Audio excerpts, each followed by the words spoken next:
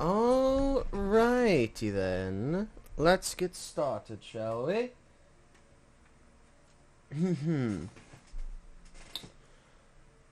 Now, since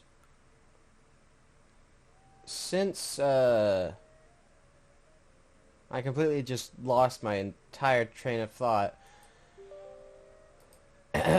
uh I realized last week was kinda not good. Oh?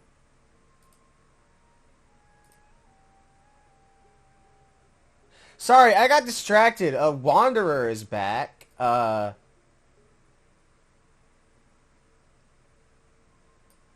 That's excellent news, because we'll be completing Sumeru this stream. That is excellent news to hear. How do I name? You know what? No, I'll figure it out eventually. No, it'll tell me when it's time to do that. Anyways, what was I about to say? Right, when we left off, we got to Sumeru, we got an Akasha, we got Alhaitham his knowledge cans and the red one, which killed that one guy. We set up the festival for Kusanali, who is Nahara, and we got stuck in a dream loop. So now we are going to destroy said dream loop, because that's what is going to be happening. Wait, what's... Oh, right, stream alerts. Just being stream alerts. Anywho, in other news, Wanderer is back. That is excellent timing. Alright. Right. Last week, kind of not up to my personal standard of quality. 2 streams, and I only really cared for one of them. So, this week is going to be each 5 days. Stream. And it's all, I guarantee it will be up to my standard of quality. Quality assurance is what we do best here.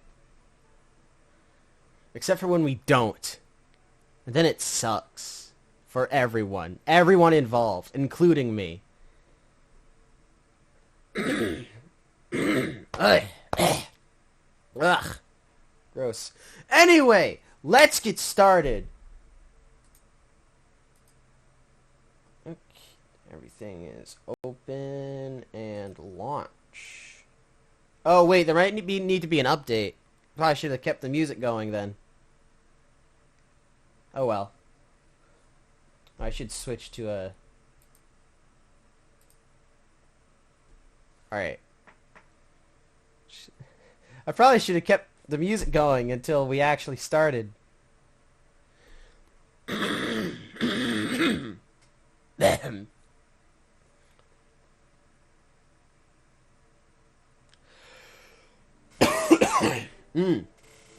Ah, shit, I gotta log in again.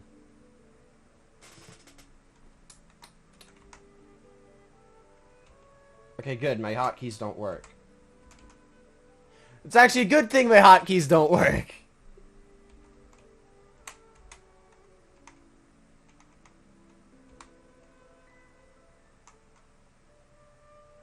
It is it is a really good thing that Genshin disables all of my hotkeys. Okay, where's my phone? Alright.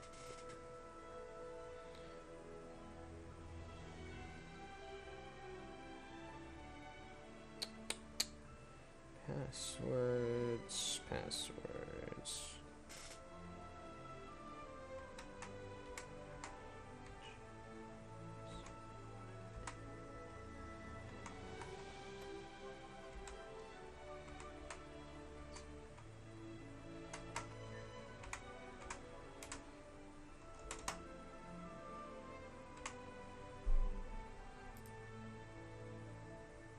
Alright.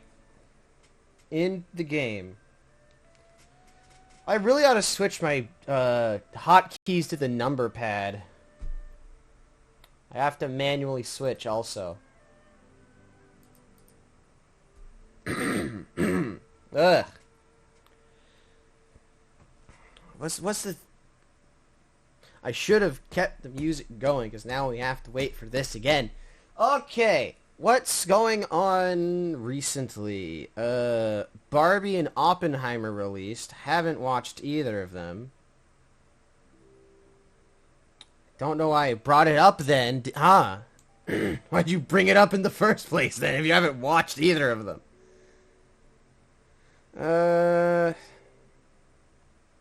Elon's trying to change Twitter into X, which is a really shit idea. What else? What's happening recently? I have no idea.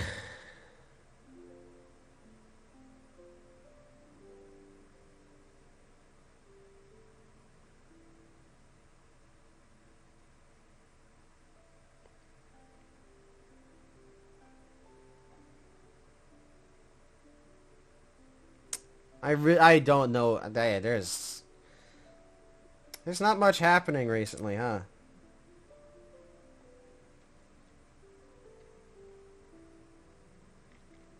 Besides the things I already mentioned, there doesn't seem to be much going on. Oh, Fontaine is apparently releasing soon.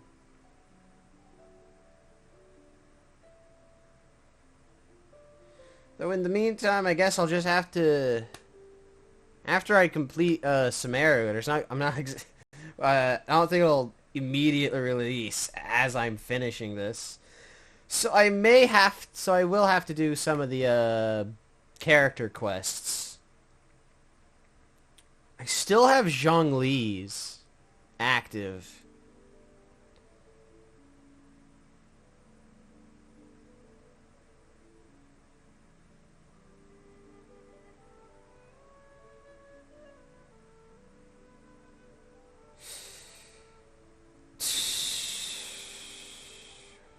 This is taking a while.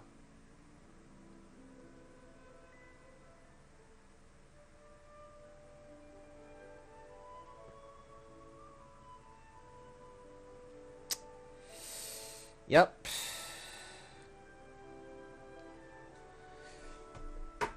Waiting. Just gotta keep waiting. Preventing me from getting Wanderer.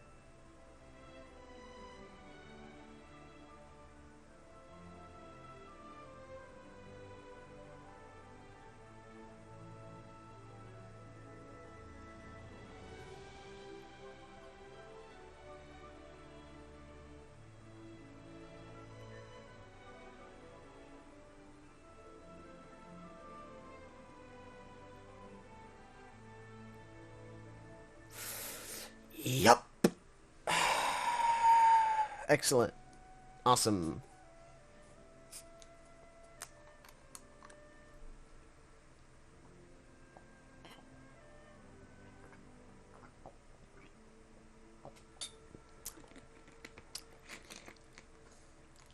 Okay.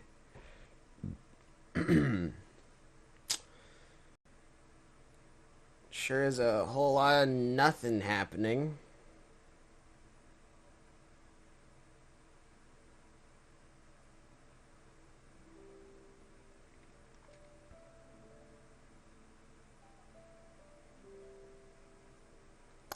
Oh, a new Adventure Time series is happening. Which I just want to say, I thought of the idea of when the Marceline and Bubblegum shorts or episodes or whatever released, I got to thinking to no, when Finn died, that episode, I started to think to myself, could they possibly continue Adventure Time but with Fiona and Cake instead? Like, I thought of that. That seemed like that would be a pretty cool idea. because Bubblegum's counterpart is not a horrid monster, so, you know. But also because, like, they are the same characters, but they're not just the same characters gender bent. They have differences in their personalities that I would say are pretty moderately sized differences. Different enough that if you made a whole new series with those characters, it would be it would be interesting enough where you wouldn't really need to change their characters at all from the pre-existing Fiona and Kate characters. And then they recently dropped a trailer about it. Like, that was my... I don't know if I have, like, prosthetic thoughts. I know I have prosthetic dreams. That's a thing that happens a lot. But apparently I have prosthetic thoughts as well. Like, when I was, like, 8, I made a really cringe Sonic OC where his abilities were, like, could make Jade clones of anyone he comes into contact with. And then, a good few years later, Kung Fu Panda 3 drops, and would you look at that? Jade zombies. What a fucking idea.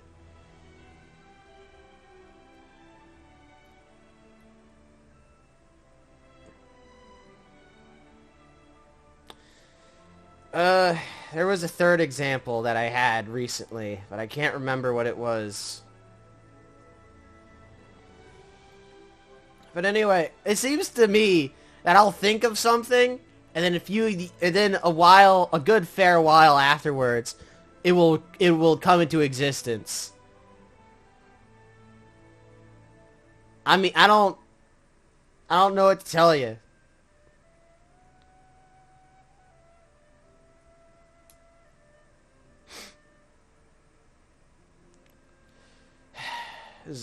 Just keep on keeping on.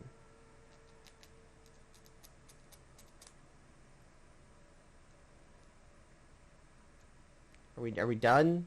Can I open the door now? Finally.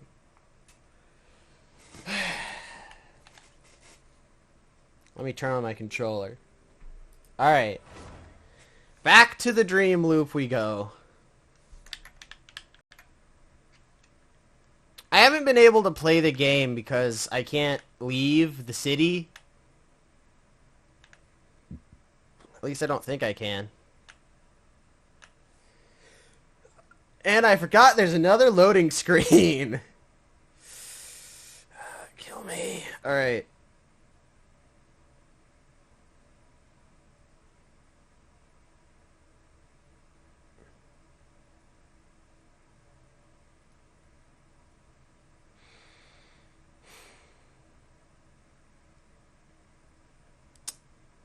Excellent.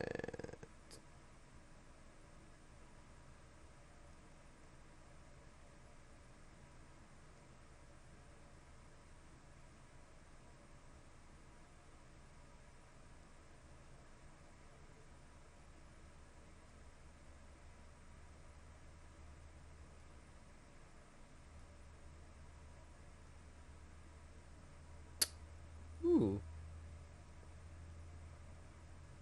You know what's cool? Clowns. Don't ask what spurred this comment, but clowns are pretty great.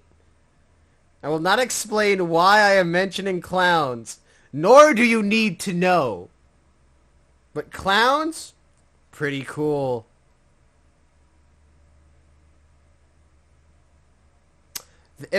Okay, now I need a clown character in Fontaine. I don't care if they're playable or not. I need a clown character. A mime will do, but as long as they are a clown. Mimes are acceptable. But I will accept a mime, but there needs to be at least a clown. Oh, I gotta... What's this?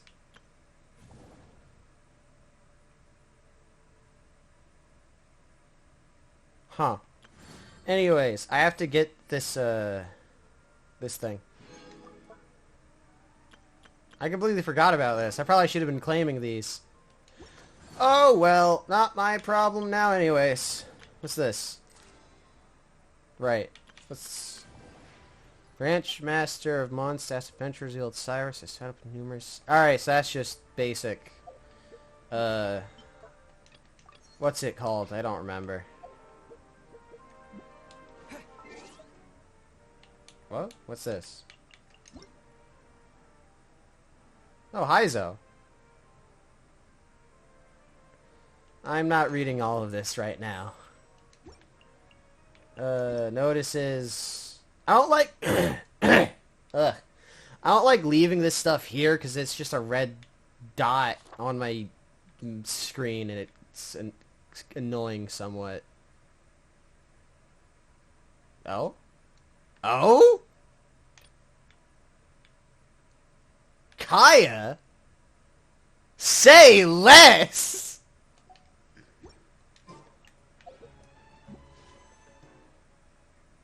No, it's still Eula and... Oh, Wanderer comes, tomorrow. Oh, okay. Yeah, that's fair. Alright, understandable. We gotta talk to Fair. Why do we think it's... Why do we think the one who's asleep right now is Ferris?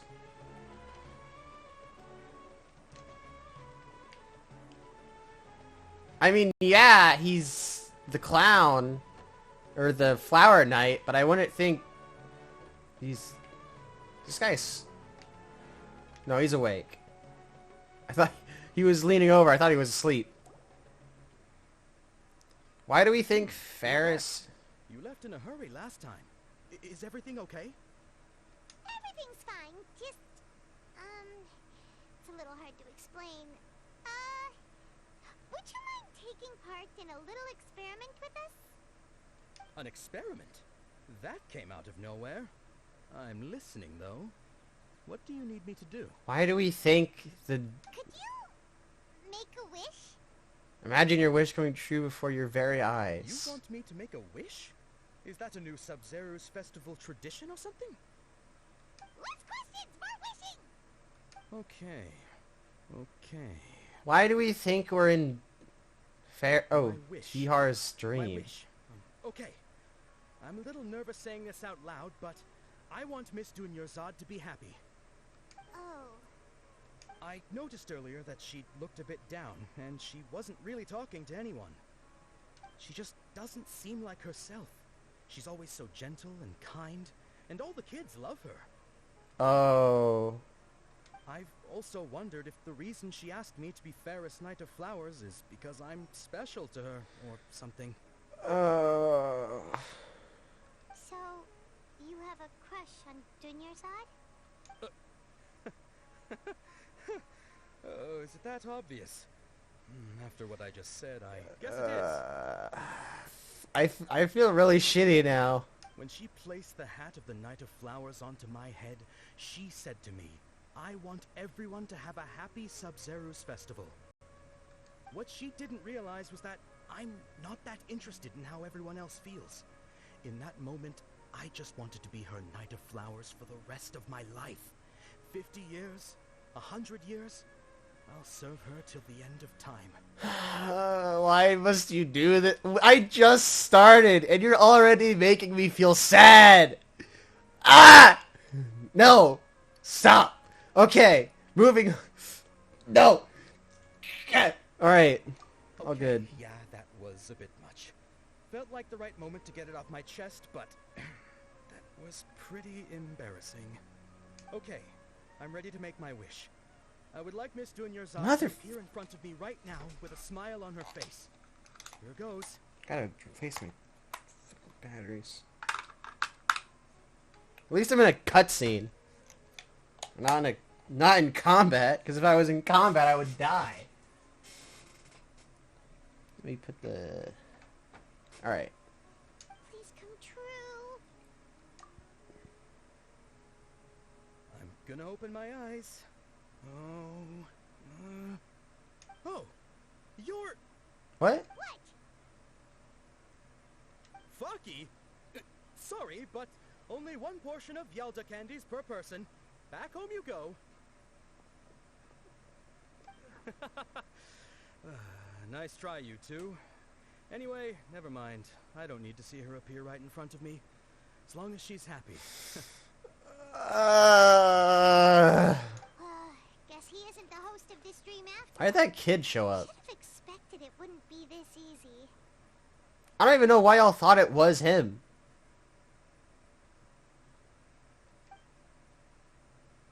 It seems like everyone who knows Dunyarzad loves her. But none of them has any idea that She's already gone.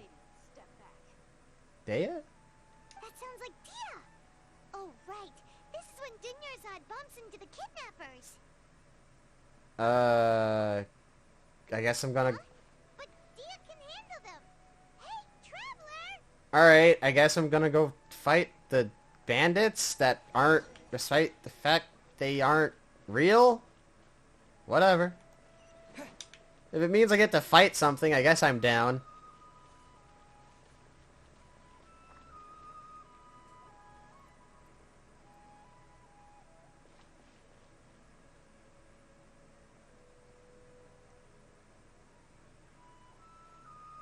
Oh, it's you. Great timing. Please take... Leave these guys to me. Hey, this is my job. The homie Yanni's pay me, not you. Oh. Wasting your breath. Ugh, fine, alright. Knock yourself out. Oh. Why are you so worked up anyway? It's not like I don't trust your fighting skills. He is very upset. Anyway, watch yourself. You're wasting your breath. Holy... So you got yourself some backup. Suit yourself. You're going down. Oh, maybe this will cause something to happen.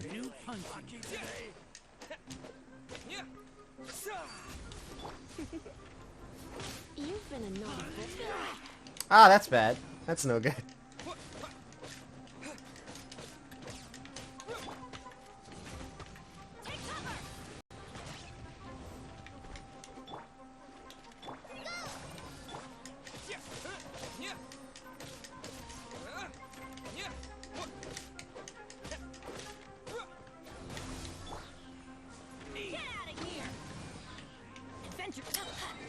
How many, was it? Let me check something real quick. How many... What's the... I needed 2 more just to get his, so I don't explode. Unfortunate. It is unfortunate I don't have that.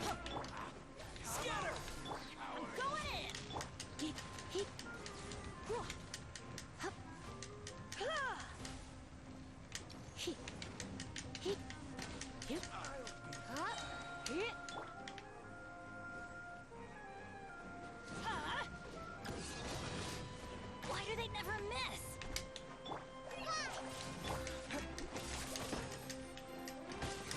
Propagate!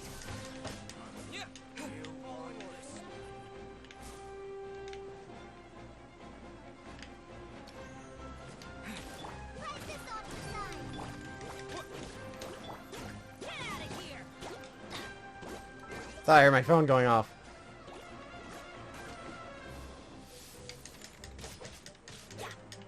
Off we go. Let's spark things up.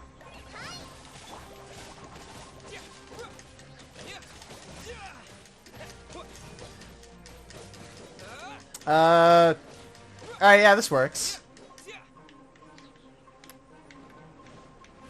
He has turned into sand. He turned into sand.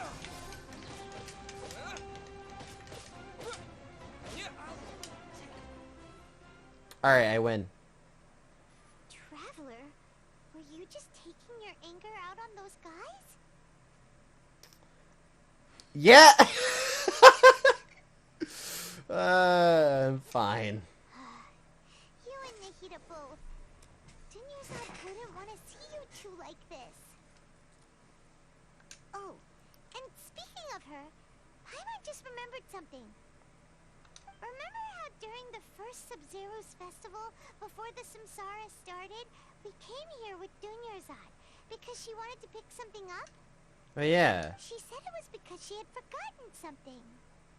Oh, I think yeah, wait. I think yeah. Okay, so Paimon's memory is working so far. Anyway, Paimon also remembers that she is staying somewhere around here. She Oh. pointed it out to us the night before the Sub-Zero's festival. Maybe that'll tell us where the host is. Yeah, even if it's only a tiny clue, it'll probably still help us more than this needle in a haystack search. Better than asking each individual person to do a lucid dream thing. This is the place. It's rude to enter other people's spaces without permission, but desperate times call for desperate measures. Indeed. Hey, the windows are unlocked. Okay, Paimon's gonna take a peek inside. Yeah, you go do that. Paimon enters the room and returns a while later carrying something. This was only a temporary residence, so there was pretty much nothing inside except this book on the table. Oh, Should we open it? of course. Alright. After almost 16 days, I was finally able to get these notes written before the Sub-Zero's festival. Once the festival ends, you and Paimon will probably continue your journey immediately, so I was hoping that I'd be able to give this to you before that. This is a compilation of folk tales concerning Lesser Lord Kusanali, created from a series of interviews that I conducted in succession and wrote down. I should probably move the mic a little closer to my face. Still, I hope that this will be of use to you in your search for her. Gandharvaville's water supply was once contaminated, forcing everyone to go very far out to get water. But one day, people suddenly found that the water was drinkable again, and some said that a green light was seen near the water's source the previous night. Everyone believes that this was the divine power of Lesser Lord Kusanali at work. This sounds quite possible. The decontamination of water sources via natural means probably takes ages. Did Lesser Lord Kusanali appear in Gandharvaville then? After Mama passed away, I was super afraid of the dark and couldn't sleep. From one day on, I would hear a voice that would chat with me till I fell asleep. A nice lady told me that Lesser Lord Kusanali must have been watching over me. Poor child, I hope that the Sub-Zero's festival makes him a little happier. This is quite similar to something that I experienced back then as well. She is indeed a gentle god. There was one time when I had a wee bit too much to drink and couldn't find my way back home to save my life. Then, when I turned a corner, I could have sworn I saw Lesser Lord Kusanali herself. She was very tall and had the most muscular arms, and she caught me when I slipped and fell. Next morning, I found myself sleeping under a tree. I reckon that must have been her looking out for me. I'm not sure this one has much value as a reference. That was probably just a tree, right? Yeah, no, that was definitely just a tree. These folks' records, appended with Dunyarzad's references opinions, leave every page densely packed. Wow. Dunyarzad wrote all of this. Sounds like she was always thinking of us even while we were away.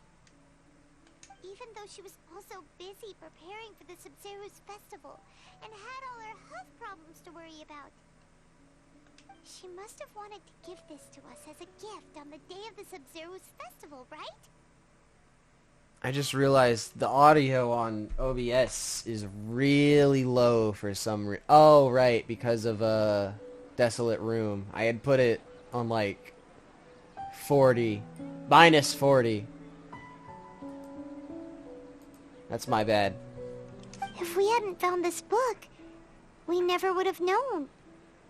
But now that we know, we can't even thank her. Why must you make me feel? Hey! Where are you off to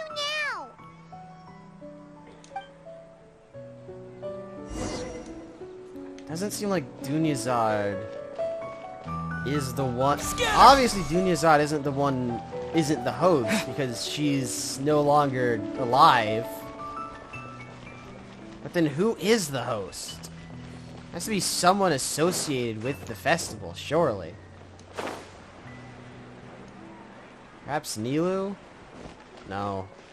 They wouldn't make a playable they wouldn't make a playable character important to the plot.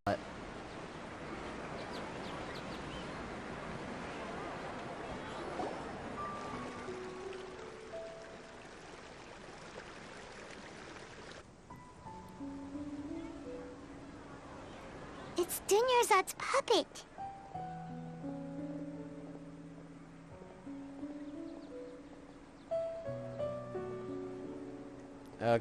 Guess, okay. I'm a little confused. Thank you. Traveler? Why? You must be exhausted. Come to think of it, we've been stuck in this place for a really, really long time. Heck, even the last time we were chatting happily with Dunyarzad feels like an eternity ago.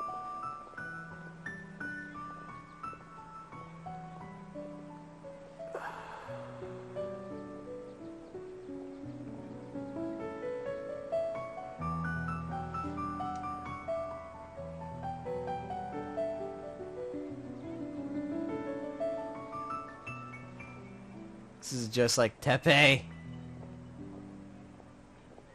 Paimon still remembers when we were sitting here, and the way her eyes sparkled when she talked about Nilu's Dance of Sub-Zerus.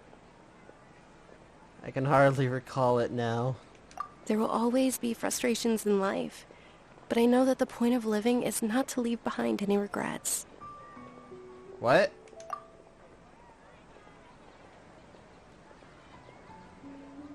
That was what the real Dunyarzad said, wasn't it? Does that mean... She's not... Does that mean she's not Yes, dead Traveler. yet? What is it? Oh, so she's still just a puppet. But just now, how come... Does that mean she's not actually dead yet? There's still time? Let's go. What? Where are we going this time? Are we finally going to the to watch the Dance of Sub-Zerus? Are we going straight to the sanctuary like I said to do when we first got here? No? Awesome. I'm still upset about that. I'm still kind of upset about that.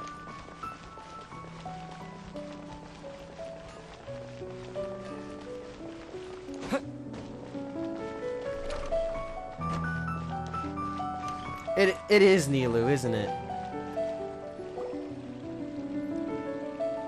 If you continue to resist, we will have to order an investigation into every single event organizer. The Grand Sage has already granted you much leniency. I advise that you exercise tact. Or maybe it's one of them. How did things turn out like this?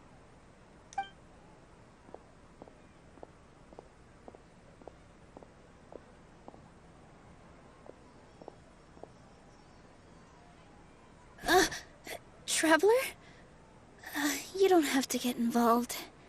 He's a sage from the academia. I don't want to drag you into this. Traveler. Traveler? What the heck are you doing? If you get arrested by the academia, that's another day gone to waste.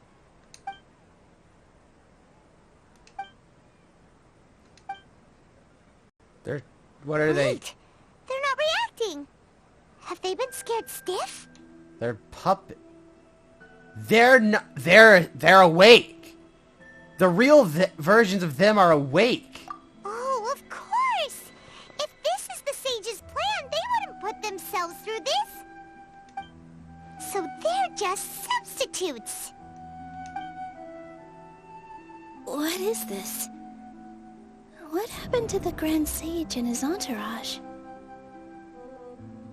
What's with the flowers? What's with the flowers? Like I said, they symbolize the goddess of flowers. It's just a shame that all the real Padisaras went extinct after her death. Wait. Yes. The Greater Lord brought forth new Padisaras in memory of the goddess of flowers. But she ultimately could never truly replicate that beautiful shade of purple. Purple.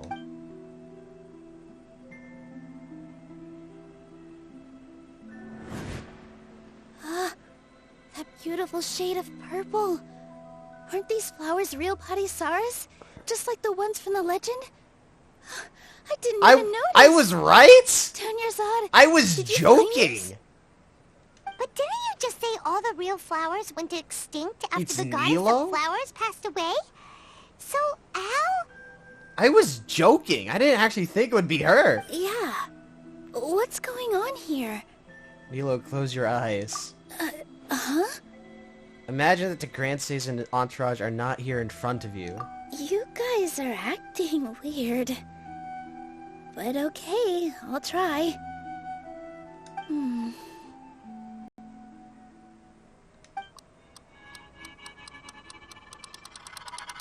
Hey! They disappeared! So Nilu's the host! What a surprise!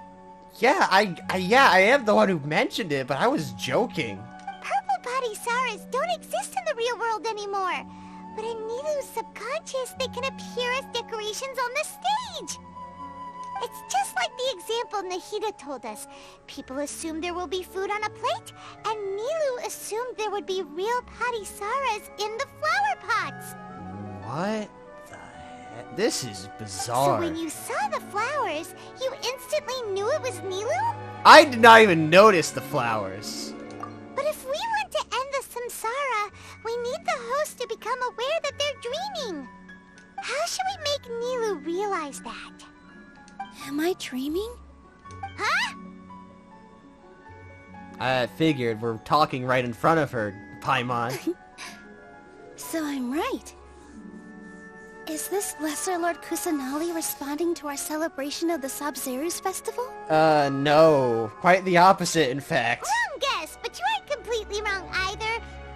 The point is, what made you think this is a dream? That we're talking about it being a dream right in front of her? You... As far as you know, people in Sumeru don't dream, right? Yeah, but have you heard the tale of the first sage? To prevent a calamity, he went on a journey to find the Dendro Archon. Right. Ooh, sounds familiar. Dunyarzad told us a story like that when we first arrived in Sumeru City. Correct. So it was about the first sage, huh? Yep, but in the part you heard, he hadn't become the first sage yet. There's more to the story. His piety and wisdom were acknowledged by the Dendro Archon, and she finally gave her blessing to him. All kinds of spectacular scenes appeared in front of the first sage, as if all the knowledge in the world was being painted onto a canvas right before him. He was captivated. After who knows how long, he mastered all the knowledge he could comprehend. Afterward, he said to the Dendro Archon, "I miss my parents, my wife, and my children. I've been away from home for far too long. They must be worried." The Dendro Archon smiled. The next second, the sage found himself lying in his bed, as if he had just woken up from a dream. His wife, lying next to him, said, "You're off to search for the Dendro Archon today, aren't you? Have a safe journey, my love." In the end, the first sage took care of many disasters in Sumeru City, and founded the Academia. What a happy ending. Huh. So, the first sage was dreaming ever since the beginning of the story? He never went on his journey? He still... Just because it was a dream doesn't mean he didn't do it. Yes, but his faith and determination were conveyed to the Dendro Archon, so she blessed him in the form of a dream. Paimon understands where you're coming from now. That's a really interesting connection. But we really gotta wake Wait, up soon. why- Like the sage in the story. Yeah, if she's aware of it, shouldn't we be awake by now? I see. Well, it just so happens that today's Sub-Zero's festival is almost over too. Or is she gonna do the dance? Since we're in a dream, let's make this final dance of Sub-Zero's as beautiful as we can. Alright, yeah, I've been waiting a really long time for this.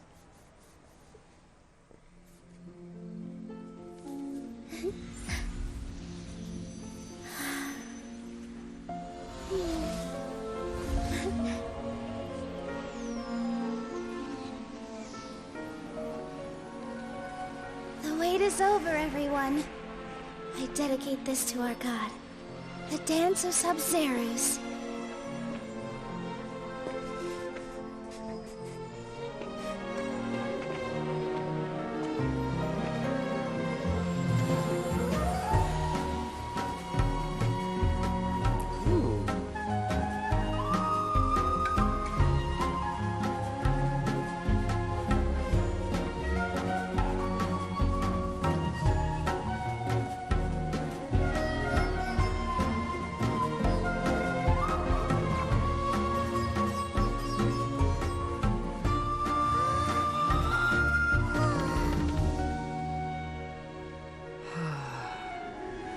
I'd be lying if I said I had no regrets. I would have loved to see Nilou's dance.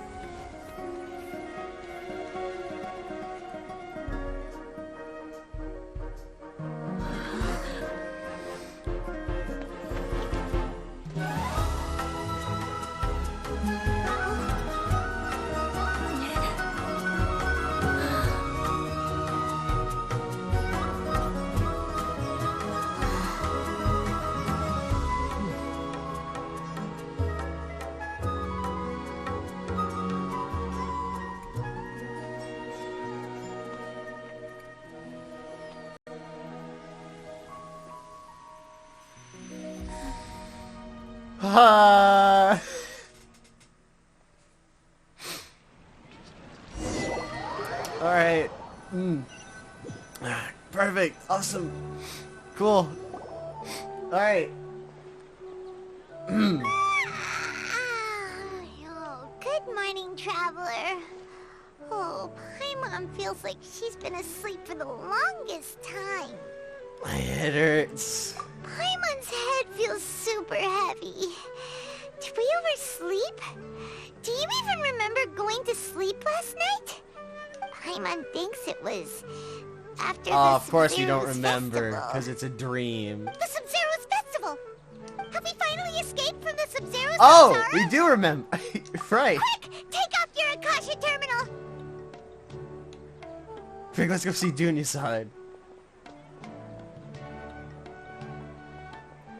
It was definitely... If she is... She...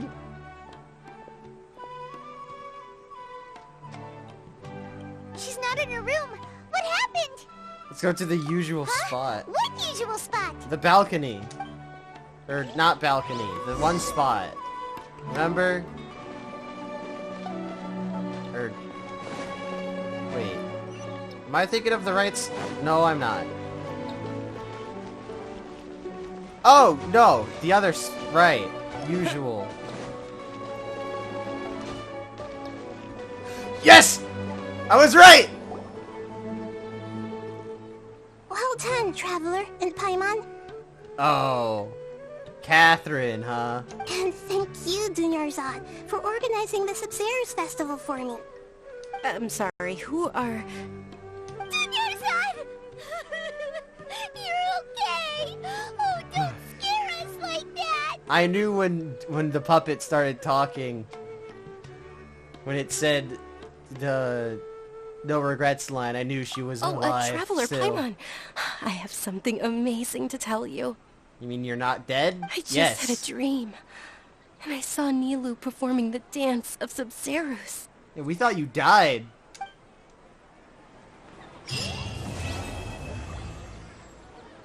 Why is she choosing Catherine as a disguise, though? Ooh.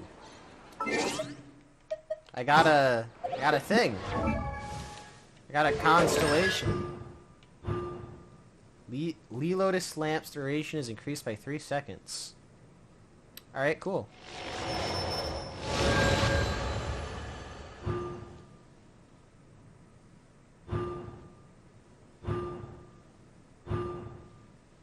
How do I get the rest of these again? I forget. It's not important.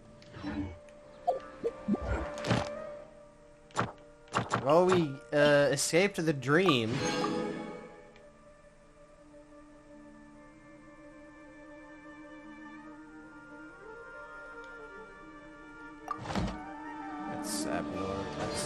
That's the wrong button. You're actually Nahida, aren't you? Paimon felt like Catherine was acting weird when we met at the Sub-Zero's festival. And Dunyarzad, did you save her? I think we did that. It's a really long story. We shouldn't disturb her. Her consciousness is still weakened.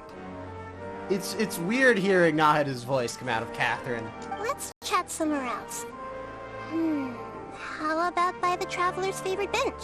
Excuse me?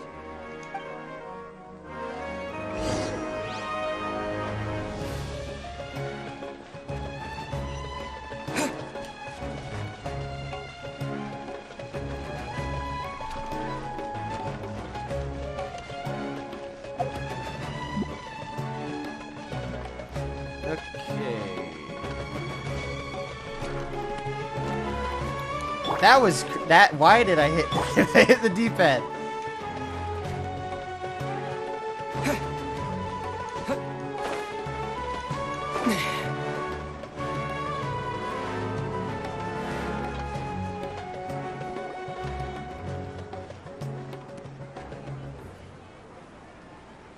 Let's talk about Dunyarzad first.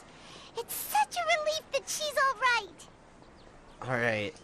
Yeah, it's great. After we parted on the last day of the Sub-Zero's festival, I left the city and saw what the Traveler had described. Among the countless dreams, I found one that was growing fainter and fainter. This proved my suspicion. Once Dunyarzad could no longer bear the Akasha harvesting her dreams, her consciousness began to dissipate.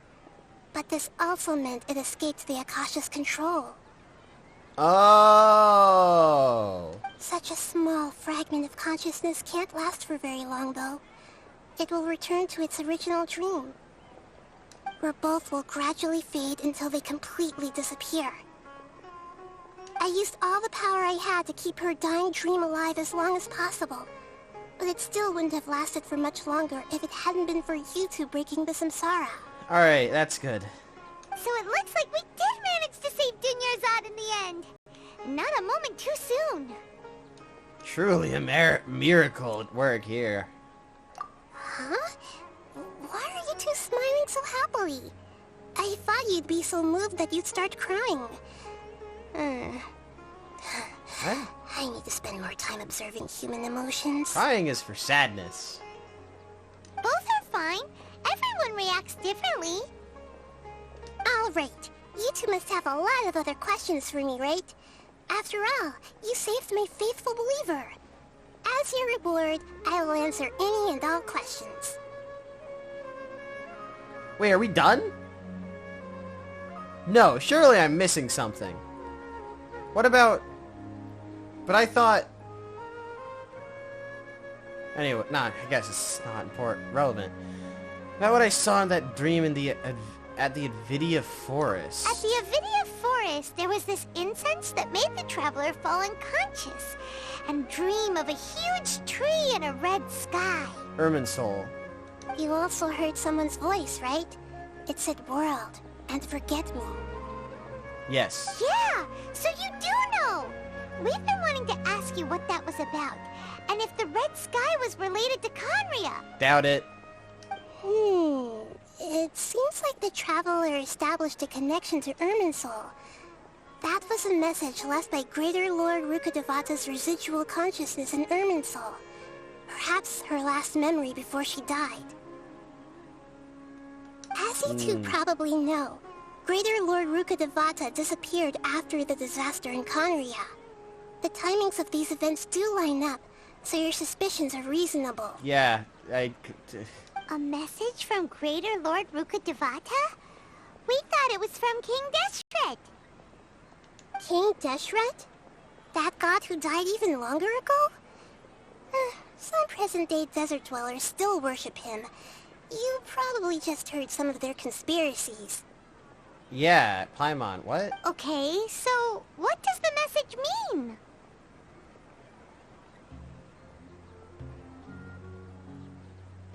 I mean, I feel like it's pretty standard, you know. I still haven't managed to decipher it. Even the Akasha isn't currently capable of doing that. I literally already figured it out. Greater Lord Rukkhadevata's residual consciousness in Irminsul seems to be contaminated I with kinda thought something there that would has be... a Shut- very dangerous aura to it.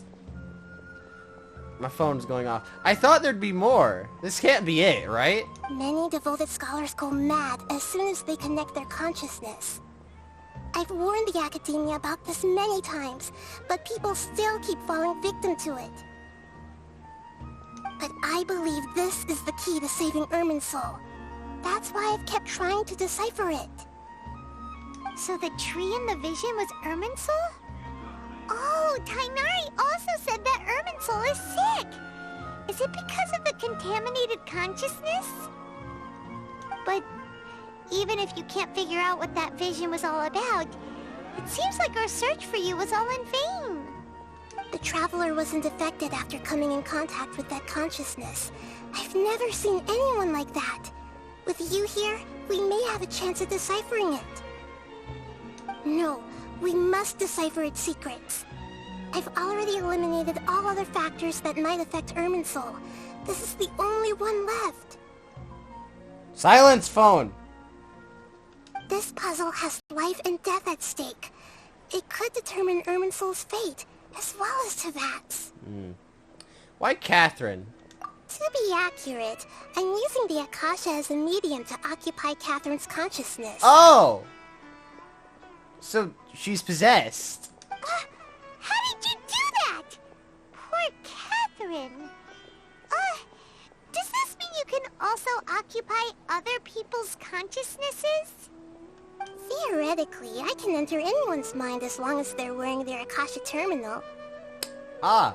The Akasha is the legacy of Greater Lord Rukkhadevata. As Lesser Lord Kusanali and the first Akasha terminal, my consciousness has always been linked to the Akasha. Alright, I guess that makes sense. I've always respected my people's free will, so I've never actually occupied their consciousness. When necessary, I just borrow this bionic Snezhnayan puppet.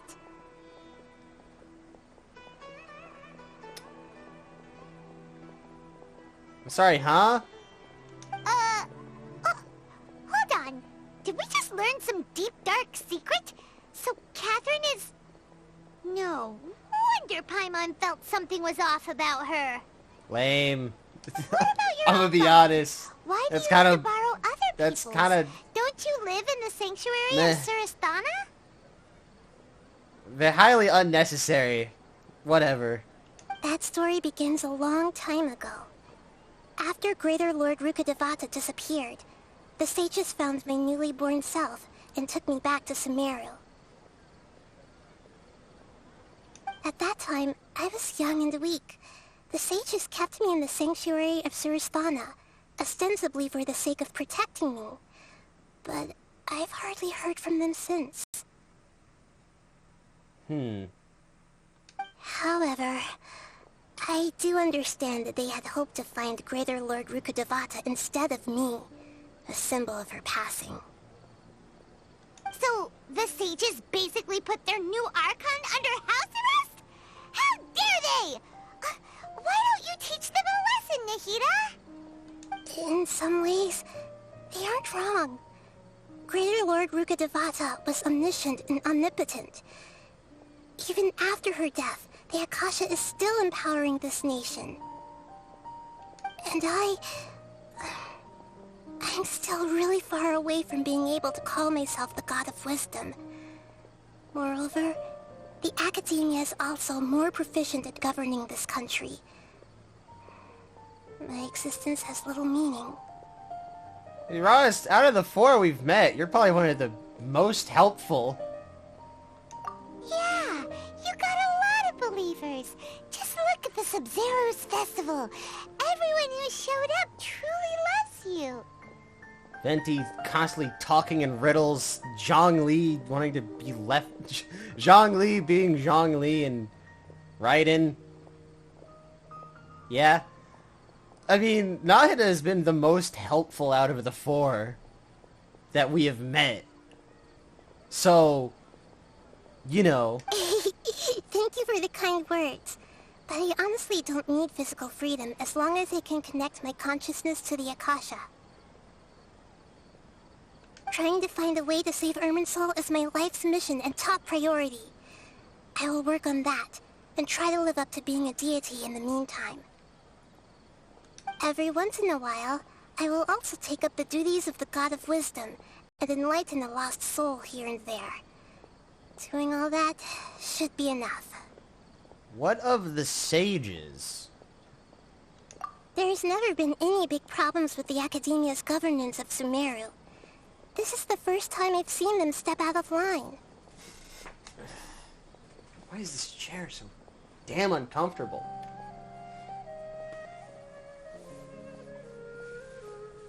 I don't understand it. Whenever I'm not streaming, I have 0 problems with this chair. Anytime I am live, this chair is a mess.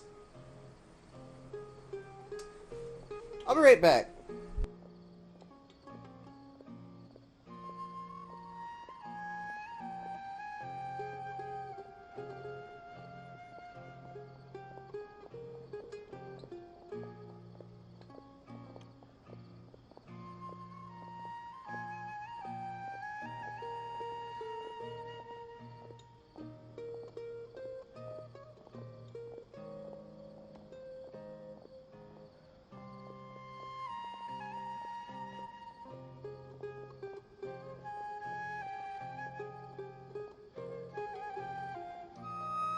Alright, I'm back.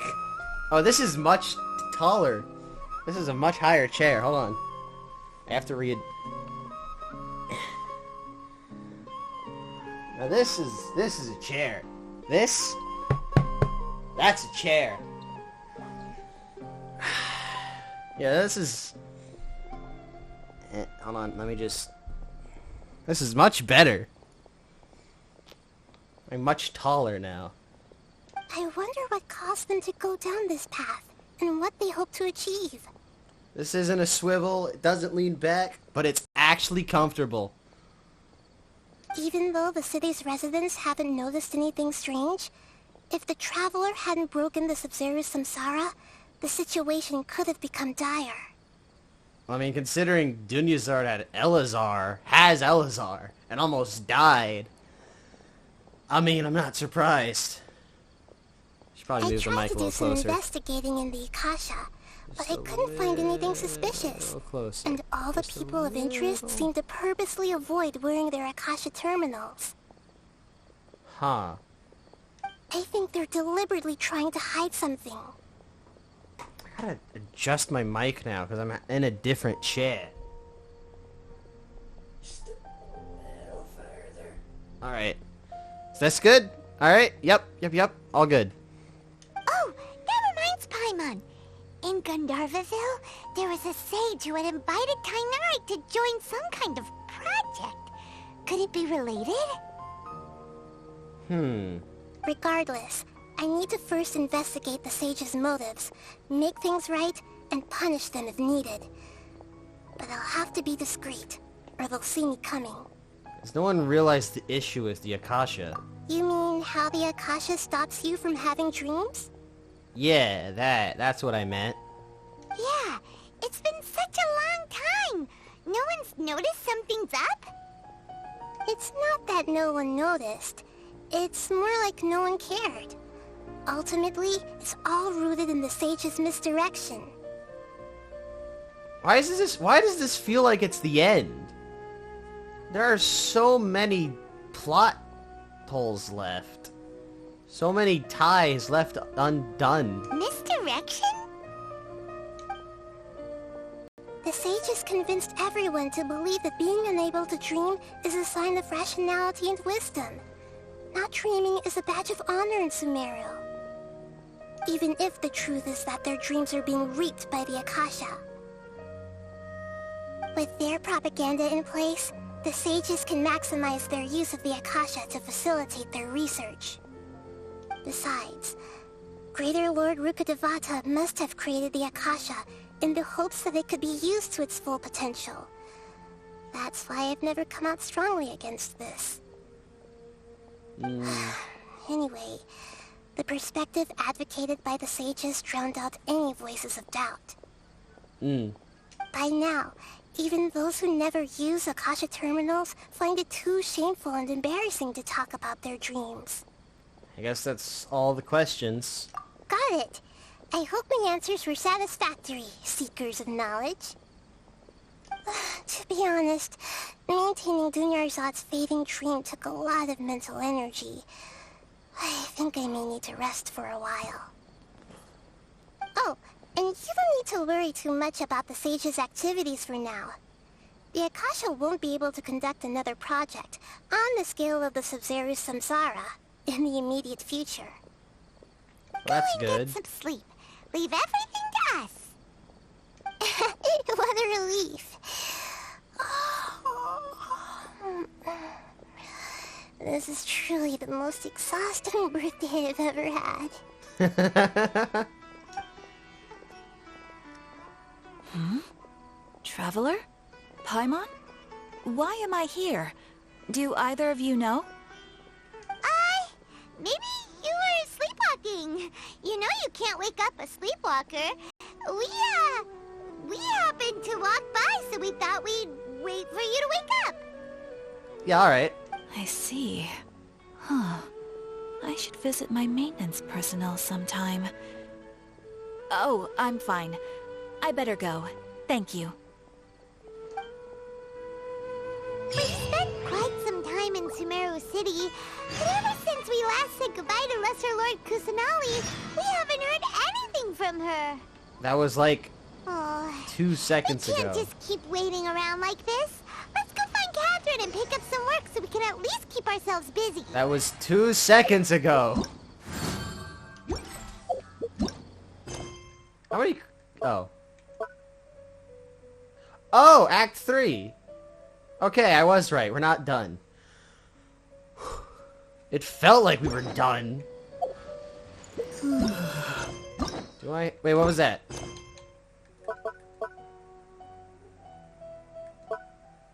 What's this?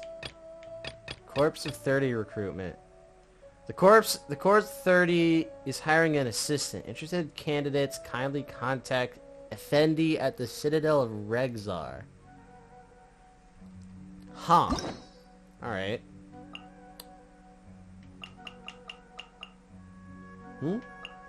Oh, this is unlocked. Oh, I can do Tainari's thing now. And Nilo's. Huh.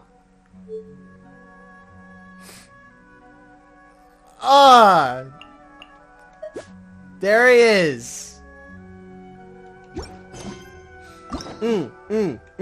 Cool. Right. Got it. I need to complete today's commissions to get to unlock another. Act 2. Huh. Interesting.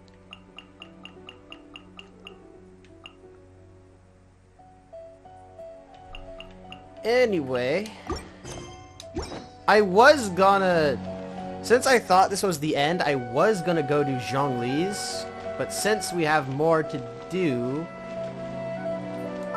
I need to go, actually. I'm not go, but I need, not like go as in stream, go as in go. That's a slip of the tongue on my part. Had to lean forward a whole bunch though, just to. Where's the fucking? Here, yes. All right. I'm gonna be right back.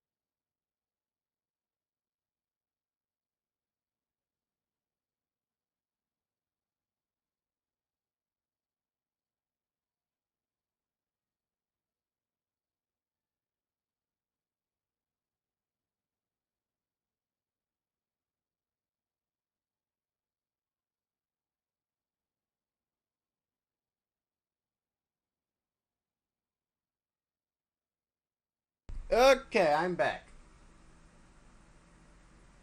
I'm back. Almost fell over. Let's get back to the game. Okay. Let's... Okay, what is this and why won't it leave me alone? Huh? Wait, what?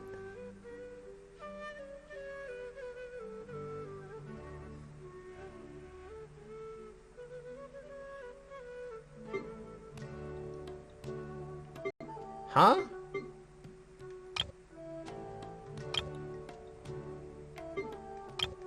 What the hell? Right. I'll get to that.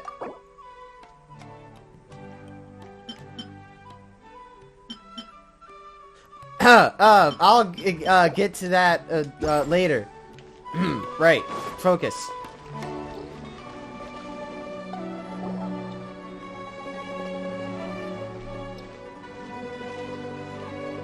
Ad Astra Abyssosque. We meet again, you two. Hi, Catherine. Do you have any commissions for us today? Commissions, huh? Let me think. Oh, how about this? Please attend the Academia's Academic Symposium this afternoon and recite a love poem on stage. Wait, say what now? I don't exactly vibe with that. And if possible, please also use your camera to capture the reaction of the audience upon finishing the poem. Huh? What kind of commission is that? The audience would definitely have a reaction. I see.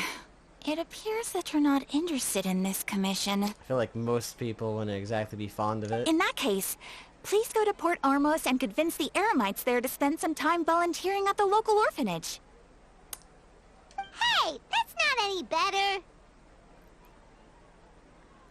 Mercenaries and orphanages don't exactly fit together. Mm-hmm. I'm sure the mercenaries will have some interesting reactions as well.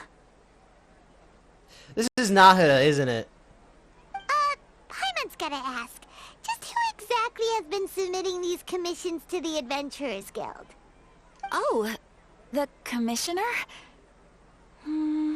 Well, actually, I just wanted to see the two of you in action. Nahida? Was it so obvious? I was hoping you would actually take one of those commissions. That kind of chance to observe humans doesn't come by often. Uh-huh. Ah, so it's Nahida. Paimon just knew Catherine wouldn't crack those kinds of jokes. When did you get into her head? From when she said, Ad Astra Abyssosque. So it's been you this whole time? Are you done resting up, Nahida? Yes. I've been sleeping ever since we parted ways. You mean like I even a had minute, really, a few minutes really ago? long dream. What was it about? It was another dream about the Sub-Zero's festival, except it was a happy one. Ah. In my dream, I was sitting in the middle of a flower terrace, and everyone in Sumeru City was holding hands as they danced in circles around me. They danced round and round, and everyone looked really happy. I also got to sit on a gigantic flower carriage. Ferris, the Knight of Flowers, raised me really, really high above the ground, and I was throwing an endless amount of Yalda candies at the children. You know, Nahida, maybe your dream is how the Sub-Zero's festival really should be. It's meant to be a joyous time where everyone gets together to celebrate your birthday. Yeah. Huh? Wasn't I describing a really happy dream?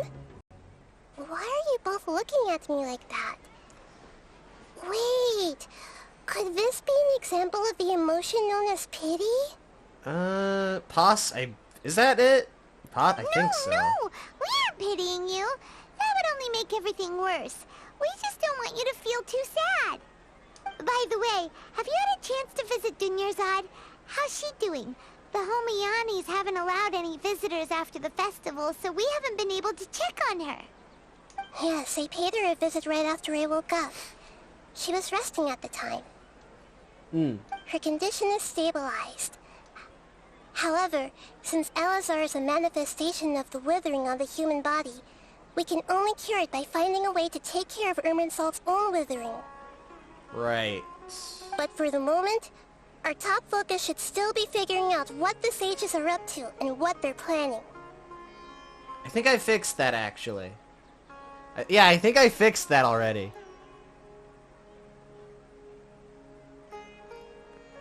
I'm pretty sure, yeah. Right. Who knows what'll happen if they manage to pull off another scheme like the Samsara of the Sub-Zero's festival. Surprised you were able to say that whole sentence. So our first priority should be investigating and putting a stop to the sages' activities.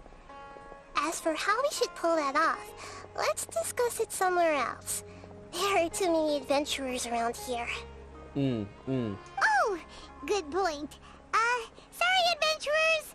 We're gonna be borrowing Catherine for a little while. I see. Alright, Act 3.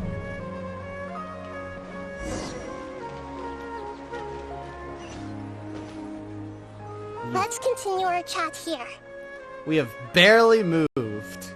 Okay, so do you have any ideas on how we can investigate the sages, Nahida?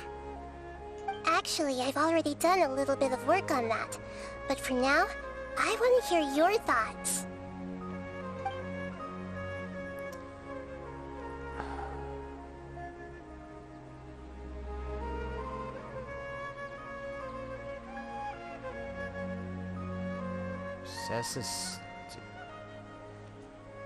Huh.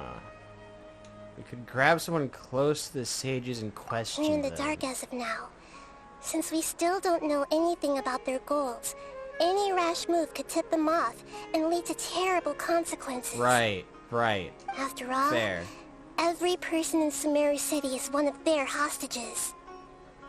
Right. Possess a student and infiltrate the sage quarters. No way, that's too risky. Alright. You mean it'd be too easy to get caught? No, it's not that. We shouldn't involve innocent students in this.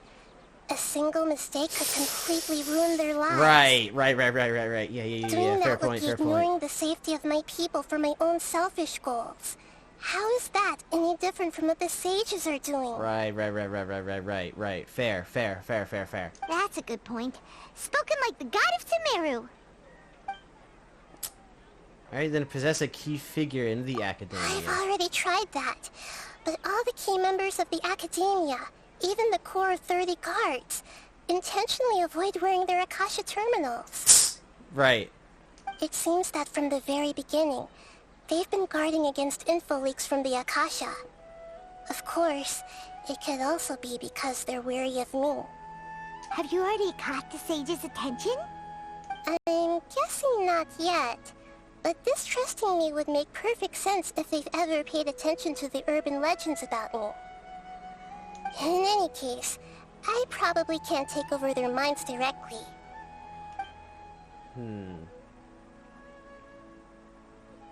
Right, then what do we do? Are we really out of ideas? Nahida, you're super smart, so you already have something in mind, right? Don't keep us in suspense. Spill the beans already. According to a popular theory from the Vahumana Darshan of the Academia, rejecting impractical motions at the beginning of a planning session will give more weight to the actual proposal. Okay, but aren't you the god of wisdom? You don't have to use that kind of gimmick to make us take your ideas seriously. Well, I've been thinking that if I can't directly possess the leaders, and if I can't get ordinary people involved, then I should find someone who's already involved, but hasn't decided to side with the sages. Al-Haytham! You're saying we should recruit a spy? That does sound like it could work. Al-Haytham. Oh, Oh, before coming back, we met someone named Alhaitham. He seems like he acts alone, and he likes doing stuff behind the Academia's back. They probably aren't in cahoots. Actually, I already have someone in mind. Do you still remember that female scholar named Setaria? Who? Setaria. Paimon remembers now. Isn't she the one who's always trailing behind the Grand Sage of the Academia? Ah, yes. We ran into her basically every time the Sub-Zero's festival repeated itself. You could even say we're old enemies by now. I wouldn't say I wouldn't go that far, Paimon. Paimon still remembers the smug and mean way she always spoke to Nilou. I've always liked observing all kinds of people, and Setaria has always stood out from the crowd. She was born in the desert and was hailed as their greatest genius. Her academic gifts allowed her special admission into the Academia, and also gave her the opportunity to serve as the Sage's assistant.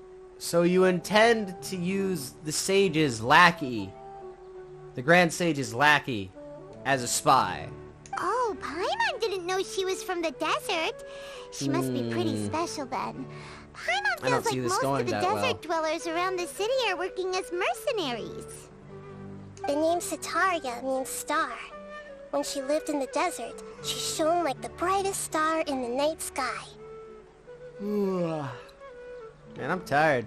Later on, no, I'm not she tired. was chosen by the sun. That doesn't mean you're tired, the star was given a place in dumbass. the daytime sky to complement the sun's dazzling light. Soon after, the star witnessed the sun scorching the earth, which brought forth many disasters. The star began to waver. Instead of staying beside such a sun, wouldn't it be better to return and light up part of the night sky? But in the end, she couldn't give up the radiance of daytime. To cope with her shame, the star buried her guilt and closed her eyes. I zoned out and I don't understand. Those are Setaria. This is no longer just a metaphor. Those are Setaria's true thoughts, right? From the sound of it, Setaria's just hung up on the research opportunities here. But she doesn't really support the Academia. She still feels guilty about not doing more for the desert, right? She's just running away from her problems. Uh-huh. Indeed. When they are presented with complex moral issues, many people will simply plug their ears and go with the flow until the problem can't be fixed anymore. She's suppressing a lot of guilt, but before she realized it, she had already become the Sage's accomplice. She can't deny her part in their schemes anymore. Well then, when you put it like that, sounds like just the spy we need. Right. We must somehow make her face her problems again. That way, not only can we get useful intel from her, but she can also use it as an opportunity to redeem herself. From my past observations, Setaria will take a day off from the Academia every 10 days to do some shopping in the city. Tomorrow afternoon just happens to be a shopping day for her. That'll be our chance. To prepare, let's go check out some of her favorite spots, and have a quick chat with a few of the vendors there. Right.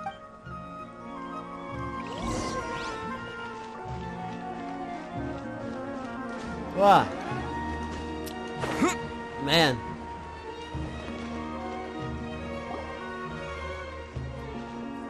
This should be Setaria's favorite fortune-telling spot. So should we ask the fortune teller about Setaria? No, I already have enough information on Setaria. The most important thing now is for you to pay attention to the vendor's talking style and key characteristics. Alright. Talking style and key characteristics? I can do that. My poor lost lambs. Have you become troubled over your fates? Alright. The divine voice of wisdom often echoes between mine ears. If thou be blessed today by the gods, I may be able to show you the way. Huh? Really? Nahida, you've been whispering things to her? Shh. My friend here has some doubts regarding his future. Can we get a fortune reading for him? Of course, of course. In that case... It would seem that Harut and Marut are quite wary of you. Perhaps, at some time in the past, you have somehow offended the gods. That isn't untrue. Only mocking the god of Animo, questioning the lord of Geo's financial savviness, and brawling with the god of Electro. Do those count? Yeah, we do kind of do that. Oh, nothing. Go on, pick an aspect for her to divine. We do that. Divine prospects and, health. Health prospects. No problem at all. Actually, I don't... Well, no, Paimon mocks Venti.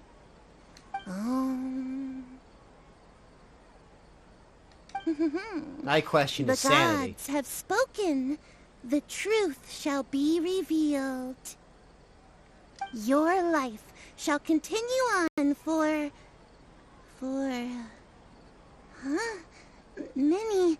Many tens of thousands of years?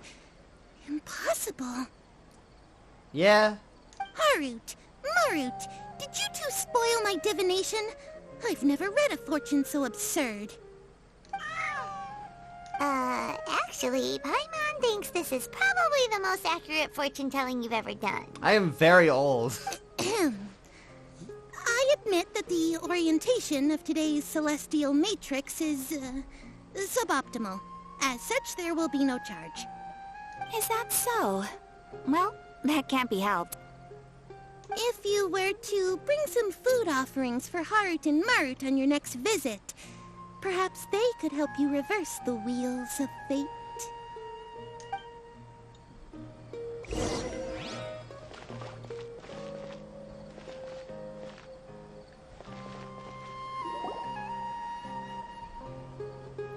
Is this another one of Sataria's favorite stalls? Yep. It belongs to a king. His father helped Sataria a lot when she first moved to Samari City, so she still comes by whenever she has time. When I start talking with him, listen carefully to the details of our conversation.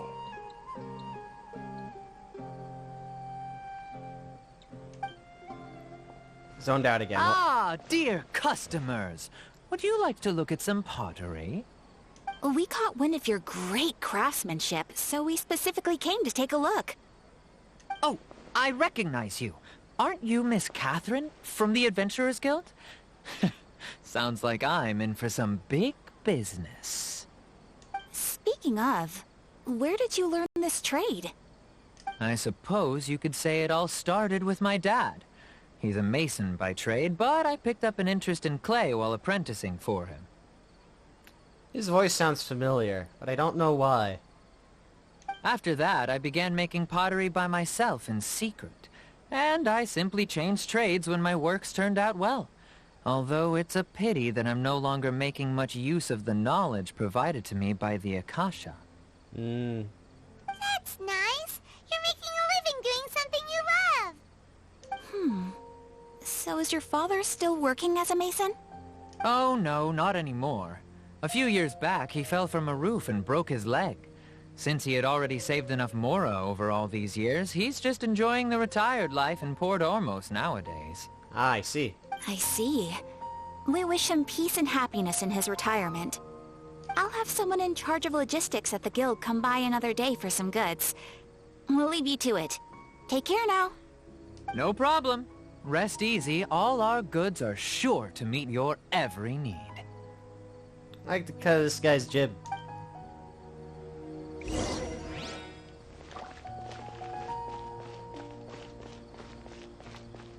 We're going over here now. This should be our final stop. Sitaria's always thinking of this restaurant when she's working at the academia. So she always comes by whenever she's out in the city. Nahida, you've really thought of everything. It's my duty to protect Samaria's citizens, after all. Hi there. I feel like I've seen you down by the docks before. Huh? Sorry, I don't quite remember. If I recall, you were having a discussion with someone about shipbuilding at the time. Ah, that's right! I've always been really interested in feats of marine engineering. After all, I grew up in Liyue Harbor and spent my entire childhood staring at the ships going in and out of the port. I came to Sumeru to study, but failed to make it into the academia due to my lack of talent. But I'm still discussing all kinds of problems with different scholars, and I'm continuing to study and perform research from the restaurant's basement. I'm sure I'll get into the academia after their next round of exams. What an admirable spirit for learning. Amazing. Sure, but you'll find hardworking people wherever you go. So this restaurant has a basement as well? Huh. First I've heard of it. That's right. It's not usually open to patrons. Most of the time, employees use it for breaks or to hold private events. Oh, I see. I see. Makes sense. Yes, that makes sense. Well, good luck with your studies, Miss Chishan. Thank you so much.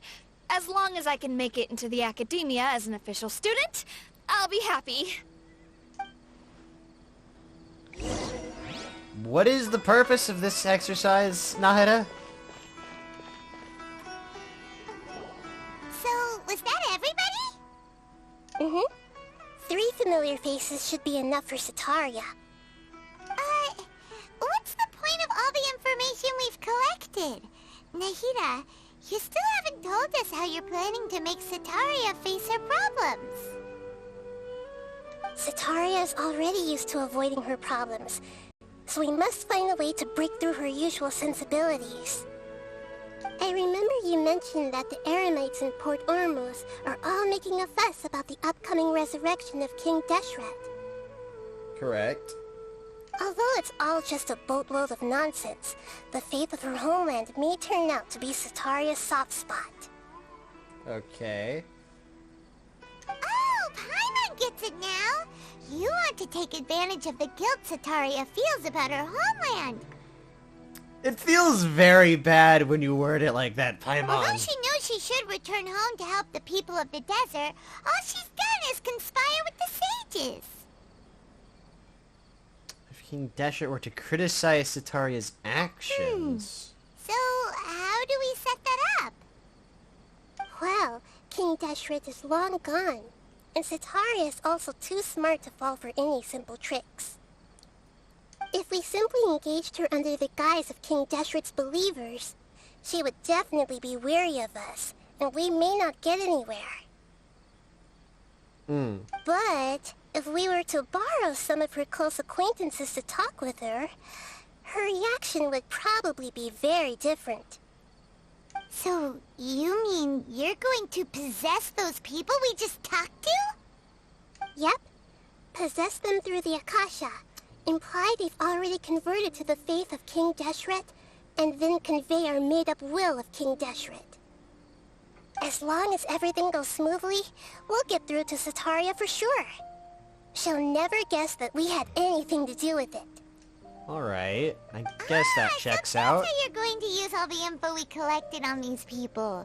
It's so that you won't slip up and break form. Possessing them will only work if you can manage to pass off as them. Alright, that makes sense. Exactly. So, best of luck with impersonating them. I'm sorry, what? Huh? Best of luck? But we don't know how to possess anyone. We don't have magic. That's no problem at all. I'll just share all their senses with you once I've possessed them. As long as you're also wearing an Akasha terminal, the effect will basically be as if you've possessed them yourself. We don't have Akasha terminal. Huh. That is pretty convenient. But why does he have to do this? Can't you do it yourself? Although I've been observing humans for a while, I've never been good at imitating them. Well, considering those 2 commissions you attempted to give us, that checks out. You're not wrong. It's always been painfully obvious whenever you try to pass as Catherine. Alright, let's do this. If it was at all possible, I would have preferred to leave these people alone. But seeing how things are now, I probably should just accept it and push on. Alright. Don't beat yourself up over it. We're only doing this to help everyone, and we'll only be borrowing them for a little while anyway. Alright, then let's give it a go tomorrow afternoon.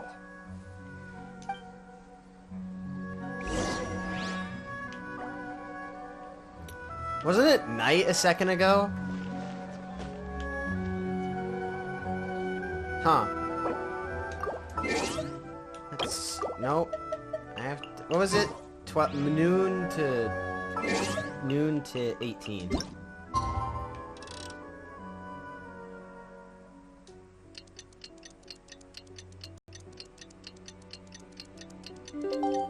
Wait. Nope. Gotta do it again.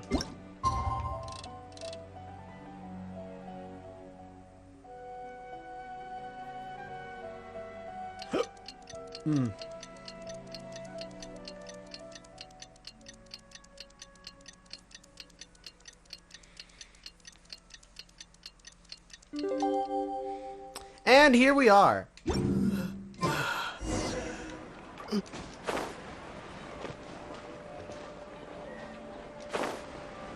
you think my craftsmanship deserves a...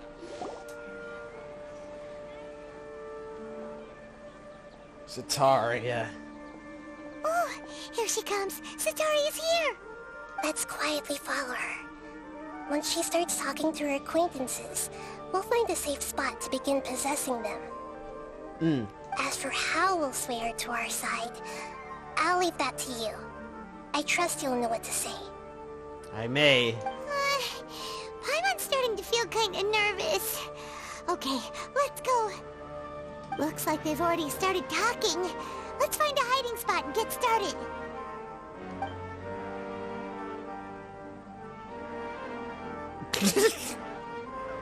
Sorry, it's this is barely a hiding spot.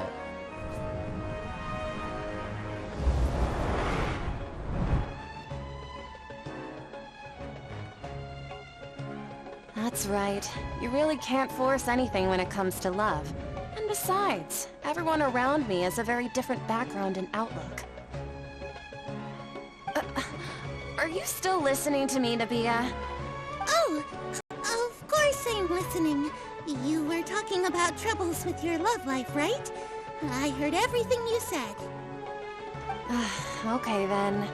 You just seemed a little distracted for a moment there. Strange. Your cats seem pretty worked up. Is something wrong? I always thought they were quiet, happy kitties. Oh, what are their names again? Marut and Harut. Ah, that's right. They are just little darlings, aren't they? Harut and Marut. So, which fortune do you want me to read for you today? You must have come for another echo of the divine voice of wisdom. I'd like to get another reading on my love prospects, but to be perfectly honest with you, I feel like I've been a real mess recently. What's my body doing right now? A mess? Well, could you do a reading on how long it'll take me to finish my current project at work? I really just want to get it over with.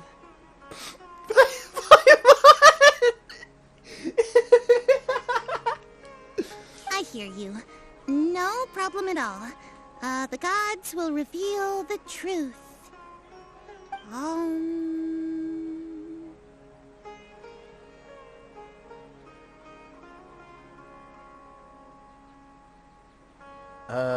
The gods are asking.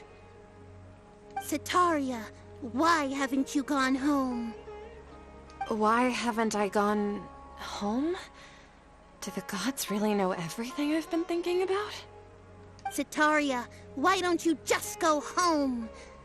It's a demand now instead of a question. The gods seem to be truly upset. I'm sorry. I know I failed the gods. Please pass on my most sincere apologies and ask for their divine forgiveness. And, if I may ask, Nabia, is there a specific god who's speaking to you right now?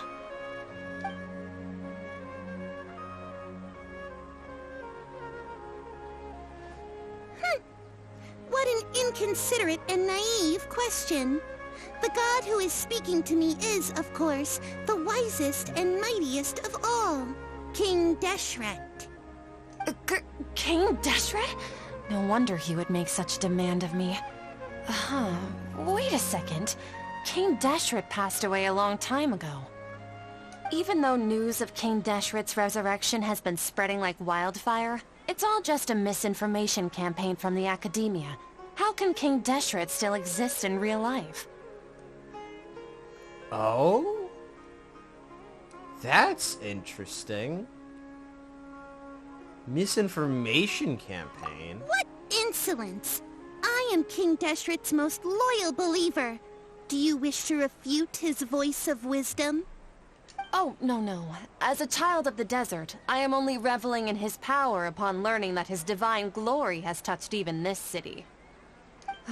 I will think very carefully about his demand of me. I'm sorry. I must go now. Wait! Well...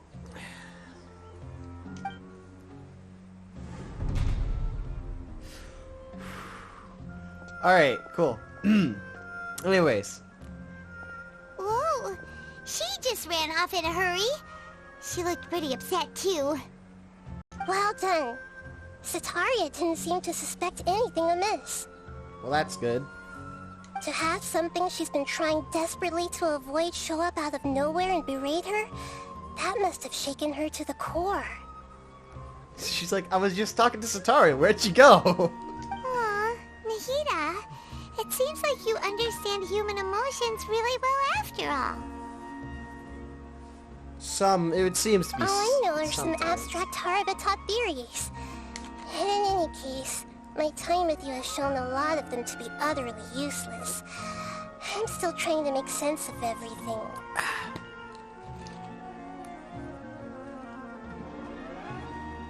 Anyway, enough of that. Let's hurry and catch up to Sataria. Yes. He's out of Keeps now. Right on cue. Let's get ready to possess him right away.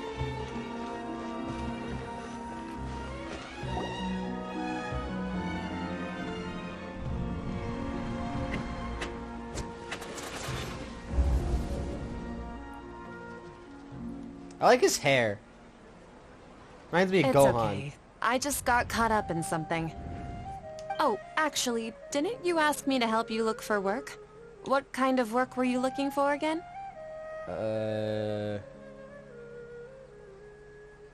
Masonry. What is masonry? Because his dad works in masonry. Oh, right. Your old man's craft. How could I forget? Masonry. Masonry. Stone. Oh, stonework. Okay. Yeah. That makes sense. Speaking of, how's he doing? Is he feeling any better? He's feeling a lot better and he's walking more now. Oh, that's good to hear. I have been thinking a lot about him. If I could get some more time off, I'd love to pay him a visit. Actually, while we're talking about him, is he still living in Port Ormos? Yeah, he's been retired there for a while. If you could find the time, please write him a letter. Let him know that recently, faith in King Deshret has taken root in Port Ormos and has begun to spread across Sumeru. He has a quick temper and has always been a devout follower of the Dendro Archon. I don't want him to get into a fight with those King Deshret believers because of a difference in beliefs. Oh? So, who are you siding with in all of this? The Academia or King Deshret? I'm so jealous of you. You were born a child of the desert, yet you chose to betray King Deshret, and now you spend all your time with those crooks from the Academia. Akeem, you don't mean... you've also become a believer of King Deshret? What's so strange about becoming a believer of the wise King Deshret? In fact, aren't you the strange one? The one who still can't pick a side? Can't pick a side? Me? Whoa! Paimon had no idea you'd be so good at this. I'm very good at manipulating people.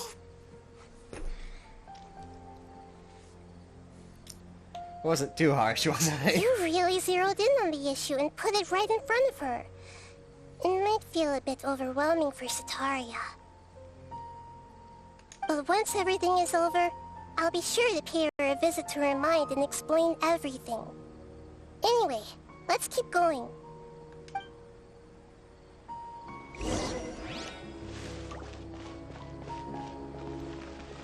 Come on, Sataria! I feel like this one might be a bit difficult because Keyshawn... So, Shishan, Keyshawn have you noticed anything weird in the city lately? wants to get into the Like- academia. As if someone was trying to preach to you about something? No, I've been spending all my time studying in the basement. Oh, right. Speaking of strange things, I celebrated the Sub-Zerus festival so many times that I lost count. That was really weird. Wait, how could you be aware of that? That should be impossible. Nothing in the report indicated anything like that. Are you still failing to realize that the Academia's lowly tricks could never deceive all of Sumeru's citizens?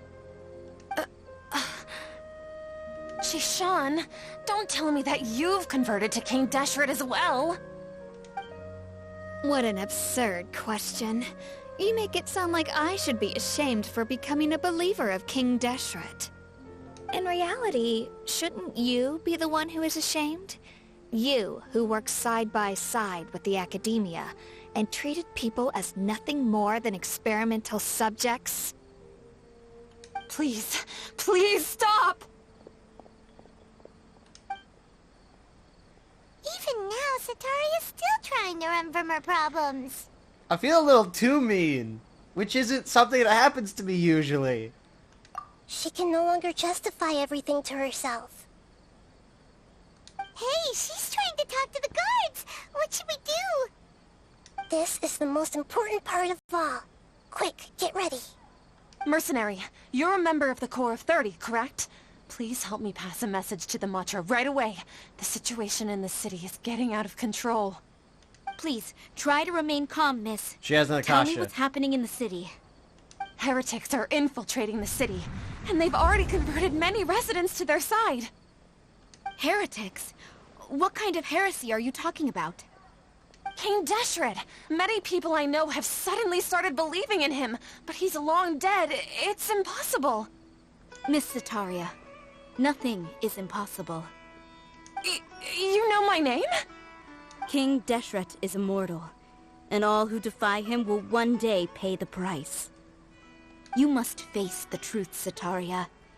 You tread a treacherous path, and the longer you ignore it, the tighter the Academia's grasp on you will become, and the deeper you will be ensnared.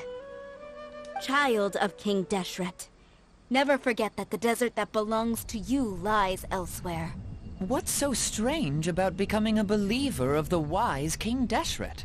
In fact, aren't you the strange one? The one who still can't pick a side? What an absurd question. You make it sound like I should be ashamed for becoming a believer of King Deshret. Sataria, why haven't you gone home?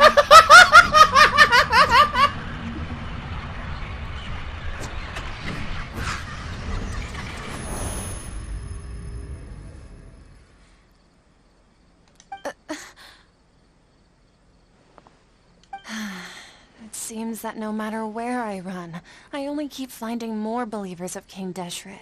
I have to say, this is a familiar feeling. I've also been running from my guilt this whole time. Guilt over my part in the Sage's plans, and from ignoring the letters from the children of my homeland. But no matter how much I may try to ignore or get rid of it, my guilt always comes back. You won't necessarily lose your research opportunities by facing the truth. Besides, did you really want to conduct your research while carrying such heavy feelings of guilt? How do you know me so well?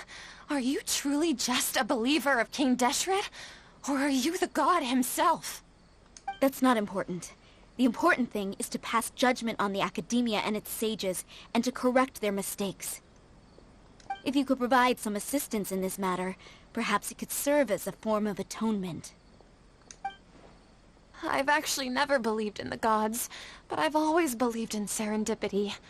Your appearance must be a fated opportunity for me to get out of this wretched situation. Please tell me, what can I do for you? All right, we have successfully gaslighted her. How much do you know about the Sage's current activities? I was just one of the designers for the massed dream harvest scheme, which is what happened around the Sub-Zero's festival. Alright. But I know very little about the full scope of the overall project. I'd assume that only staff with the highest clearance would have access to those confidential documents. I've just been working to meet the Grand Sage's specified requirements. However, there's something that's been really bothering me.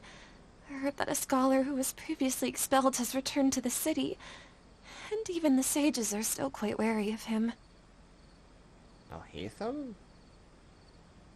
To fight against the academia, we will need to figure out the nature and the purpose of their work. Is there a way for us to get access to the confidential documents you mentioned? It should be possible if we're willing to take some risks. After all, I'm an assistant to the Grand Sage, and I've been working on many tasks outside of the project. One thing, though, I won't be able to transfer the documents to you through the Akasha once I get my hands on them. The sages have always closely monitored all activities within the Akasha. Right. Let me see... let's use the most primitive method. Send someone to pick up the documents tomorrow evening at the Academia entrance. Got it. The Academia entrance. Wouldn't that be too conspicuous? Don't worry about that. I assure you, this won't be a trap.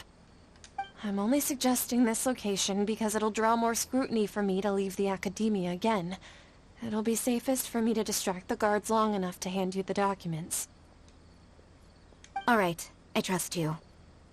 So, if I were to successfully complete this task, would it mean I've atoned for my wrongdoings?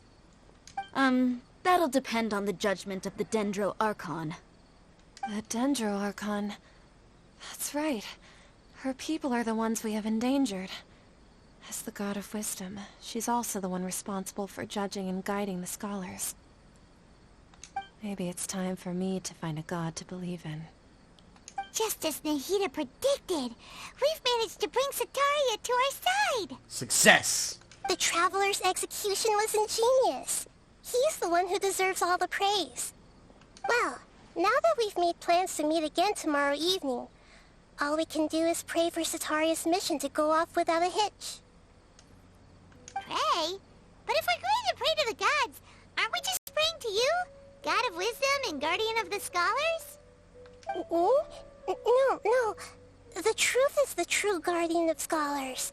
What? I've always believed that. Anyway, let's meet again tomorrow evening at the Adventurers Guild.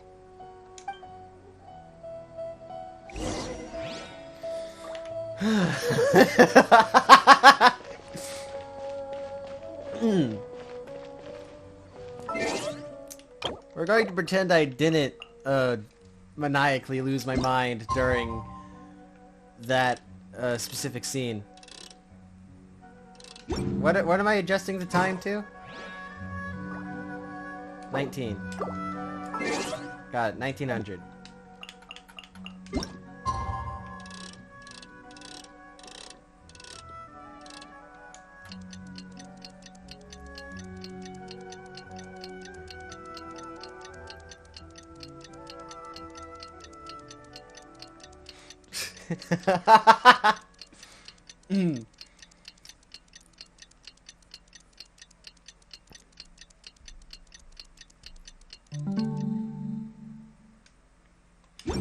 Alright.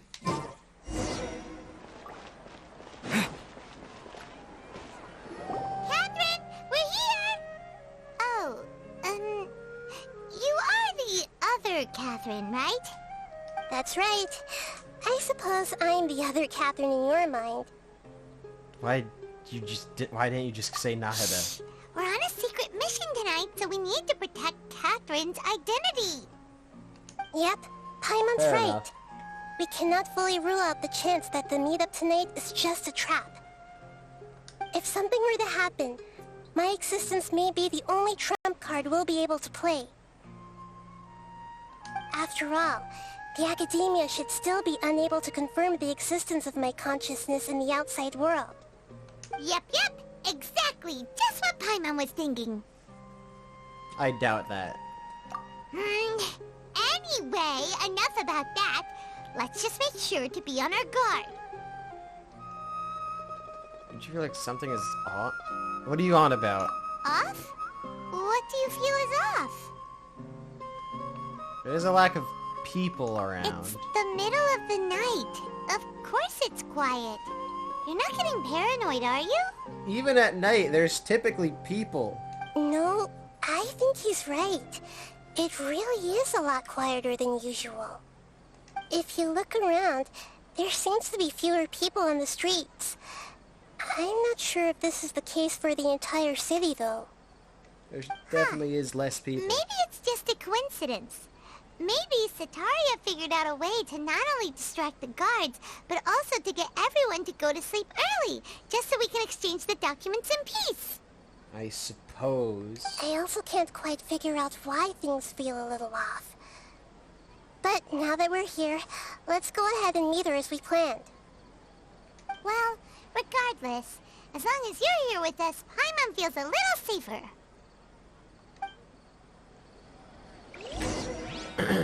Alright, to the Academia. There really aren't many people out right now. Let's hope it'll be this quiet in front of the Academia, and that Sataria managed to distract all the guards.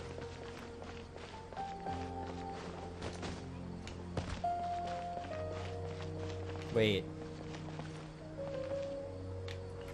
I am make error.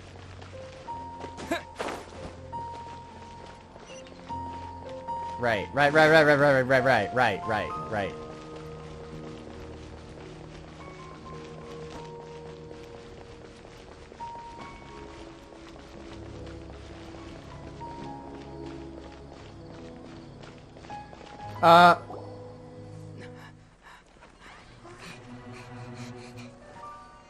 Why is there so many people here?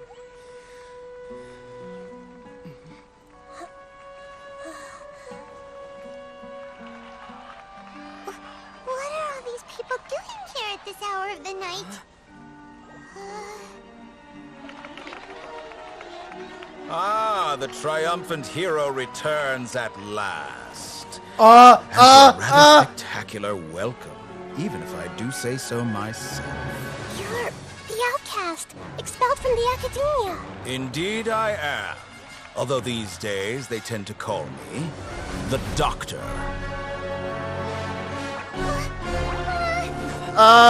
If you're looking for your researcher friend, she has already been taken into confinement. With some basic caution, she could have discovered the listening device on her person. Clearly, she lacks the degree of rigor expected of a true scholar. Why are all these people The people here? of Samir City. What have you done to them? I simply made some minor adjustments to their Akasha terminals. Now they can deposit information directly into the subconscious. As you can see, all these lovely people now believe this traveler is a hero who has just saved the world. My experiment is a success. And now it seems they can no longer hold back their sheer adoration. No, what should we do? These are all just regular people. now. You need to get out of here.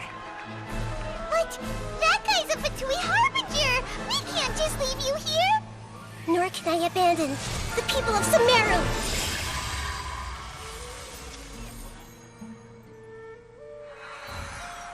Ooh? Ooh?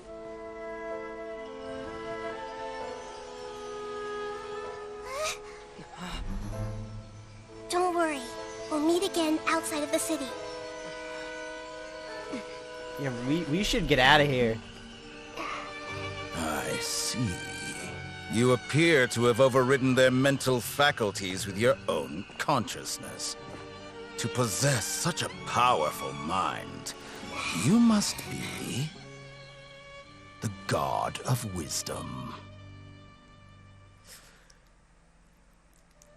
I don't think I had...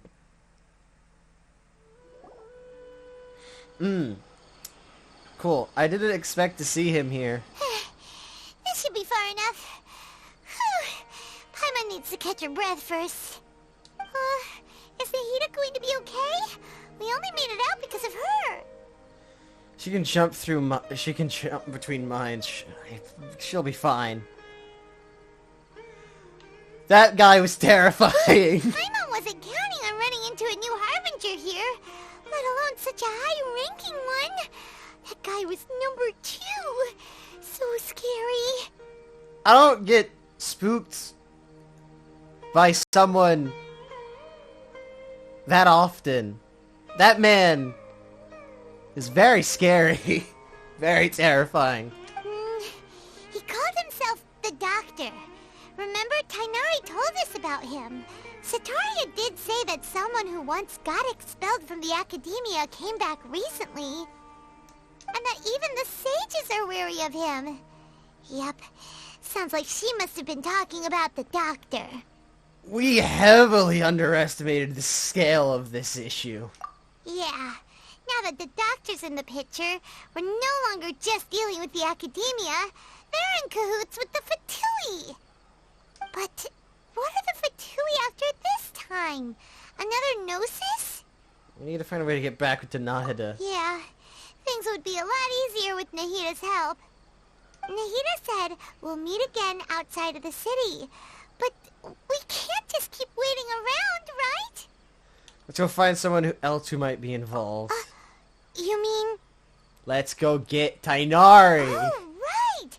Wasn't he invited by the sages to work on some project when we were staying with him in the Vidia Forest? That has to be the same project. And if he knows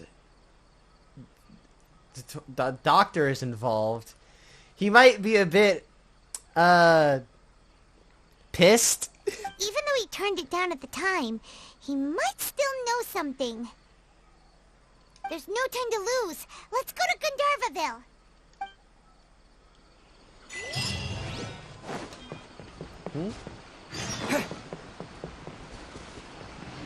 Is there a thing here?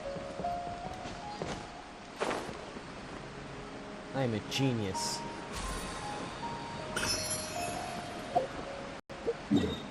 Gotta go get Tainari. Why isn't there a warp spot in Gandharvaville?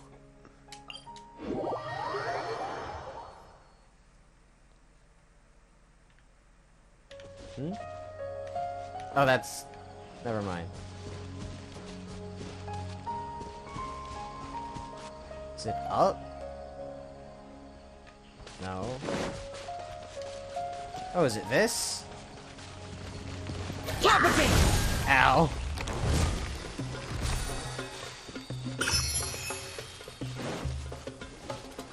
Alright, let's go.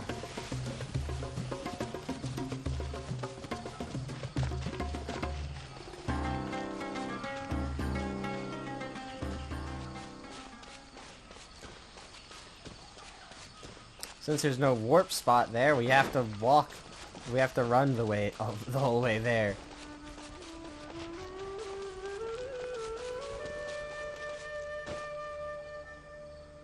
I'll come back for it.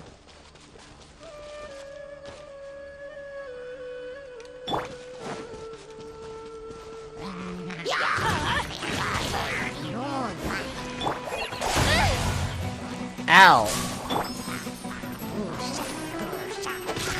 Adventure. I am on fire. Couldn't break the curse. That's a... I exploded. Get out of here!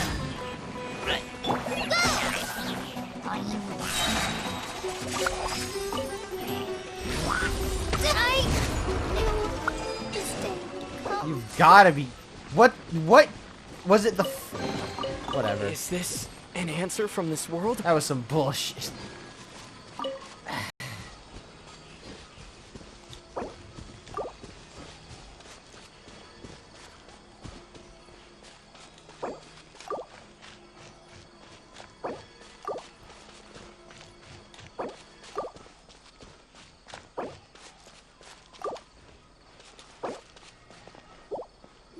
Hold it right there. Huh? A blonde-haired traveler and a floating fairy. We've got you, all right. Take a look around.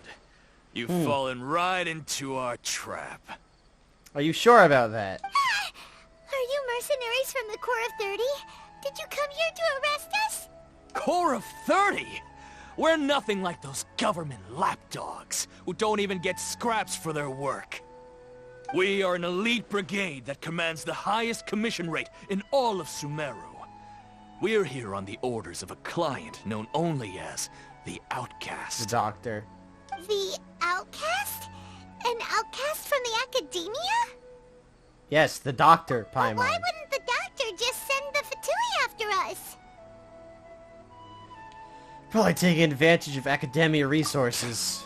Still wasting time on idle chit-chat. We'll shut you up soon enough. Get them! You're up, Traveler! Yep.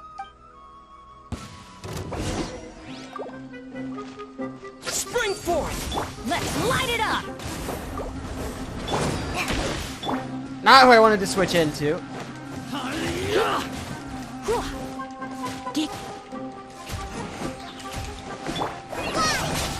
Again, not... We're a stranger. Again, not who I intended to switch to. Great. Awesome. Perfect. Great. Cool.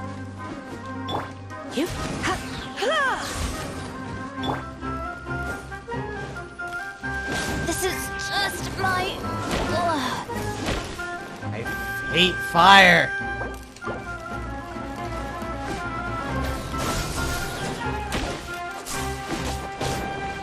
Take that! Take that! Propagate! I'll take my leave. Take that! Yeah! Yeah! Yeah! Take that! I'll take what need. That's close enough. New punching bag. Try not to enjoy this too much. I'm a bit... Propagate! Let me,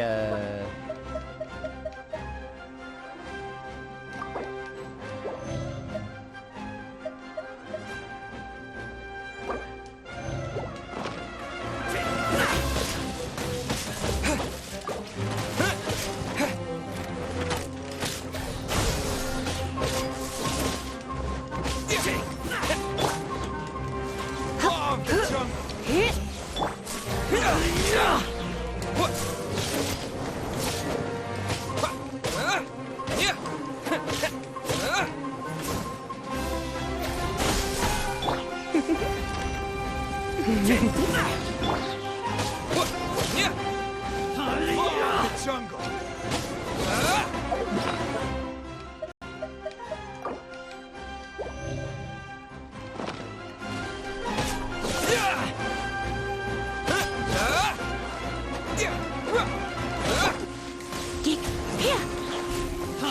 Don't be such a brute.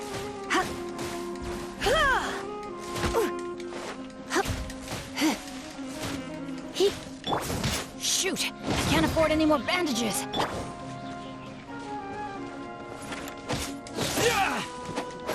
Yeah.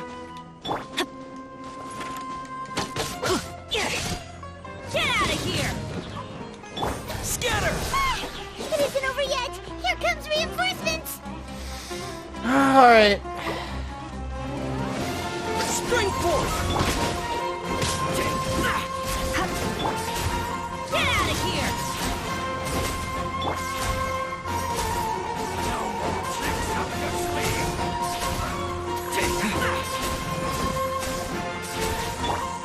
Get out of here!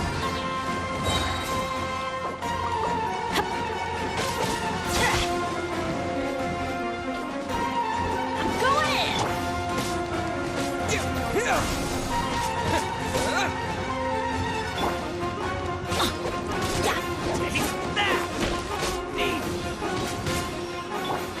Propagate! Try to keep up! Come a little closer. Let's spark things up a little.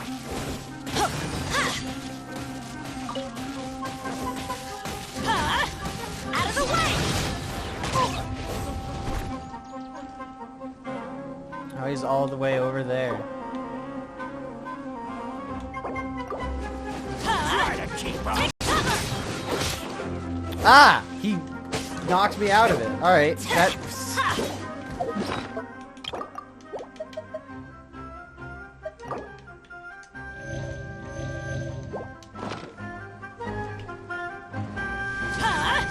Take cover!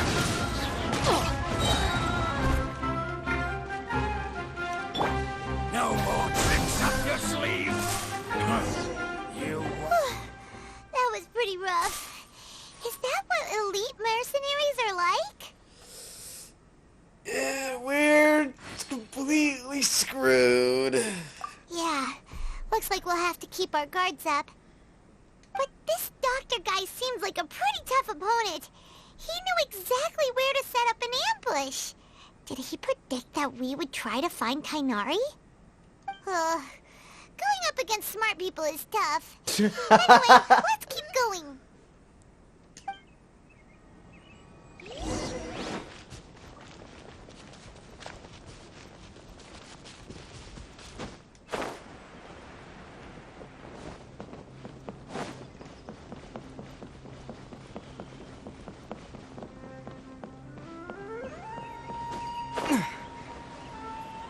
Oh, there's Kale.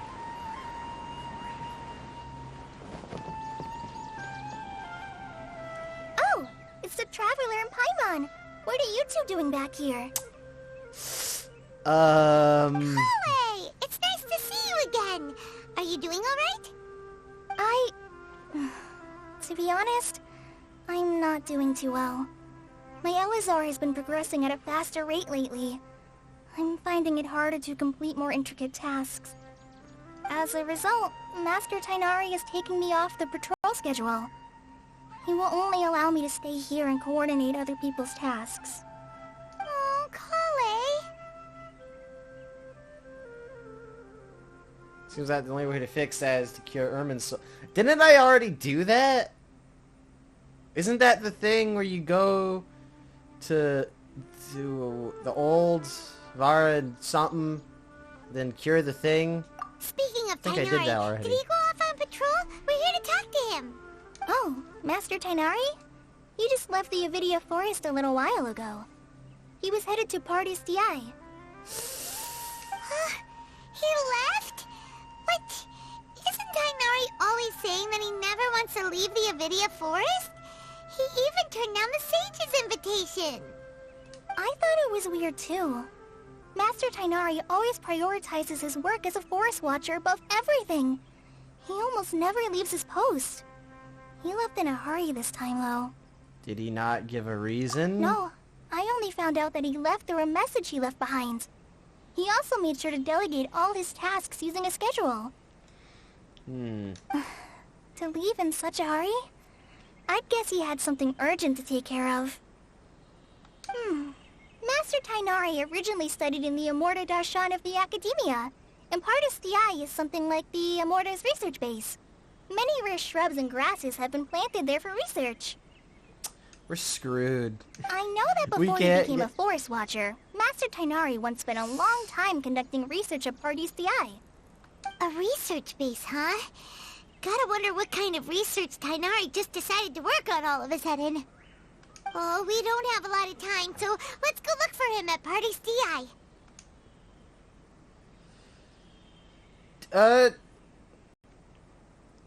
Stay put. Do not... Stay put. Don't push yourself. Don't worry. I'm fine. I'm used to living with Elazar by now. If you run into Master Tainari, please send him my regards. Got it. Will do. See you later, Kale. Okay, good. I was worried.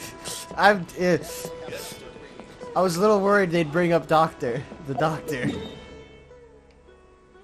Just a little worried about that.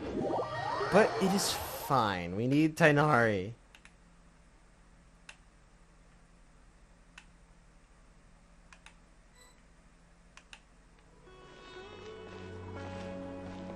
Should Catherine be here? Wait! Look who it is!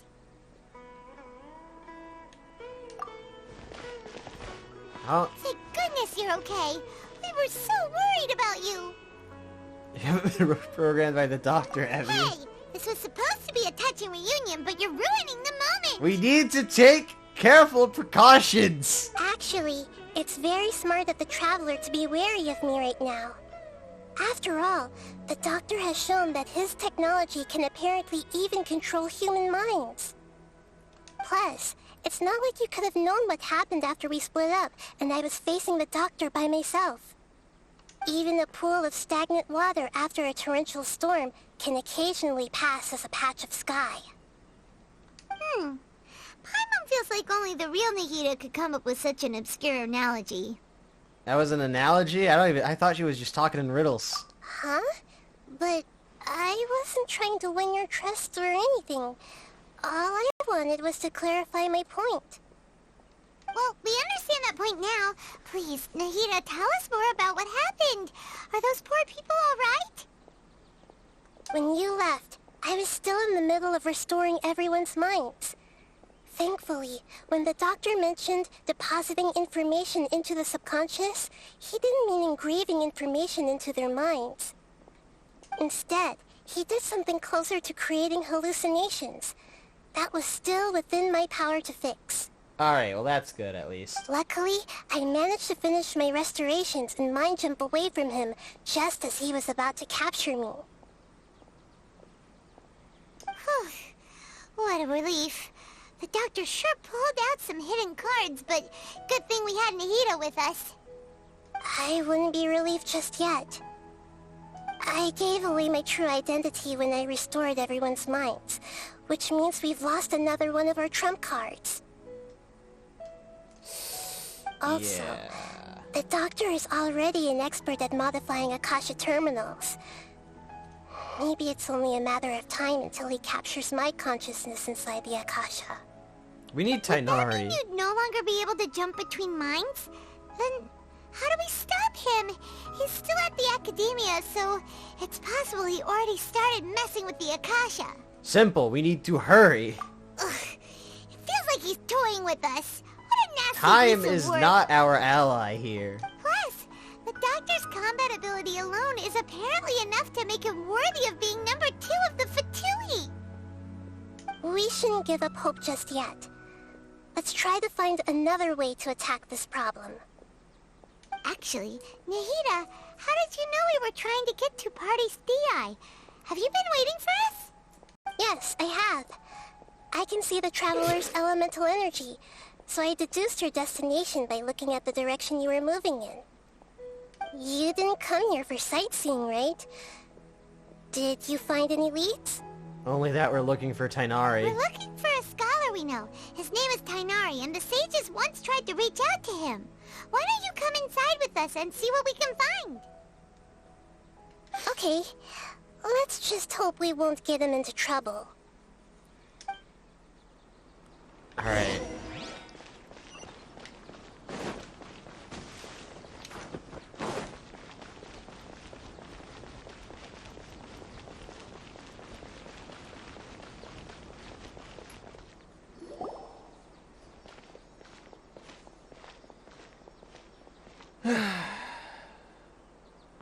Traveler?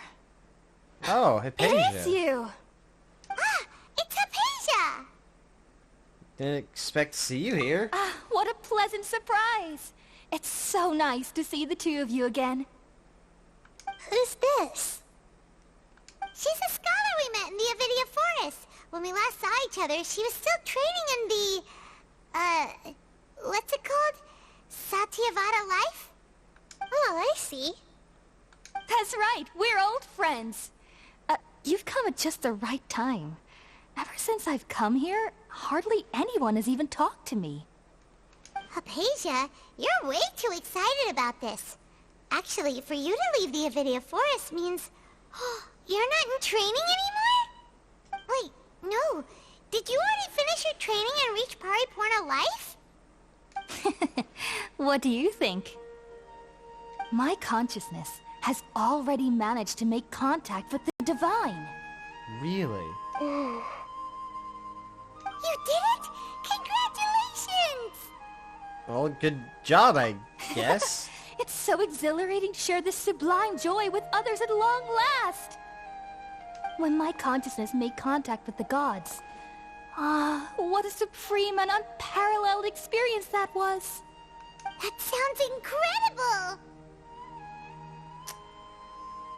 Anyway, we're here to find Tainari. Oh, alright. Actually, please wait. I haven't forgotten my promise to you. Remember?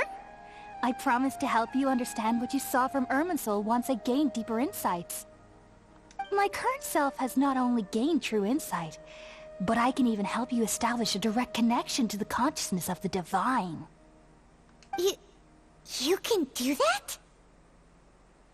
I've never heard of anything like that, but if you want to give it a try, I'll do my best to protect your consciousness during the process. Right, okay. Hold on. I brought some spirit born ale with me. This is still a crucial part of the ceremony. We're using that incense again? All right now. Hold my hand. I'll help you establish a pathway to connect your consciousness. Okay. Okay. Ready?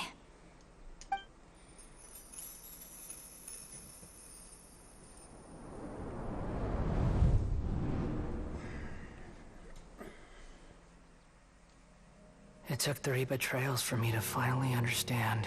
What? The world is just an elaborate tapestry of lies. My fury will never be quelled.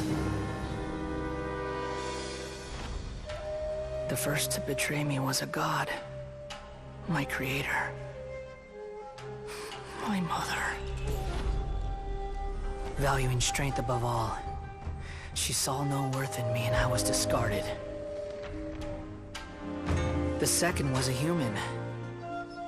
My family. My friend. Consumed by fear, he saw me as an abomination. The third was one exactly like me. A hope for the future. A fledgling barely out of the nest.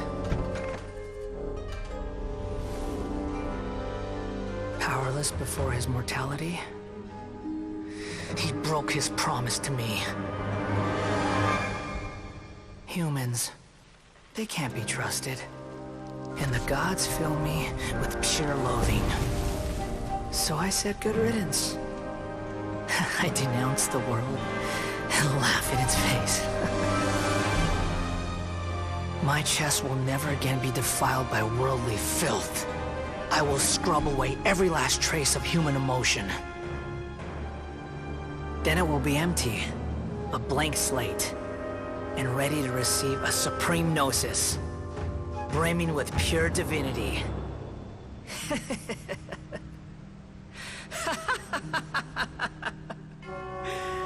There is no need to fear. The pain will be brief. Your era is coming to an end. What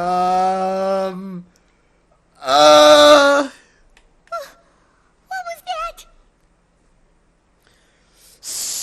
That was, Did we actually just see the Balladier's memories?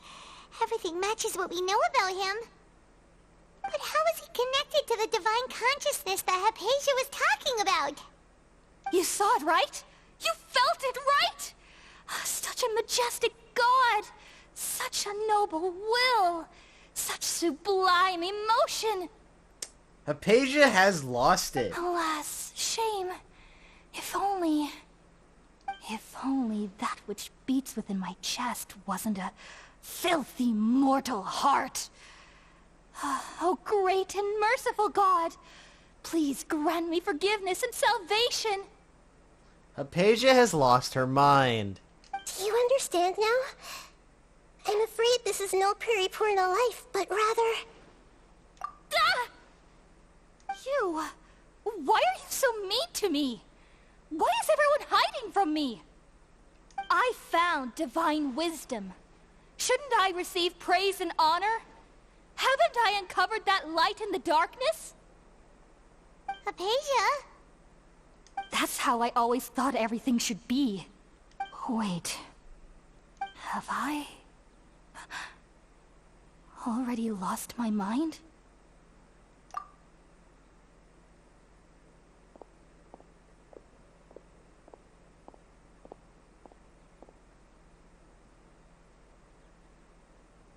Wait, something isn't right.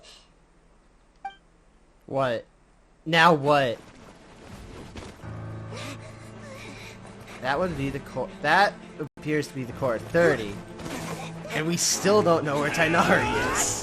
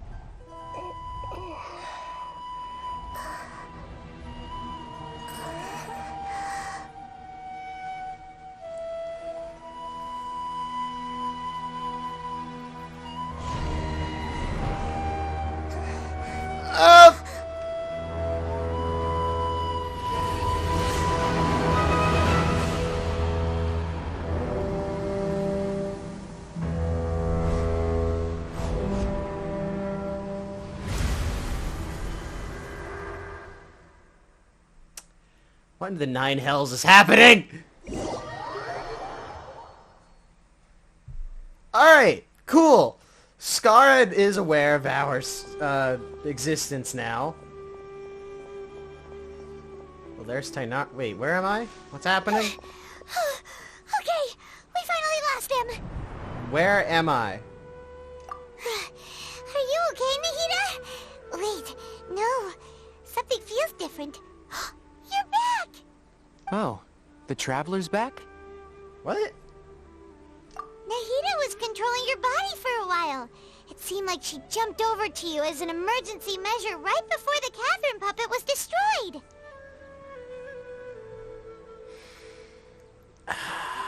Yep, cool, awesome. After that, Tainari heard the commotion and came over. He helped us defeat the mercenaries and then he ran with us all the way here.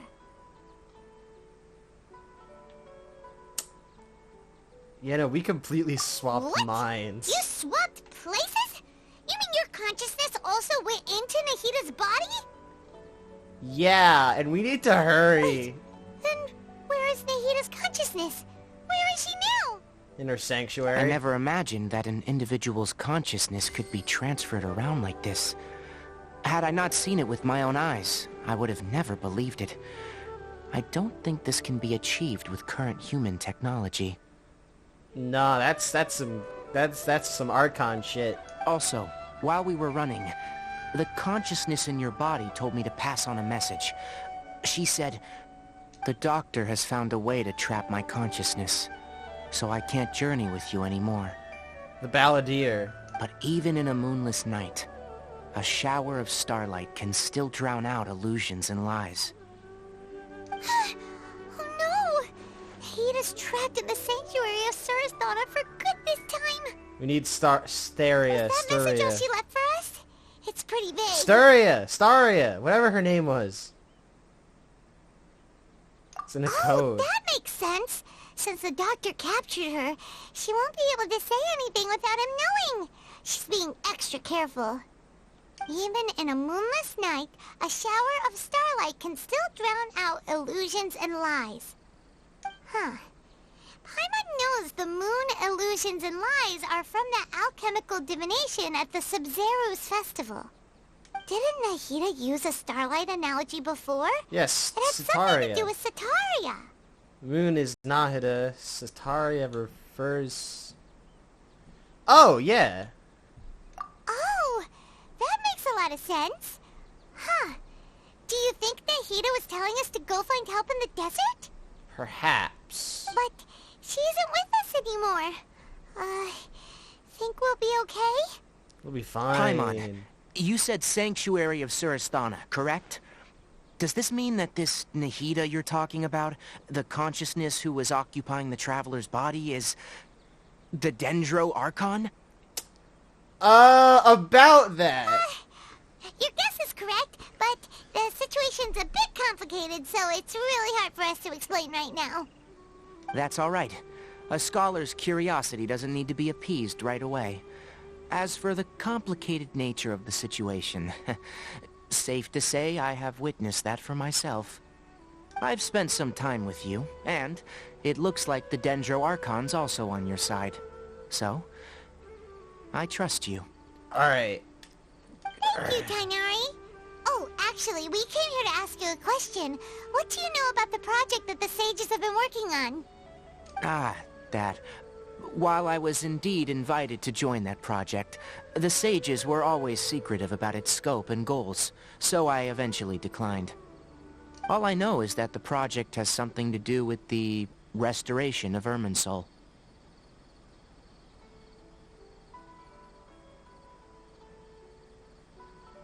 So that's obviously false. Huh? Did you see something when you were in Nahida's body? The Academia is trying to turn the Balladeer into a god. What? Ugh. Do you have any evidence? I saw a giant... The Balladeer was in some kind of machine.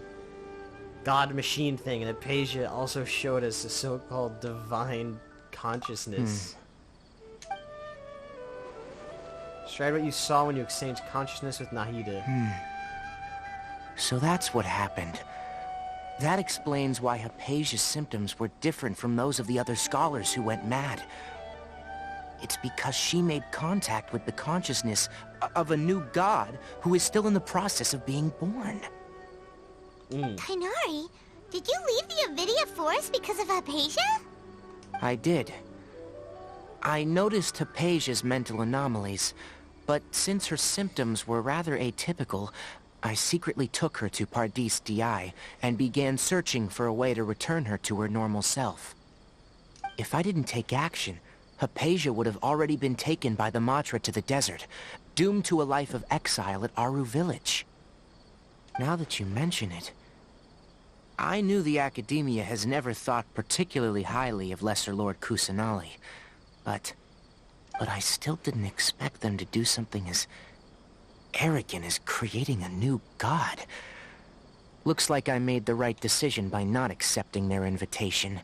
The Fatui may also be mostly behind it. The Doctor and the Balladeer. We have 2 Fatui Harbingers in Sumeru. Sounds like we're in for a bad time. From your description, I don't think they've completed their project. There may still be room for us to intervene. But then, what is the connection between creating a new god and restoring Irminsul? Yeah, it feels like we're still nowhere close to figuring out the sage's goals. Well, let's head to the desert for now, I suppose. We've pretty much gone over everything we need to know, so we should head out. How about you, Tainari? What are you going to do? I'll stay here for now.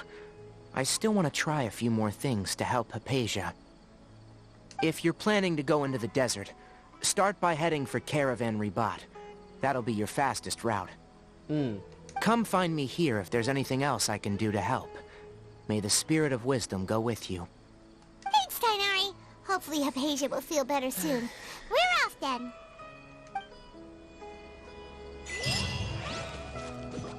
Alright. I don't really know how to...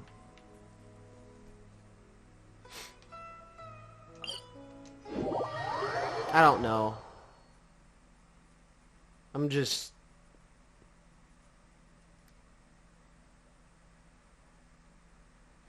I just...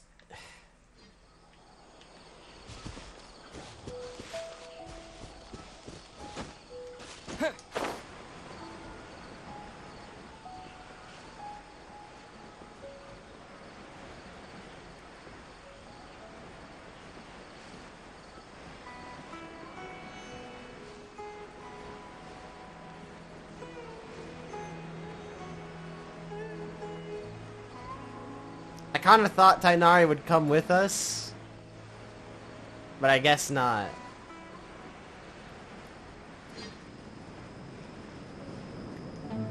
Especially since we're fighting someone who I would have thought he'd want to personally punch in the face.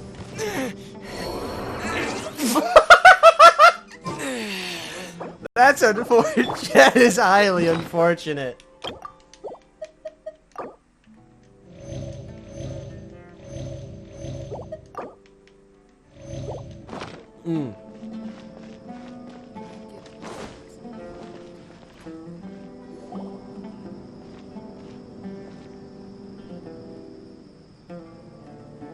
We finally made it to Caravan Ribat.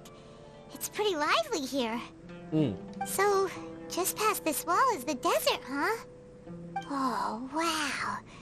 Paimon remembers hearing people call this the Wall of Samiel. It's made to block sandstorms from the outside.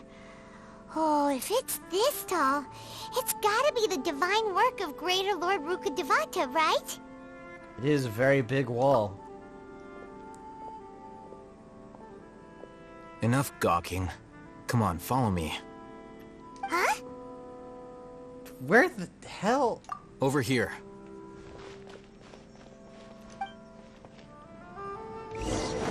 Oh, Ethan went that way! Let's hurry up and follow him. Wonder what he's up to.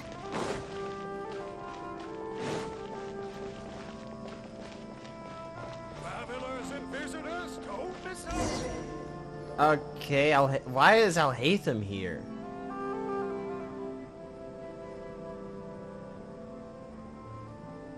Oh, because he has the... Where did he go? Because he has the red thing? How did we lose him? They were just here a second ago. More Eremite mercenaries? Who are they working for this time? Anyway, Traveler, it seems like we were being followed again. You were too careless. You should have noticed those hopeless amateurs trailing you a long time ago. Yep. Probably. There's no need to thank me. I've never cared to keep track of personal favors. All I did was correct a mistake I happened to come across. It's a habit I developed at the Academia. You really gave Paimon a scare, Alhaitham. We never thought we'd run into you here. Last time we met at Port Ormos, didn't you say you were going back to the Academia? Wait, don't tell Paimon that you're here to take us back on their orders. Oh, Clutch. Hello. I'm pretty sure if Alhaitham wanted to take us back to the Academia, he wouldn't have helped us hide. Oh, so you've already landed yourselves on the Academia's hit list. I can't say that I didn't expect it. However, had I wished to turn you over to the Academia, don't you think you'd already be the Eremites' honored guests by now? Yeah, exactly, Paimon. Oh, right. You do have a point. Alhaitham doesn't seem like he had anything to do with that. I have no interest in running errands for that project. As a scholar, I've always belonged to the camp that promotes researcher autonomy. And these days, you're more fascinating than anything the sages can offer. Ah, so he was looking for me. Not quite. To tell you the truth, I'm still investigating the Divine Knowledge Capsule. Unfortunately, I've run into some difficulties. Everyone says the capsule originated in the desert and was eventually moved to Port Ormos. If I am to get to the bottom of this, I must understand how the capsule first came to be. Which brings me back to you, and why you're so interesting. The leader of Ain al-Ahmar used the Divine Knowledge Capsule right in front of you, and upon seeing him, your expression became perplexed, and you were lost in thought for quite some time. To have that kind of reaction, I think you must have realized something. Are you interested at all in sharing what you've been hiding from me? Alright. Must be because I was so shocked to hear those words again. Alhaitham, you really have a ridiculous eye for detail. What kind of person even notices or remembers stuff like that? Situation at the moment is very complicated. So that's your answer. Well, I do work for the academia after all. So considering that, it is indeed wise to keep your cards close to your chest. But that does prove you do have some undisclosed information about the Divine Knowledge Capsule. Am I right? Perhaps. No matter. Rather than simply learning the answers from you, I'd still prefer to investigate on my own. Speaking of, you two are also headed to the desert? Also? That's right! We have the same plan as you! But we don't really have any concrete goals at the moment. Then I'd suggest starting with Aru Village. It's the largest settlement in the desert, so it'll probably have more resources and intel than anywhere else. Well, would you like to head there together? Sounds good. It's always better to travel with someone you know. Let's go! Alright, cool. I thought it would just take... Alright. Let's go check it out.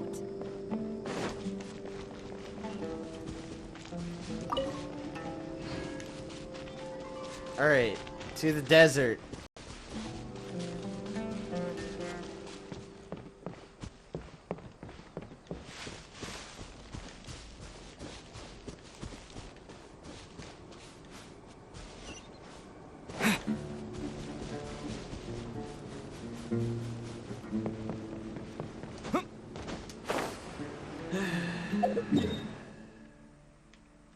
Ah, good, statue.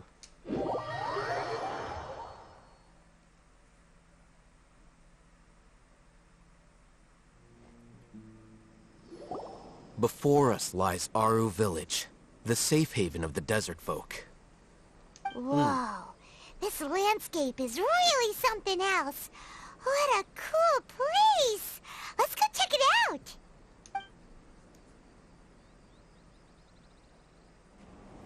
Oh, I thought the game froze. It's just a cutscene.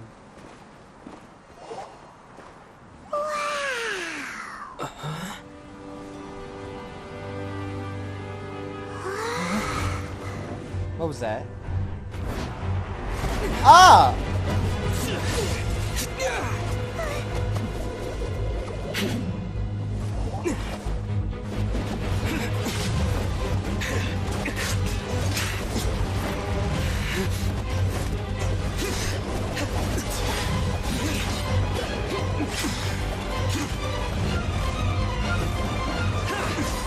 It's about time you have shown up.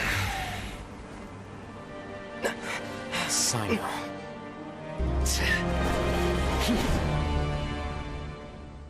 Unless my memory fails me, we have barely spoken 2 words to each other before now at the Academia. Would you care to enlighten me as to when and how I invited the General Mahamatra's wrath? It has been far too long. It's about time he showed up. Alhaitham, do not think you can escape my judgment just because you managed to escape my attack. Judgment? So that's how you'd characterize your actions here, is it? Or would elimination perhaps be a more accurate description? Had I used my full strength, not even this traveler would have been able to stop me. Though styled like an assassination, I sought only to ensure that my target would be unable to flee or resist. Standard practice for the Matra, as well you know. Seemed to me more like your own personal touch. Who is that, Alhaitham? Did you call him General Mahamatra? Yes. General Mahamatra Sino, head of all the Matra at the Academia. He's a formidable hunter, and the ultimate nightmare for any who have committed academic crimes. You seem to have placed a lot of trust in Alhaitham, to the point of blocking an attack for him. Correct. If I were you, I'd never choose to side with him. I wouldn't believe a single word that comes out of his mouth. I have been pursuing this scribe for a long time. I urge you, stand back and do not seek to defend him any longer. Otherwise, there will be consequences. How about no? How about no? Has Alhaitham done something wrong? Paimon doesn't think he's as bad as you've made him out to be. I won't waste my breath explaining things. Alhaitham, I saw it during our fight. Take it out. The divine knowledge capsule you're hiding on your person. Unless you want me to retrieve it for myself. Very perceptive of you. Nothing escapes a Matra's senses. Wait, the divine knowledge capsule? Didn't it fall into the Matra's hands in Port Ormos? No, I saw No him wonder pick it you up. speak with such confidence, Sino. But I must admit, I'm very curious. What does this capsule mean to you? And why, as General Mahamatra of the Academia, are you all alone in the desert? As far as I'm aware, the other Matra have been speculating about your disappearance. Have you been given a mission that's, let's say, morally dubious? If I was the real target of your mission, what was stopping you from simply using your authority and resources to judge me within the walls of the Academia? He's under he's under command of the sages, isn't he? I should have known you'd be difficult to deal with. You two? Ugh! What you would do, Traveler? Paimon feels like we can't trust either of them. This is why you're well, not look the at brains you here. two, acting all tough and self-righteous over there. Wait, Dia? What is happening? Great! Finally, someone that we can trust! You gotta help us out here, otherwise these two are gonna start fighting again! Yeah, sure looks that way. Two giants from the Academia duking it out once and for all. Not something you get to see every day, that's for sure. Listen, I know you academic types love to fill up your big brains with self-righteous morality and lord your empty rules and virtues over each other. But how dare you bring your petty disputes into the safe haven of Aru Village? It seems like someone's gonna have to beat some sense into your thick skulls until you finally learn to respect these grounds.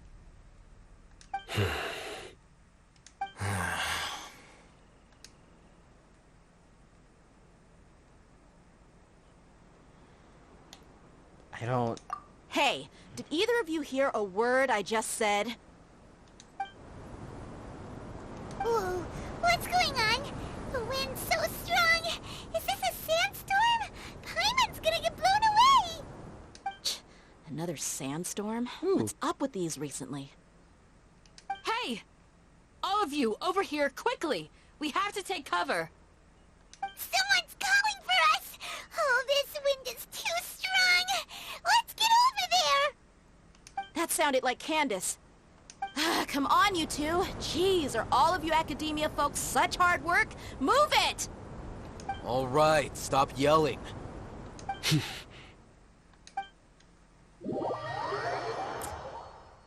Ah.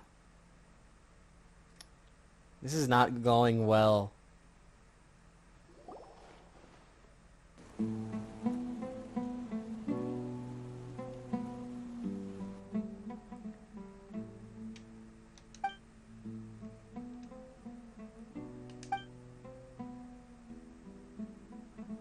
Well, this is pretty awkward. This is, again, this is... Hey, wanna play sardines with 3 people who wanna tear each other limb from limb? Sure, why not? Sounds fun. The air is so thick and heavy. Paimon can hardly keep floating anymore. My sincere apologies, everyone. This is the home of our village chief. I will have to ask you to make do with this small room until the sandstorm dies down.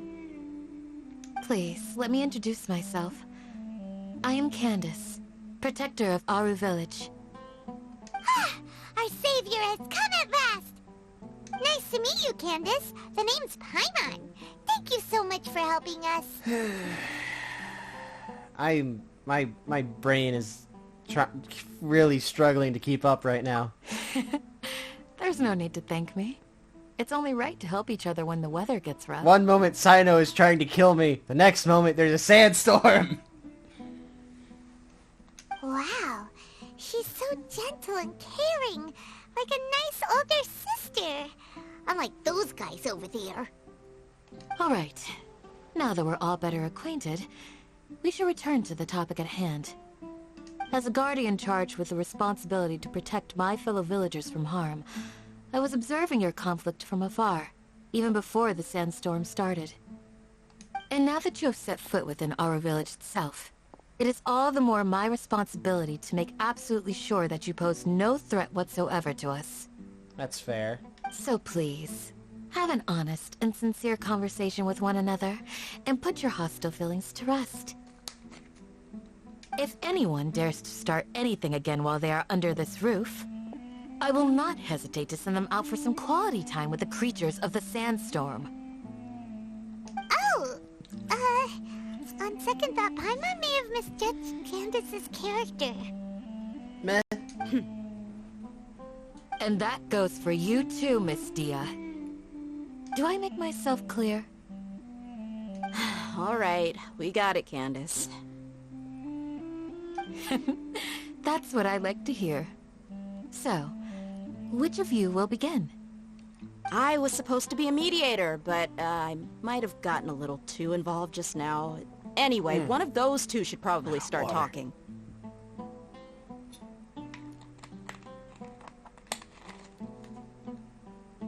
Wait, that was you trying to be a mediator? You didn't really do much of anything. I have nothing to hide, so there's no shame in explaining myself. While Al-Haytham wasn't wrong about the other Matra not knowing my whereabouts, it's not because I've been assigned a morally dubious mission. Rather, I've chosen to exile myself. Oh? Huh? Exile yourself? A little while ago, I discovered that there was data missing in the Academia's project planning and development files. What little they did report clearly did not match the project's actual progress. As General Mahamatra, I had the responsibility and authority to request an audit.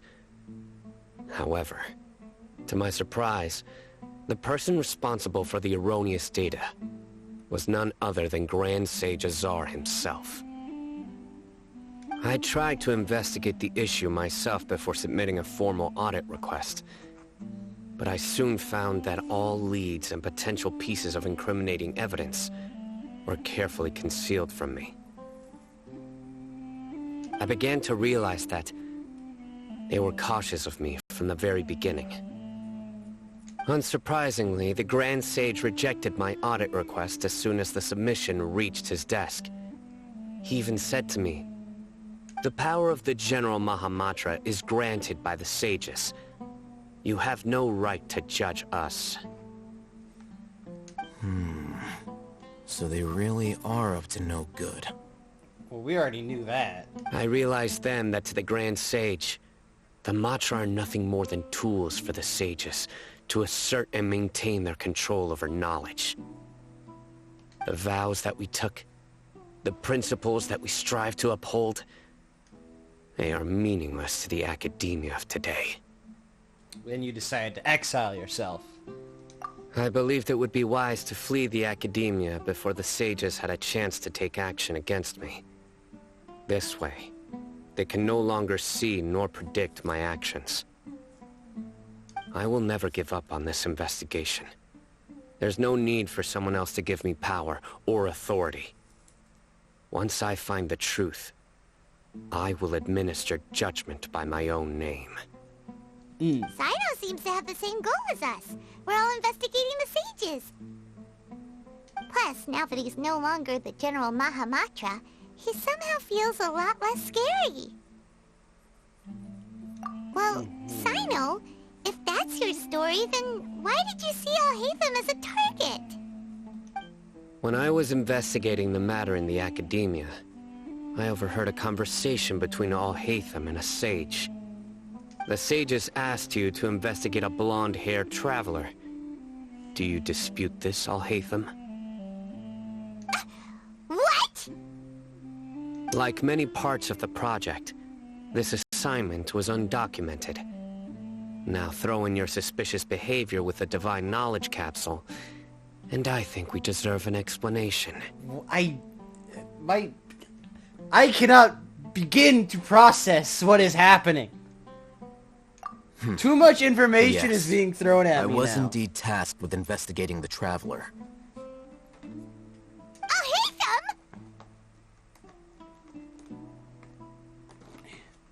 Alhaitham! After all, the promised reward was so great that hardly any scholar could have refused. The sage told me, once you've completed this assignment, I can give you a glimpse of divine knowledge. A most enticing offer. Unfortunately, those academics don't know me at all. Their words contained one key piece of information, namely that divine knowledge indeed exists. That gave me all I needed to know. From my perspective, the sages are far from trustworthy. Think about it. Isn't it a little strange they're so willing to share divine knowledge with anyone, even as a reward? So, I began my own investigation following the lead of the Divine Knowledge Capsule. In the end, I realized my wisdom in committing to this rather than collaborating with the sages. Had I been less guarded, I probably would have ended up like that Ain al-Ahmar mercenary, incapable of remaining sane for long enough to hold a conversation. Yes. You mean perhaps that the sages originally planned to dispose of you, using one of those capsules that drive people insane? Okay, but what about me, though? I'd already given up on the assignment by then. I only told the Academia I was waiting in Port Ormos for you to appear so they wouldn't suspect anything. Oh, alright. So it came as quite a surprise when I encountered my erstwhile target while investigating the Divine Knowledge Capsule. Criminals do love to talk about coincidences.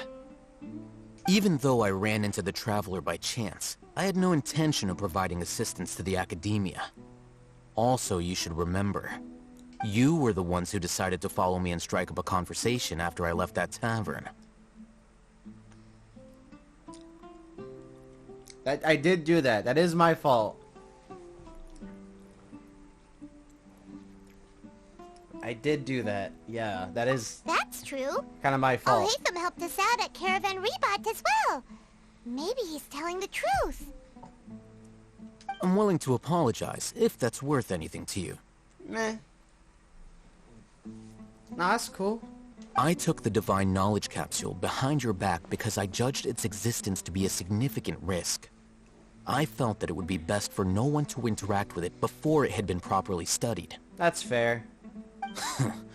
After all, curiosity often proves to be the most dangerous thing in this land.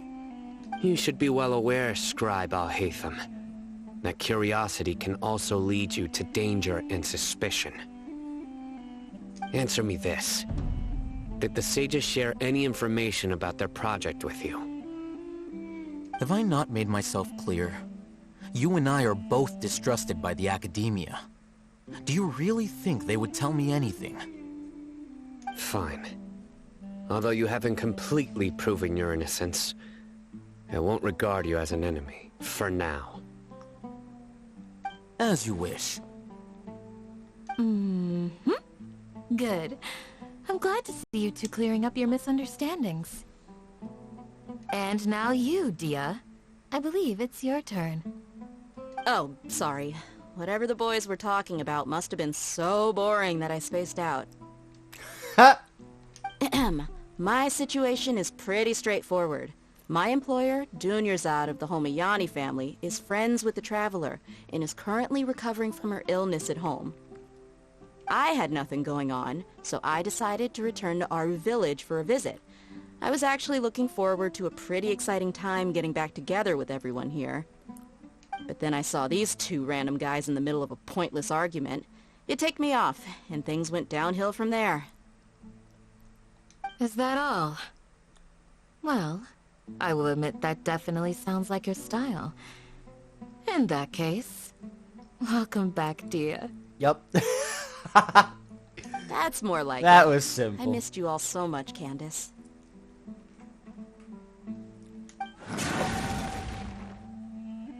What is that?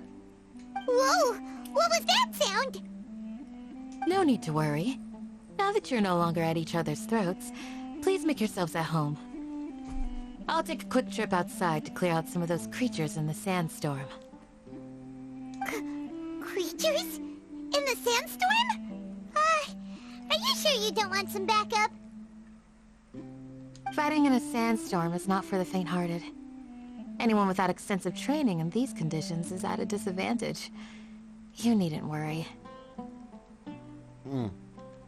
Yeah, just leave him to Candace. Don't worry, she's as tough as they come.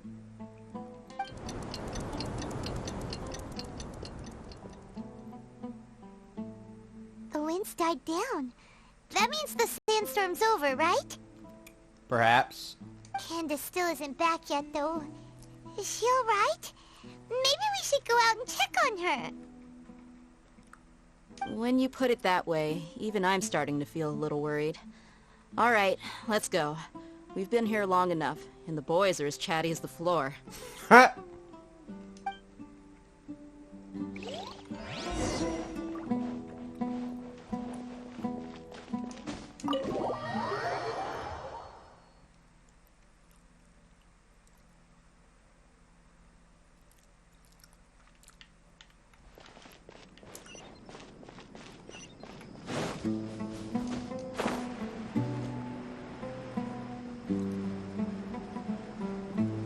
Ah.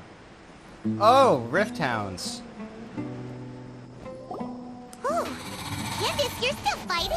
You've been out here dealing with these creatures the entire time? Yes. They just keep coming in waves. I've lost count of how many I've defeated. Before I realized it, even the sandstorm had stopped. Damn. Here comes another wave! More Rift Hounds. Leave this round to us.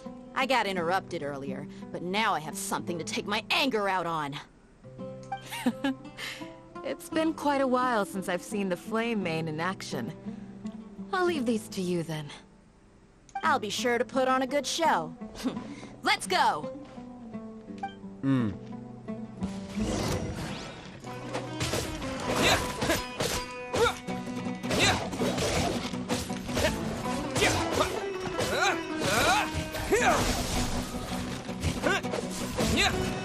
Let's light it up!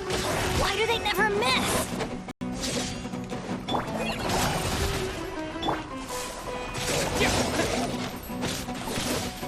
Scatter! Everybody stand back!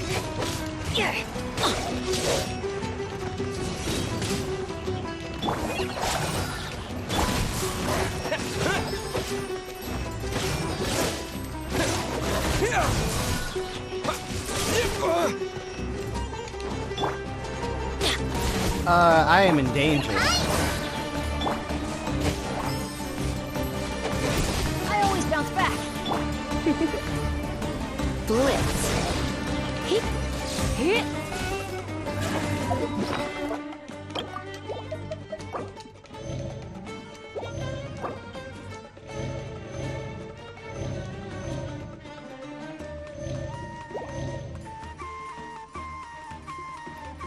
We're running out of health items. Off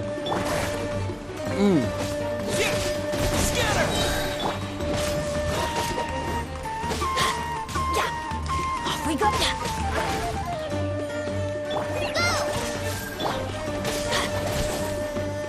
Get out of here!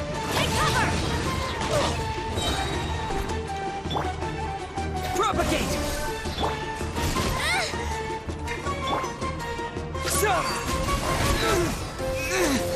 I am half perish. And there's more. Here comes another wave! When are they ever gonna let up?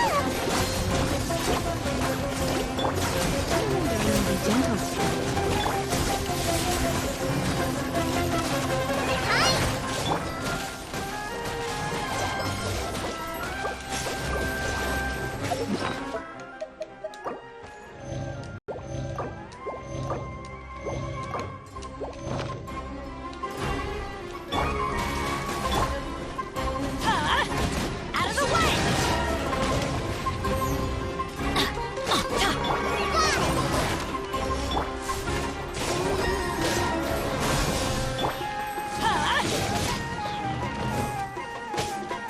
Off we go!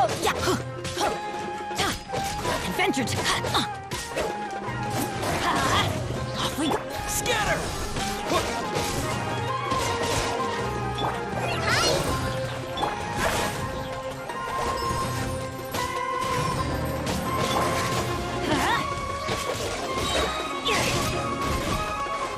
Let's light it up! Propagate! Alright. The creature stopped appearing. Was that the last of them? Alright. What we fought just now was probably the aftermath of the sandstorm. So we should be safe for the time being. Well fought, everyone. No injuries, I hope. Huh? Who are you? Ah, my apologies. I haven't had a chance to greet you yet. I had my hands full taking care of the village's elderly and children. I am the chief of Aru Village. Everyone usually calls me Uncle Anpu. Sorry for the... everything. Sir, I am also originally from the desert, but I have not been back for some time now. May I ask if such sandstorms are common? I can't say they've always been common, but recently the storms have become increasingly severe and frequent. Besides sandstorms, we also occasionally get earthquakes. According to an investigator who stayed in the village a while ago, these unusual natural phenomena are related to the withering of Irminsul. Another effect of Irminsul's withering. So, Irminsul's withering causes withering zones in the forest, and sandstorms and earthquakes here in the desert? Everything in the natural world is inextricably connected to Irminsul. These regional symptoms can indeed be a reflection of Irminsul's present state. Everyone in Aru Village needs to take good care of themselves. Speaking of which, why haven't I seen a single village keeper since I got here? Village keeper? Who are they? Village guards like Candace? Does your curiosity know no bounds? Village Keeper is how Aru Village refers to mad scholars, exiled here by the academia. Ah. Most of them are scholars who lost their sanity after a period of training in the Avidia forest. The academia believes that their crazed mutterings may have a negative effect on the psyches of other scholars. So, they're forcibly exiled to the desert. Though if you ask me, it's all a boatload of nonsense. Nari also talked about that. Alas, that's exactly what we've been trying to investigate. One by one, the village keepers have been mysteriously disappearing without a trace. but no one in the village has ever seen them leave. If you're planning to stay around the village for the next few days, I'd appreciate it if you could keep an eye out for them. I've had encounters with those people in the past. I'll see what I can do to help. The Matra are the ones responsible for their exile. Now that you're no longer with them, are you trying to alleviate your guilt and atone for your past sins? I'm fascinated by how you think. Mock me if you will, but if you are guilty, I will eliminate you, regardless of my position or identity. Oh, you're the former General Mahamatra. You must be an expert in these kinds of investigations. Thank you for your help. I have nothing else to do, may as well help as well. Is it because you're reminded of Hypatia? Oh, these poor scholars. First they lose their sanity, now this! We need to help get them back home, safe and sound. But, is it really a good idea to tag along with Sino? You seem like you really don't trust him. That's why it's a good opportunity to watch him. I'll be grateful for the assistance. No doubt you will do a better job than some of my former subordinates. Let's start by finding a spot to share what we know so far. Alright.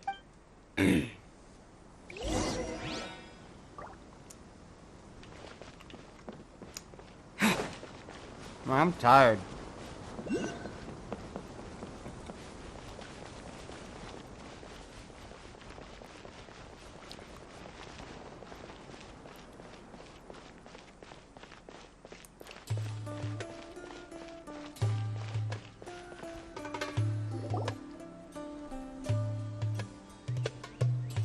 Although I've sent myself into exile, I'm still doing essentially the same things as before.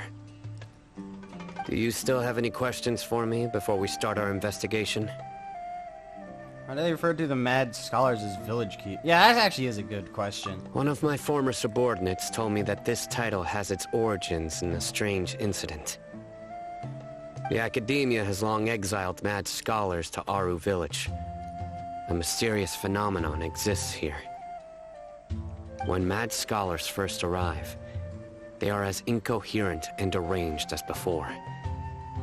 But after spending some time here, they invariably begin to calm down. Huh. Initially, the people of Aru village greatly resented having to take in the mad scholars. But a strange incident one night changed that. Aru village was struck by the strongest earthquake in living memory. Seeing buildings on the verge of collapse all around him, the then chief of the village was preparing to take everyone to safety. Suddenly, he noticed a mad scholar crouching in a corner, caressing the ground with his hands. A soft, green light radiated from him, like a divine glow against the backdrop of night. Despite the powerful tremors that ripped through the ground that night, all the houses remained upright, almost as if they had grown roots reaching deep into the ground. In the end, not a single building collapsed, and no one was hurt. After that, the people of Aru village treated the mad scholars with greater kindness, and began to refer to them as the village keepers. A soft green light? A mad scholar protecting Aru village? What do you make of it, Traveler? Nahida. Paimon thinks so too. Actually, Sino, do you know if any of the mad scholars continued to wear their Akasha terminals at Aru village? Why is there a... Hold on. Why is there a T in here? That's odd. In theory, they would continue wearing them so the academia could still monitor their activities. With that said, the main Akasha system would no longer have any interaction with them. Oh, no wonder! Everything makes sense then! Add in the fact that they calmed down, it was probably Nahida who calmed them. Oh, and she's locked in the sanctuary now. Oh no! If you are able to draw a conclusion from this one story alone, then it appears you possess much more information than I do. So, what do you make of the story? The Mad Scholar's power likely came from Lesser Lord Kusanali. Really? Lesser Lord Kusanali. What? You don't believe us? Lesser Lord Kusanali was definitely using the Akasha to give her power to the Mad Scholars! No, it's not so much that I don't believe you. I'm just struck by your reasoning. Lesser Lord Kusanali, the current Dendro Archon. Is she really active in Sumeru? Yes. The Academia has always placed far greater importance on the late Greater Lord Rukkhadevata. They've more or less ignored Lesser Lord Kusanali, and I've never had any reason to doubt their views. In addition, I've never heard any stories about Lesser Lord Kusanali and her deeds. To me, she might as well have been a god that never existed. No way! Nahida definitely exists! She's a... how should Paimon put it? She's a good Archon who's kind and wise. Even if she says weird stuff sometimes. I've spent many years interrogating criminals, so I can easily tell when someone is lying. Good! Then you should know that we're telling the truth. That look in your eyes. I've never seen that from a liar. You two really must have met Lesser Lord Kusanali. How can this be? To think, our Archon has been amongst us this entire time.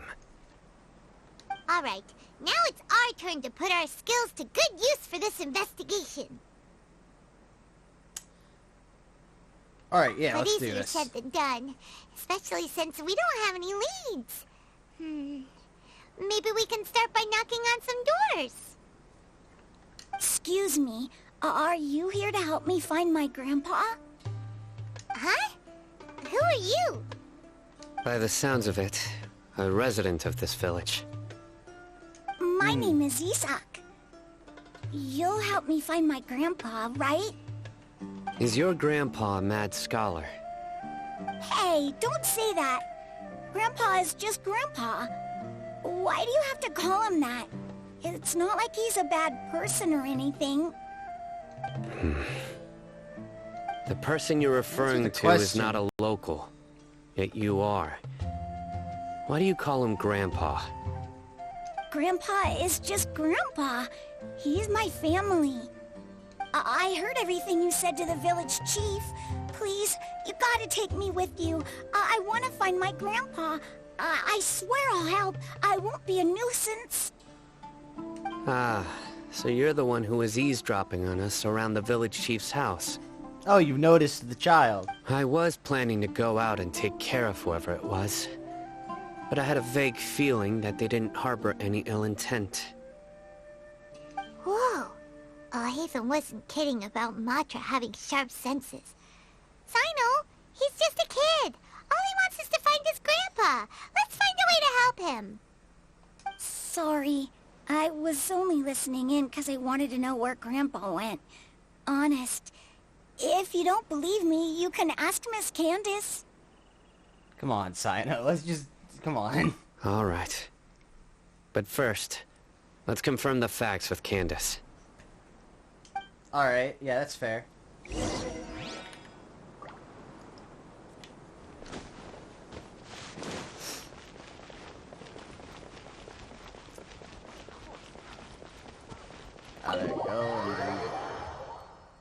Gotta go here, and then sit through a cutscene, and then go here, and then sit through a cutscene, and then go here. Sino is super vigilant. Is this what all the Matra are like? Putting it on autoplay. You're back already. I'm getting tired of just sitting. I just and wanted to hitting a confirm button. something with you. Do you know a boy by the name of Isak? I had a feeling he'd go looking for you. Huh? You knew this would happen? Yes. Although he tried his best to stay hidden, I still noticed him eavesdropping outside the window. He really wants to get his grandfather back. Isak's parents were both Eremite mercenaries who rarely returned to the village after finding employment in the city. He was raised by his grandfather. Unfortunately, it was only a few years before his grandpa passed away. Isak was still very young at the time, so various families in the village took turns caring for him so he could survive. Later, an elderly mad scholar arrived at the village. Isak thought the scholar bore a striking resemblance to his grandfather, and thus often spied on the man.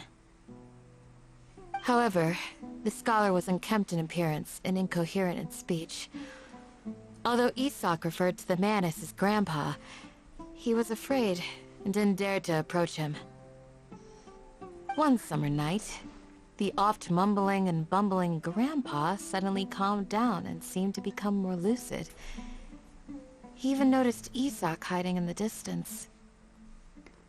So Grandpa walked up to Isak and patted him on the head. He even took Isak to the entrance of the village, where he patiently taught the boy the names of the stars, and accompanied Isak until he fell asleep. The next morning, Isak woke up and wanted to go find his grandpa again, only to realize his grandpa no longer recognized him. However, even so, Grandpa retained his calm expression. It's said that those who saw the scholar claimed he no longer appeared to be crazy, but appeared to be living in his own world, almost as if he were sleepwalking. Nahuda's Isak was thrilled that his grandpa was able to find peace, and would follow him all the time, asking him things like, "Grandpa, want me to take you somewhere fun?" Or, "Grandpa, could you tell me stories about the stars again?" All this somehow just makes Paimon feel really sad. It seems like they both deserve so much better.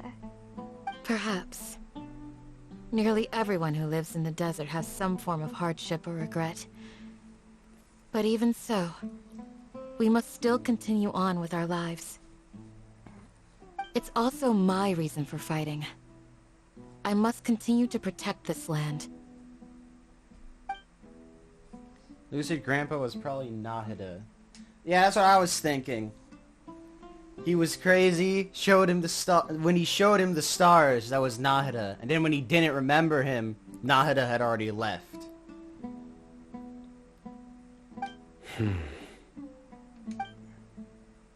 Look on Sino's face. He's probably connected the dots as well.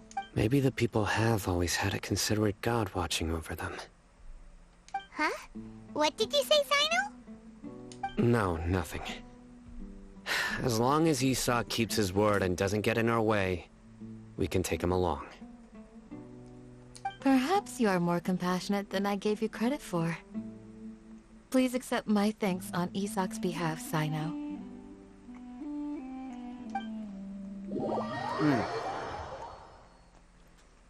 So all the mad scholars were... Hey, Isak!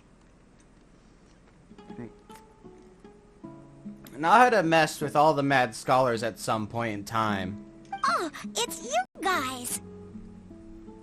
We've cleared everything up! Let's go find your grandpa! Really? Wow! Thank you so much! Grandpa will be found safe and sound.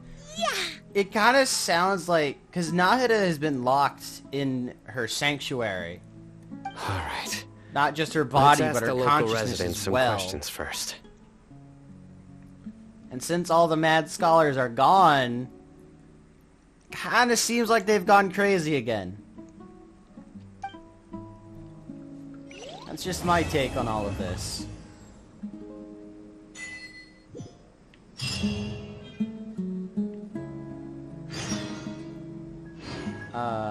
I'm sorry. What? Act 4? Act 4! Act 4! Act 4.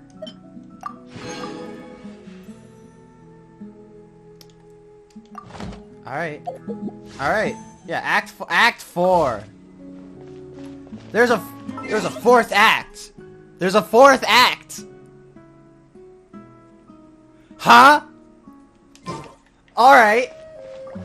Excuse me. 4! Did you happen to see where the missing scholars went? I'm gonna calm down. Calm down. You mean the village keepers? Oh, Acting as if it's think? fucking end of the world because there's a fourth act. Wow, great overreaction. Great job. That's stellar. Awesome. Cool. When I was eating dinner the other day, I saw one of them by the side of the road, muttering away and eating mushrooms and tree roots. They shouldn't go around eating that kind of stuff. Okay. Did you notice anything else? Anything else? No, I think that's all I have to tell you. Sorry.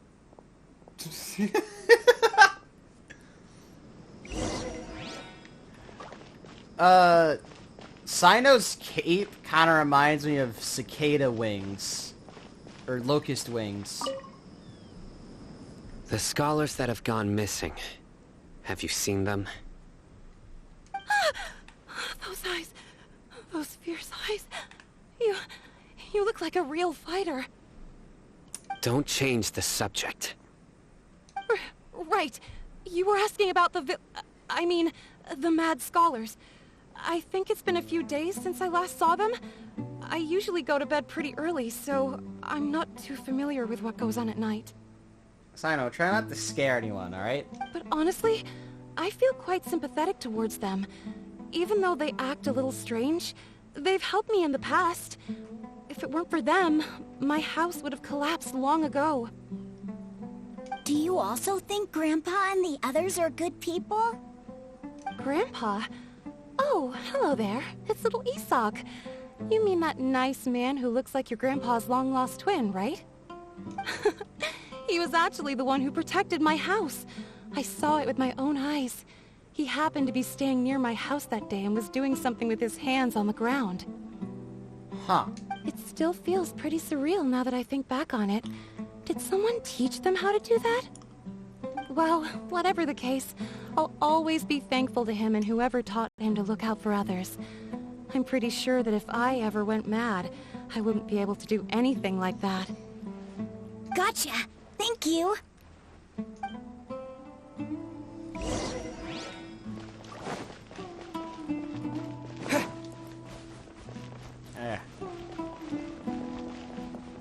Stay safe. Don't get hurt. Oh, I took damage. That's unfortunate. It would appear that I have fallen and broken my ankle. Recently? You know, the one who likes to sit and space out near the village entrance. Oh, well, if it isn't Isak. Oh, your grandpa, huh? It's been a while. The last time I saw him, he was spacing out by the road as usual. I went and asked him if he'd like any of the food I had prepared, despite my wife's protests. Like many people, she's really quite terrified of them. And speaking of my wife, she's still always complaining about how I don't make enough mora. That might explain why she's always mad at me. Oh, thank you. Thank you for taking care of him. It was nothing. You're looking for him, right? Did he go for a walk and get lost? Yeah. Oh, that's no good. Well, once you found him, come by my place again and I'll cook a little something for the both of you. I've known you since you were very young, so as far as I'm concerned, you're family. Please feel free to come by any time. Wow, what a nice guy! Okay. Thank you, sir. Huh? What? Don't say anything for now. Isak, stay here. Let's head over there. Stay quiet as you move. Okay.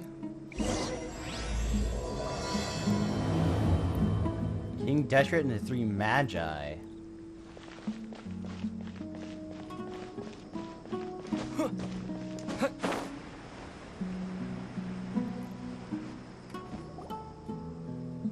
Listen, see if you can make out what they're saying. Have you heard? The mighty King Deshret, the sovereign of our faith, will soon return to this world. Yes, of course I have. King Deshret is the one and only true ruler of this land. I've never believed in any other gods. Still, you say he's coming back, but it sure doesn't feel like life's about to change around here anytime soon. What's your proof? Haven't you noticed? The village has been getting more deranged scholars than ever. Delavar was saying that many people also went insane just before the fall of King Deshret's civilization in ancient times. We don't quite know why, but it seems like there's some sort of connection between insanity and King Deshret. Yeah. I wonder. Isn't it a sign of King Deshret's power that all the mad scholars have disappeared? If you ask me, they must have been chosen as the final sacrifice for King Deshret's resurrection. Huh. Now that you say it, that does make some sense. Does this mean our lives are finally going to take a turn for the better? Exactly. Those city folks will get what's coming to them. Now, repeat everything you've just said from the very beginning. Huh? Who are you? Where did you come from? My patience is running thin. You heard what I asked. Okay. Yeah, bro, this guy's something else. Just look at his eyes. One wrong move, and he's gonna flay us alive. Saito is not scared to kill a man. Let's not get on his bad side, okay? I am no match for this guy. Oh, okay, good sir. What is it you would like to know? Tell me about King Deshret's resurrection. Well, I only know a few things from hearsay. I went for a drink the other day and heard others talking about a rumor that the madmen will disappear and that King Deshret will return to this land. I'm not making this up, I swear! Hey, go on, keep talking. It's true. It's all true, sir. We desert folk have had more than enough of those people at the academia. They keep sending us all their mad scholars and won't let us have a good life. Would you want to live like this if you were in our place? The radicals were even more thrilled than me when they heard the news. We're all praying for King Deshret's speedy return. Fortunately for me, we already know that was a misinformation campaign started by the academia. Delavar also said that once King Deshret returns to our side, it's only a matter of time before we conquer the land on the other side of the wall. They're all willing to serve under King Deshret and fight for a share of the glory. Is that so? Seems like he still wants to know more. Keep talking. Got it. At first, I told myself it was just the drink talking, but then all the mad scholars vanished without a trace, just as the rumor said. Please don't beat me up just for mentioning these rumors. If I'm guilty, then everyone else around here is also guilty. I'm just saying what the others said. The people here really like King Deshret, but dislike the Dendro Archon.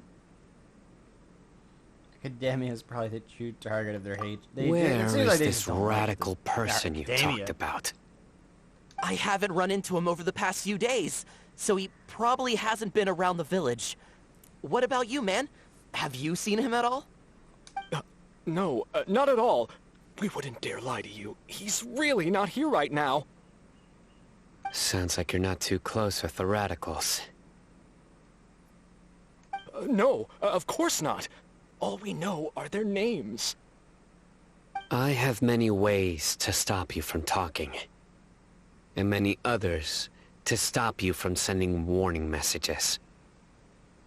So you'd best just stay home and hope I don't hear of you trying to contact anybody. Don't do anything until I've gotten to the bottom of this. Try something foolish, and even Candace won't be able to protect you. Yes, got it. We'll do just as you say. Sino is very scary when he's on the job. That scared Paimon half to death. Sino is pretty terrifying. Good thing we're not enemies. He didn't try to reassure us at all. It's like he's used to hearing that.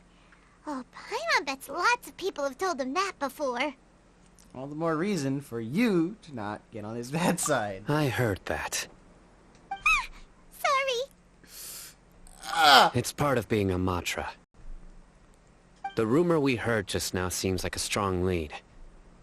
But we need to check a few more places. Maybe the scholars' homes? Very well. Isak! I'm here. Where's your grandpa's house? Well, I can take you there. Just follow me.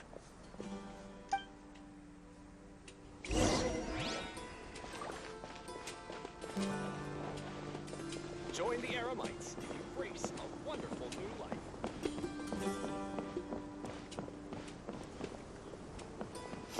Grandpa? Oh, he likes to be alone. Sometimes he stares at the sky in a daze, and other times he just pokes at the ground with his fingers. Every now and then, he yells out at the top of his lungs, so a lot of people are really scared of him. But he's a good person, really. I know he is. I swear, he's just like my real grandpa. Uh-huh.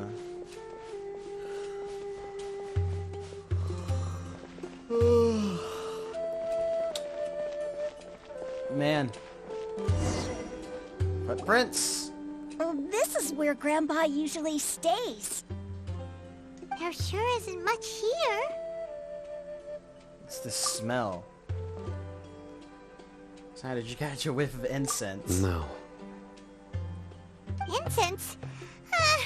Please don't say it's the same one as before. Yep, it's Storneo. But are you okay? Are you getting dizzy or need to lie down? There's a scent that you can sense, but I can't. A certain traveler here once passed out from that smell.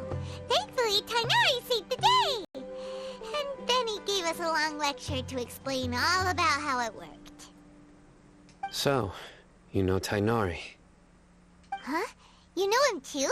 Are you two friends? Yes.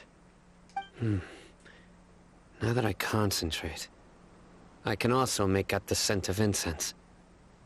Wait, surely Tainari didn't lecture you too? No. No need. Every time I encounter this scent, something bad happens. Did you first encounter this scent at Tainari's house? No, it was in the forest where a scholar was meditating. In the forest. From a scholar. Let's keep looking for more clues. My head is... Bah! These footprints are at least rather clear. I'm gonna follow them.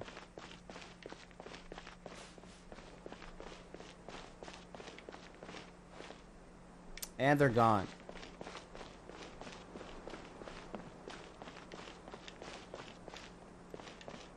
What's this?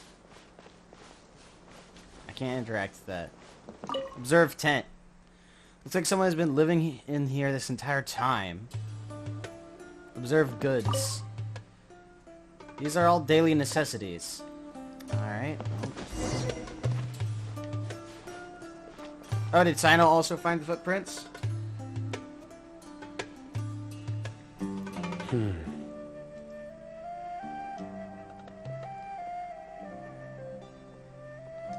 What are you looking for, Sino? Here it is. Take a look right here. What is it? Paimon doesn't see anything. Although the traces have been completely buried in the sand, there are footprints here. From the size and shape, they belong to an adult male. This pattern is a common one from this area. Local shoes. This was probably someone from the village. The scent is quite faint, but still extant. The footprints head in that direction.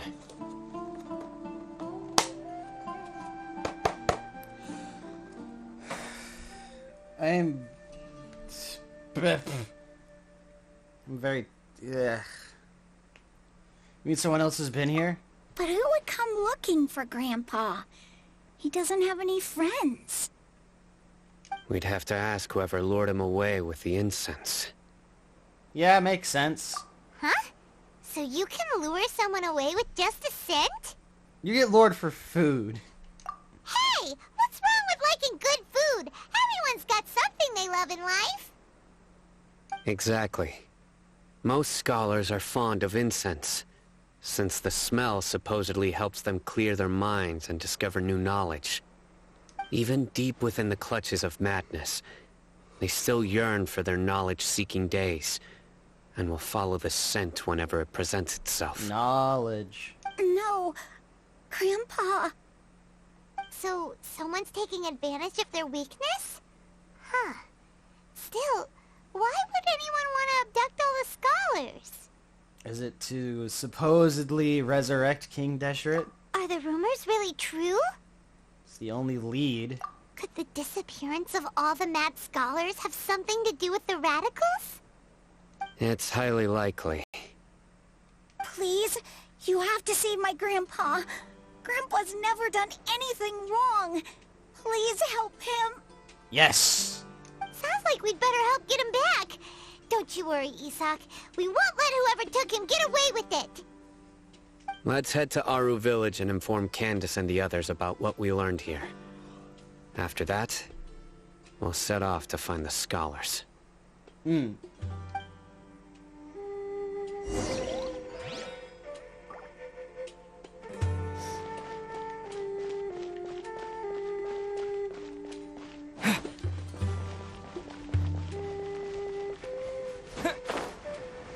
I feel like I'm about to fall asleep.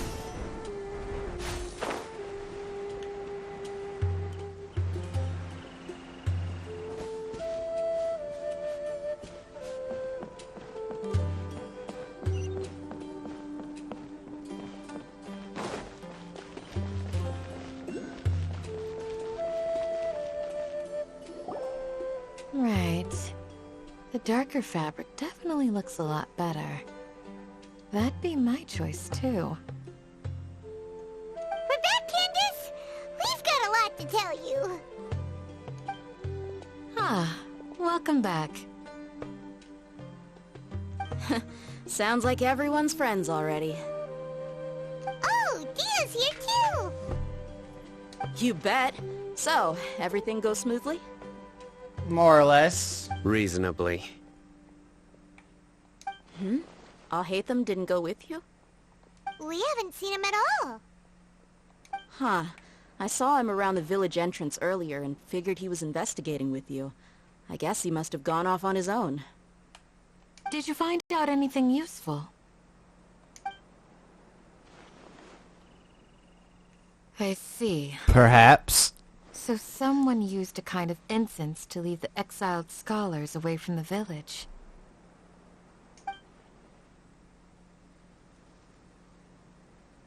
The resurrection of King Deshret? First I've heard of it. Far as I know, the kind of incense you just mentioned is only popular beyond the wall. Scholars are fond of it, but as you can see, there aren't many scholars still studying around these parts. No seller would be able to make a profit here. Not to mention making incense is a labor-intensive process. You won't see anybody in the desert with the patience to make or sell something that requires that kind of effort. It seems someone from beyond the wall must have been supporting this. The Academia. Makes sense. Or the Fatui. So what should we do then? Do we go back to the Academia and search for leads there? Too risky. If it was any other day, that would be your next logical step. But today, you've got me on your team, so you get an extra tip. Didn't you say that the villager got his news from the tavern? Well, I also like to drink at the tavern, so I know a thing or two about these radicals he mentioned. If Paimon remembers correctly, the leader of the radicals is some guy called Delavar. Yeah, but he didn't, isn't he the guy who took the Divine can and went mad? Ah, yeah. Delavar, the scar-riddled bandit, Engur, the wide-eyed butcher, and Jabari, the duck-tailed bearded crook. The whole lot of them are known around these parts. I feel like I've heard these names. No, I have not. These guys have one thing in common, and that's being broke. The rougher life gets, the more they want to believe in King Deshret. Way they see it, King Deshret's resurrection is their only chance at overthrowing the Academia. Throwing all of Sumeru into chaos is the only way to change the way of life here in the desert. Anyway, that's my guess why they've chosen to become radicals. Tia! You're amazing! You really know this place inside and out! But...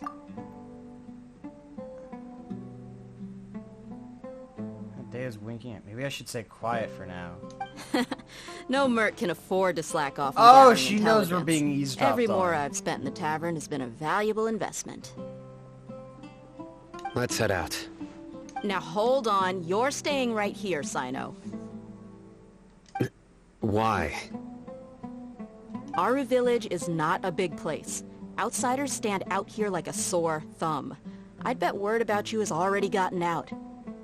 The desert is unforgiving, so the way of life here is also a lot tougher than on the outside of the wall. You survive on making connections out here. Compared to you, mercs like me are just third-rate amateurs. I've got no actual fighting skills to speak of, but that also makes it a whole lot easier for me to gain the locals' trust. I need to go around and ask some questions, but it'll be difficult if you're with me. Fine. Are they speaking in code? Good. Then we've got a plan. The Traveler and Paimon will go to Caravan Rebot with me, and we'll try our best to figure out where the Mad Scholars have been taken. Sino, you'll have to stay in the village and continue investigating on your own. Alright, sounds like a plan!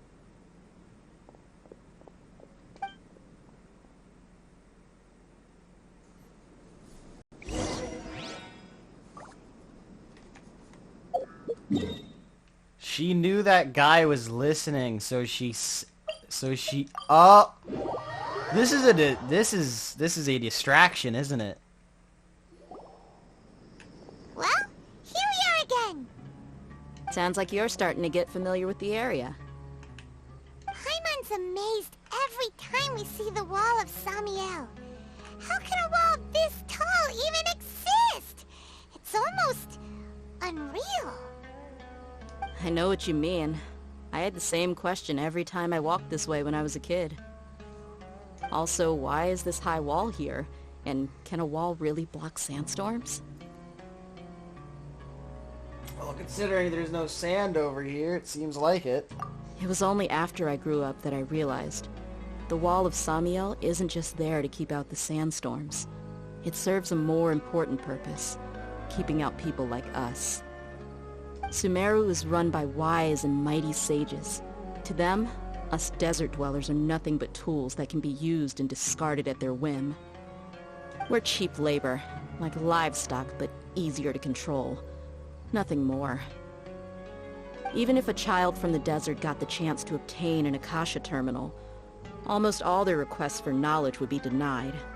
The Academia believes we're underserving. Geniuses like Sataria are 1 in a million. The other children never get a single chance to try and rewrite their fate, even though the Academia knows very well that we're humans, just as they are. That's terrible. I would tear down this wall with my own hands if I could.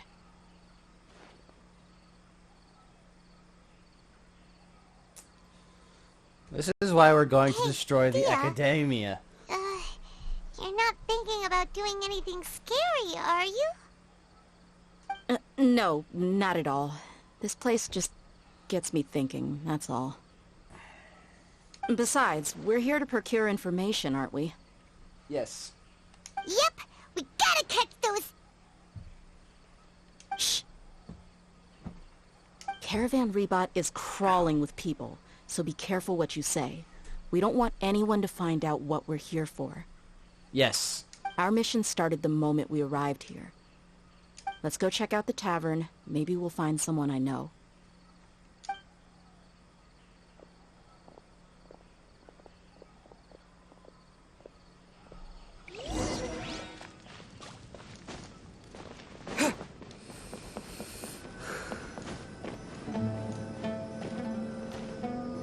Just our luck.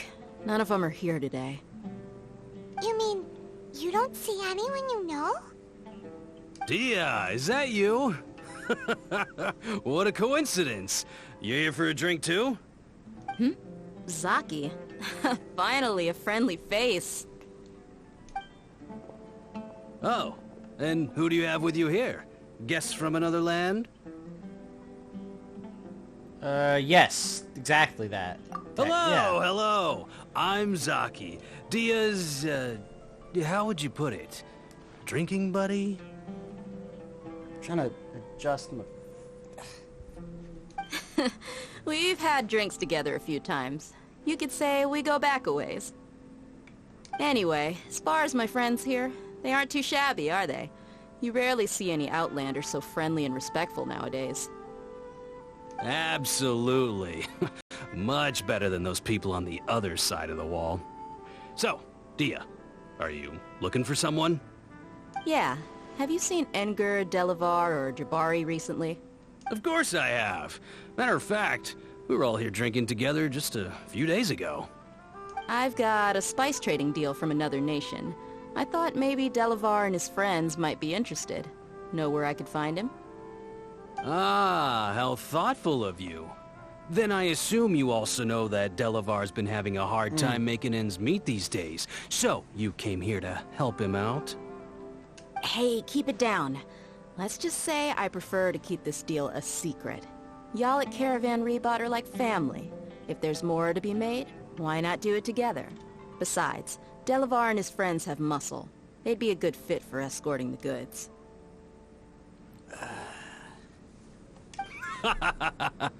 Yes, how considerate of you. Delavar's my friend too, so of course I can take you to him. Come with me.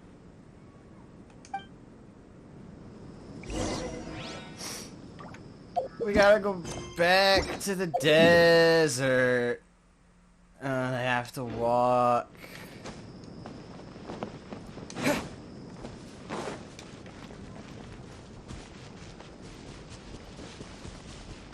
My stomach is not agreeing with anything I just ate.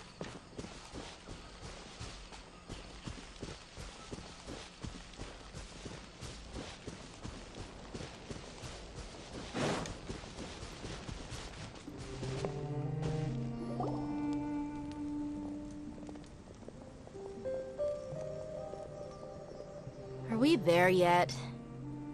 Yep, this is the place. No, alright.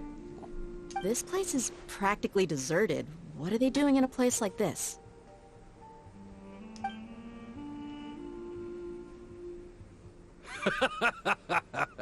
Why don't you take a guess? Go on, a wild stab in the dark. You're like lambs to the slaughter. Ah, he's a traitor, I see. Now I'm too far away from the mic. Damn it. Oh no! It's an ambush!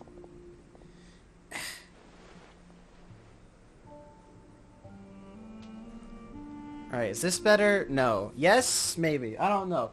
I'm not moving the chair anymore. What's this all about, Zaki? Come on, Dia. You really think we didn't hear about what you said back in Aru village? The boys have kept a close eye on you from the moment you set foot there. Not only do I know that you're looking for Delavar, I also know that you've teamed up with people from the Academia to look for the missing scholars. So, you've been watching us from the very beginning? Uh-oh. Paimon knew leaving Sino behind was a mistake!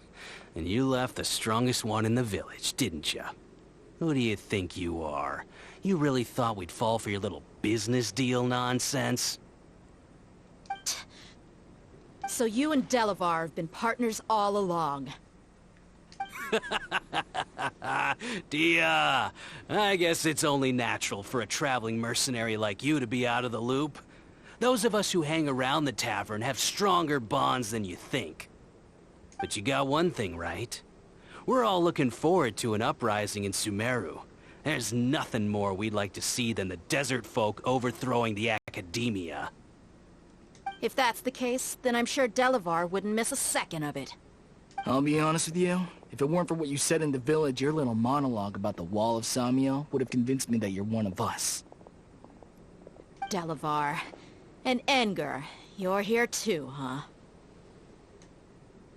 Long time no see, Miss Mercenary. You should have known the traitors are what us followers of King Deshret despise the most. Wait, where's Jabari? Dia, I thought that you, a fellow desert dweller, would understand why King Deshret is greater than the Dendro Archon. Little did I know, you don't deserve to join us. Yeah, gee, what a missed opportunity. Adopting radical views and kidnapping innocent scholars, all because of some baseless rumors. Anything else I'm missing out on?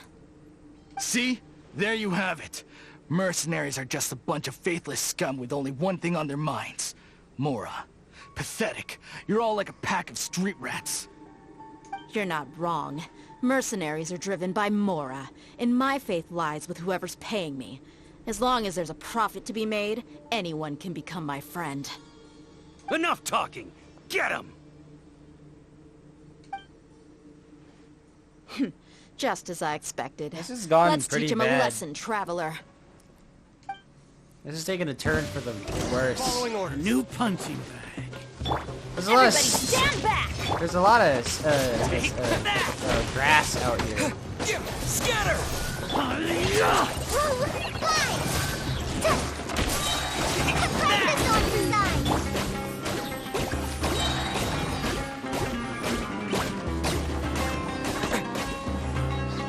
You're in for a little shock. Germinate! Adventure time!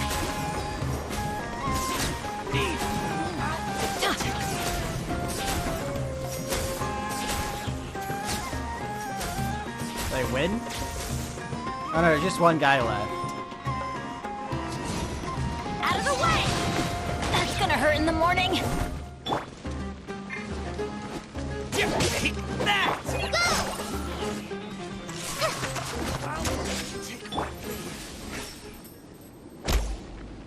Nice! Impossible! Yeah, how could you? So, what do you think about your meticulous network now, Zaki? How did you say it? It's only natural for a traveling mercenary like me to be out of the loop. I'm guessing your informant told you that I'm just an incompetent merc with no real fighting skills, correct? I mean, that is what I said after all. Nice. And of course you would yeah. believe everything he reported. The only thing you know about me is that I'm a mercenary, but you've never seen me in action. Even though you heard we went to handle monsters together, you believed that Candace was the only one doing all the real fighting. That so-called Flame Mane is just a fraud. She admitted it herself. She just uses her connections to gain the trust of others. That's what you thought, right? Ugh. You lied in the village because you figured that we'd have people watching you. And you were stupid enough to fall for it. I figured as much the first time we drank together. You all thought you were so smart. Pathetic. Okay, that should be all of them. What about Jabari? Whoa! So you've been planning this since we were in Aru Village? No task can be done without preparation. I just happened to notice a couple suspicious-looking people while you were out investigating. Oh, but instead of catching them right away, you let them report back. Those two who were snooping around were just a couple small fries.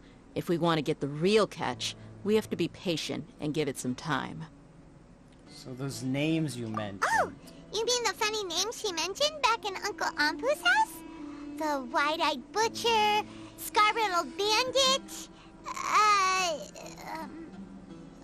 Paimon can't remember them all.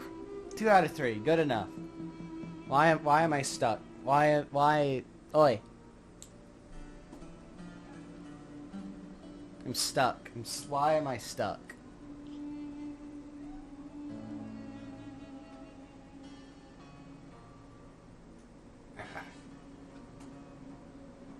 Alright. Back. Alright. That's just a bunch of drunk talk. Edgar and Delavar like to talk themselves up when they're drinking. Edgar, the wide-eyed butcher, and Delavar, the scar-riddled bandit, are the nicknames they came up with for themselves. Alcohol has a way of making people share what they really think. So Edgar and Delavar are always rambling in the tavern about how King Deshret is a superior deity. What about Zaki? He's just a numbskull who fell right into our trap. Zaki was probably the best hidden of them all. My initial plan was to find Delavar first, and then try to track him down. So who's the duck-tailed bearded crook? That's what you wanted to ask when we were at Uncle Anpu's house, right? Jabari is one of the villagers you talked to. You know, the one who wanted to treat Isak and his grandpa to some food. Wait, so he's a radical too? No, he isn't. I just needed to tack on a random villager name to make the eavesdropper think that I was making some wild guesses based on my impressions. Oh. Wow, what a genius idea! Well, that's an expert mercenary for ya. Ah, you're too kind. It was straight from the usual playbook, if I'm honest. So, that thing you were saying before, is it really true? Hmm? About what? About how mercenaries only care about Mora, and that anyone's a friend as long as there's a profit. Does that bother you? Not really. What makes you so sure? Because even without a player, you're still helping us. Dia, do you dislike the Dendro Archon like the other desert folk? You two are pretty sharp. No, I don't have anything against the Dendro Archon. If Dea was only in this for the money, I wouldn't really be bothered. But what is her hair doing? I've heard a lot of nice things about the Lesser Lord from Dunyarzad. I can understand her devotion and gratitude. Dunyarzad's just an ordinary person. There's no way a god would be so involved in the lives of everyday people, unless they were truly compassionate. I've begun to realize that the sages are behind everything that's happened recently. The radicals' blind belief in King Deshret, making the Dendro Archon out to be an enemy. It's all the Academia's trickery. Correct. But I see through it all. And unlike them, I can never be hostile towards anyone who's never done anything wrong. Dia. Anyway, looks like we're done with business here. Traveler, lend me a hand. Let's tie him up and bring him to the village. Whoa, whoa, whoa. No. Ugh. This should be all of them. I'll let you take it from here. Where's Sino? All right. I'll be in touch. Until then, please stand by. Candace, do you need any help? Candace will be okay on her own. I trust her, so you can too. She's been guarding Aru village for quite some time now. If anyone is qualified to question the offenders, it's her. Where's Sino? While I'm questioning them, why don't you pass some time by exploring the area? I'll meet you back here tomorrow morning, Traveler. Okay. As for these idiots, let's just hope they live to see another day.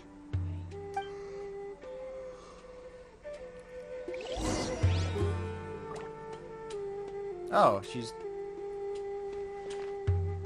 just right here. Alright. Was it? 9, 6, 6.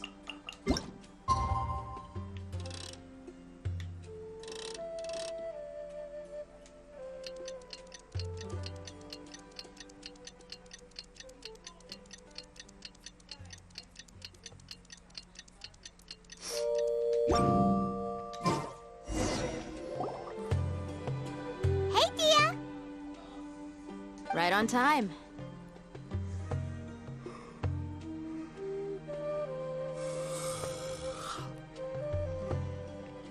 We learn anything from the criminals? We'll know any moment now. Paimon's been wondering. You seem to know Candace pretty well. Have you been friends for a long time? We've known each other for some time now. She's a pretty interesting person. Even though she's an extremely strong warrior, she never misuses her powers against others. Oh, Paimon knows what you mean. Like a lot of martial artists say, never take the fight outside the ring. Correct.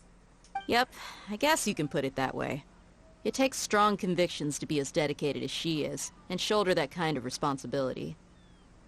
Us mercs, on the other hand, we pretty much live from one day to the next. Well, Paimon thinks you're great, too. Really?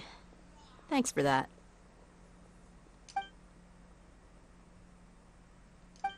Oh, Sino's here. Oh, there he is. And he's pretty early, too. Yes. I was here yesterday to help out a little. To help out? By doing what? Sharing some interrogation techniques. Oh? You mean you taught Candace some more persuasive methods?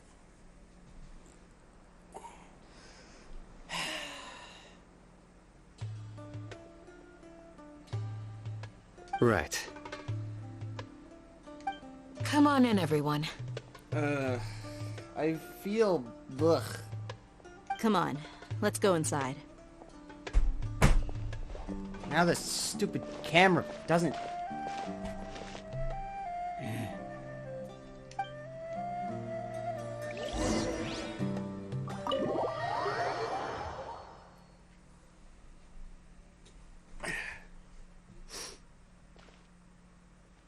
Candace, where... Whoa, you look furious. Do I? Huh. What gave it away? Oh, there's no mask that can hide true bloodlust. Cover up your eyes, and it'll still show itself at the corners of your mouth. Yep. Perhaps I need to work on my composure. Still, it's perfectly understandable why I'm angry. I'm sure everyone present would agree. Yes, ma'am. Please, don't beat us anymore. We're gonna die. Yes! Looks like Sino taught her well.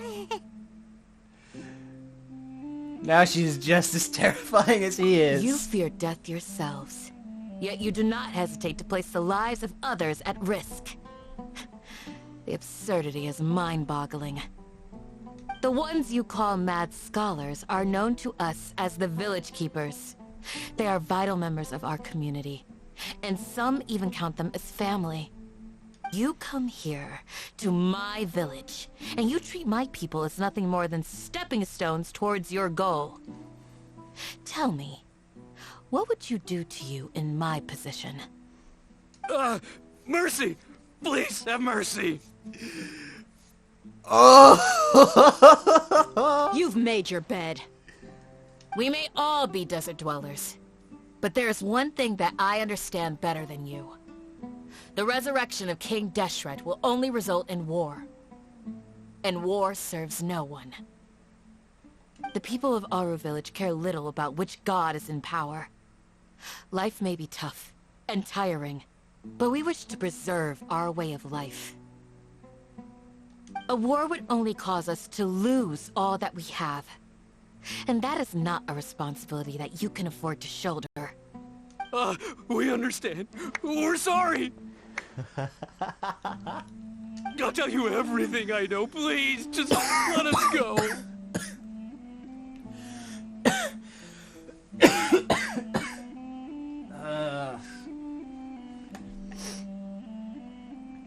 I'm listening.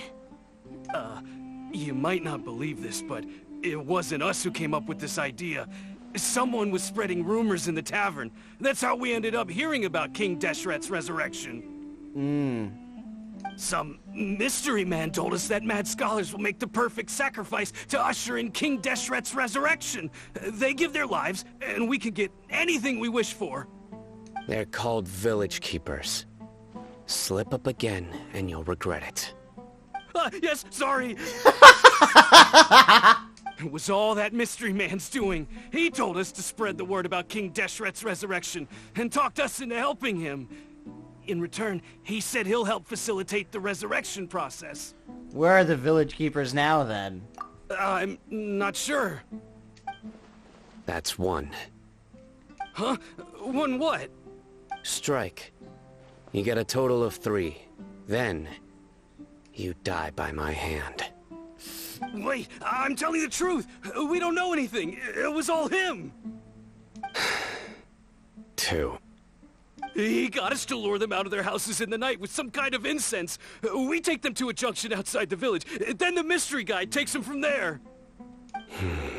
Is that 3? Is that 3? You gotta believe me, please. I'm telling the truth, I swear. Just ask them if you don't believe me. That was indeed the truth. Traveler, go on.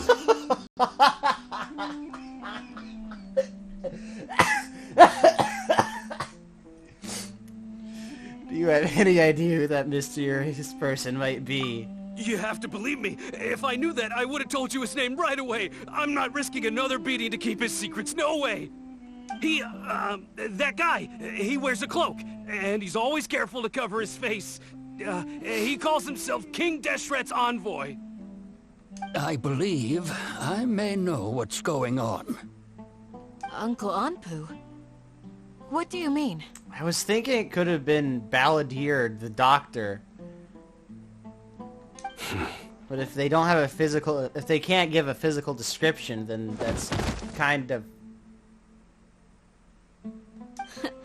Smooth. Nice. Okay, speak. If my suspicions are correct, this mystery man they speak of could be from the Academia. It can't... Now that I think about it, it can't be the Balladeer, because he's currently plugged into the mech suit. The Evangelion. The Gundam, if you will. Some time ago, people from the Academia attempted to take the village keepers away. I refused, insisting that they are part of our community. It strikes me now that this secretive character shares the same goal they had. Which means it's highly likely that the Academia was purposely spreading a false rumor to trick the radicals into delivering the village keepers right into their hands. That is... yes. Yes. They were the ones who brought them here to begin with. Now they're trying to take them back? We aren't gonna let that happen. Not the Academia again. Yeah, the whole King Deshret is just a propaganda campaign from the Academia. Just as I thought. But what could they want with the village keepers? Sacrifices, souls. People are nothing but tools in the eyes of the Academia. A change in their plans likely means they found another way to exploit the scholars. Regardless, our top priority now is locating the village keepers. You're right. Isak is still waiting for news on his grandpa. Time to go. Let's leave the village and try to track them down. Yes. Pack up and get ready to leave. You got it. Candace, I'll let you deal with the radicals. Leave everything outside the village to us. All right. Let's meet back here once everyone's ready.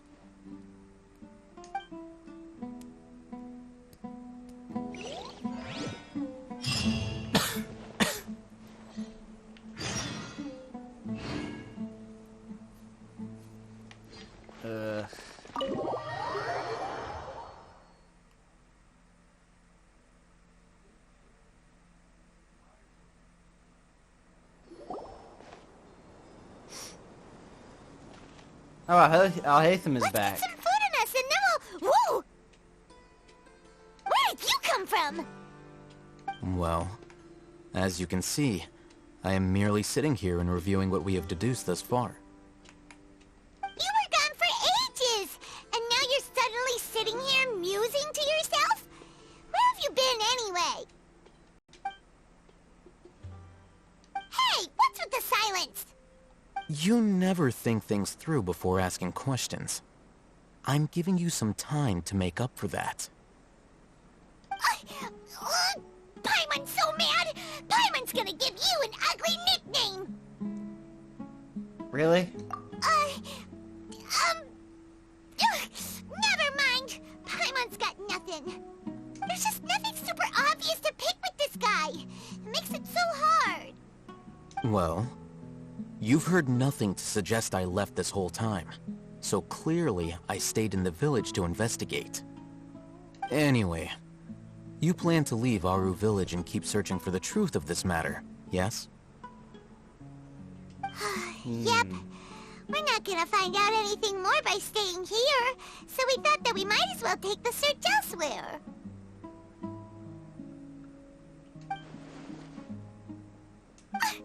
Enough with the silent treatment! He's giving you time to think, Paimon. No. I'm just surprised that you decided to team up with him. Alhaitham, you haven't helped us out at all ever since we arrived at Aru Village. Bold of you to question our choices. Yeah, that's fair. Yeah, you're all talk! While you were investigating, I had my own work to do, which I've now finished. Oh? Really? Paimon doesn't believe you. To be honest, we aren't really a team, so I have no obligation to inform you of my whereabouts. Not to mention that going separate ways allowed me to find some important information that you all had missed. Huh? Right here in the village? Does it have to do with the Red Divine capsule? Correct. What did you learn? I'm going to take you to someone. But, before that, you need to understand where she's coming from. What does that mean? How do you think the residents of Aru Village feel about what we're doing? In other words, do you truly believe every single word the villagers tell us? Go on. You mean some of them lied to us? Hiding the truth does not necessarily equate to lying. Again, these people have their reasons. Remember what Candace said? Most people in Aru Village don't necessarily care which deity is in charge of Sumeru. That's because whether King Deshret or the Dendro Archon has power is of little significance to them. By contrast, the perils of their daily lives are ever-present concerns. They won't simply share everything they know with you without good reason. That's why you believed there was no further information to be found in this village. Uh-huh. Got it. Glad you're following along. Among those you have talked to, there's someone who was consciously keeping you out of the loop. In fact, she's been observing your every move since you arrived. The reason being, to someone who only wants to live their life in peace, any external factors introduce unpredictability into the equation. Those eyes. Those fierce eyes. I thought she look like a seemed real fighter. unreasonably panicked. Don't change the subject. It's quite obvious that she's intimidated by Sino's authority and strength. Right. You were asking about the the Mad Scholars. She corrected herself mid-sentence because she's aware that there are King Deshret fanatics in the village. If she sounds too friendly towards the village keepers, she could easily make herself the Radicals' next... I think it's been a few days since I last saw them. I usually go to bed pretty early, so I'm not too familiar with what goes on at night. Remember? She made a point of denying her involvement in anything that occurs at night. But honestly, I feel quite sympathetic towards them. Even though they act a little strange, they've helped me in the past. If it weren't for them, my house would have collapsed long ago. After speaking to the village chief, it became clear that the village keepers had protected Aru Village at night. In other words, the young miss was very much awake during that time. Then why would she lie? And why didn't Sino pick up on it? By getting involved with an outsider, she risks drawing unwanted attention to herself. As for why she might be so wary about all this, maybe you should ask her. I'll pass on this one. You said that she is afraid of me. If so, it's best if I stay out of this. We're on it! Yeah, that's fair. Got it.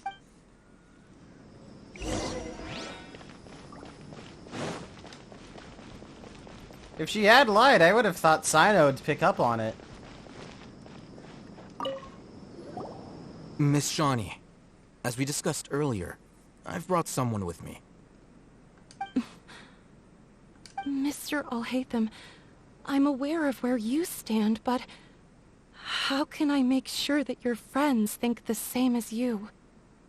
Huh? What do you mean? We need to clarify our stance or something? Go ahead and talk to her. You'll get the answers you want. Go on. Earn her trust. Alright. Is it really that simple? May I call you Traveler? Yeah, alright. Hi, Traveler. I want to ask you something. Do you think the resurrection of King Deshret can truly change Sumeru for the better? No. Why's that? Because it only could result in war. War is very bad. Similar to what Miss Candace says.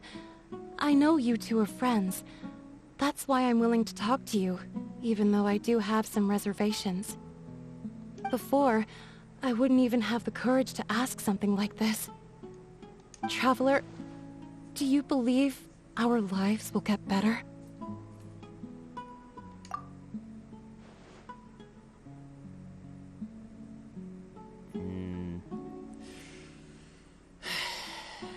I can't promise anything, but I'll do the best I can. Yeah! We came here from another nation, so it isn't wrong of you to be weary.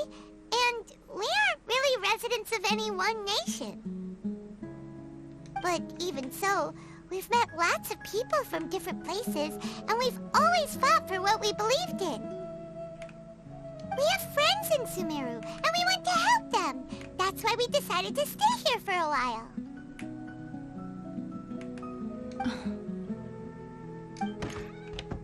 I want to trust you. My apologies for posing my questions like that. To be honest, I didn't expect you to come back for more information. Alhaitham told us you have your reasons. It's okay. We understand. Radicals and whatnot. The fact is that only one side of my family is desert folk. I don't really fit in anywhere in Sumeru. Some believe in the Dendro Archon, while others believe in King Deshret. I don't belong to either side, and neither side would want me. Speaking of which, the Radicals mentioned that they despise traitors. Do they just think that anyone who's different from them is a traitor? Yeah. Some people can be so narrow-minded when it comes to bloodline and beliefs. It makes no difference what I say or how I behave. I'll always be suspected of having ulterior motives. Slowly, I just stopped talking to people. I pretended not to hear or see anything. All I want is to live my life in peace. And then it happened. The village keepers who had helped me disappeared with no explanation, and I didn't dare breathe a word about it to anyone. Until now. You can tell them. I'm sure he'll keep your secret. All right. I'll tell you what I told Alhaitham. I actually have a sharper sense of hearing than most. Sometimes, I hear strange crying sounds in the night. Huh. There are ghosts? Possibly. Perhaps. I'm not sure. It's faint, but it's definitely the sound of crying. It comes from far away in the distance, and always carries very raw emotion. It used to be louder and more frequent, but ever since you arrived in the village, it doesn't seem to happen as often. And when it does, it's much quieter. I have to focus really hard to make it out. I confirmed this with the guards on night duty. They also have someone with a good ear, and he's heard similar sounds at night. But, because we're in the middle of a desert, he would rather believe that they are the cries of beasts than ghosts. Could you make out where the sounds were coming from specifically? There's really nothing around these parts, except for an old hospital not far from the village. Oh. I think they used to use it for treating Elazar, but it's been abandoned for years. Well, then we need to check out the hospital. Yeah, let's go! If it's connected to Elazar, then clearly it is of suspicion.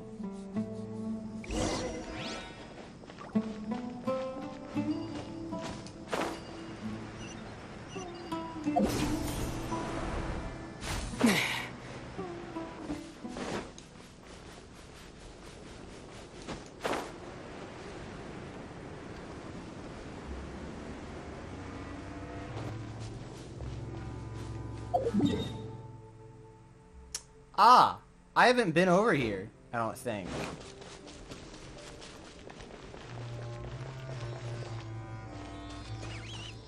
No, I haven't been here.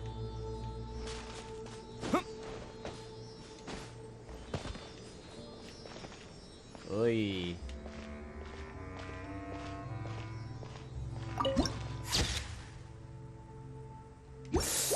Oy. I don't think I particularly want to be here. Sounds good to me. What? I'll keep this close. Get out of here!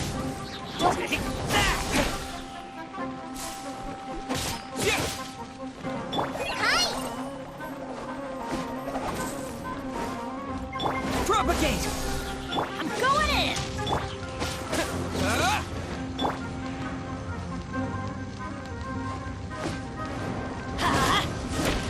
You, he,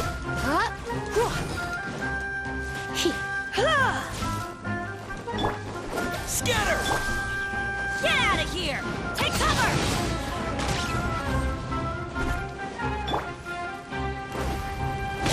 You've been a naughty boy.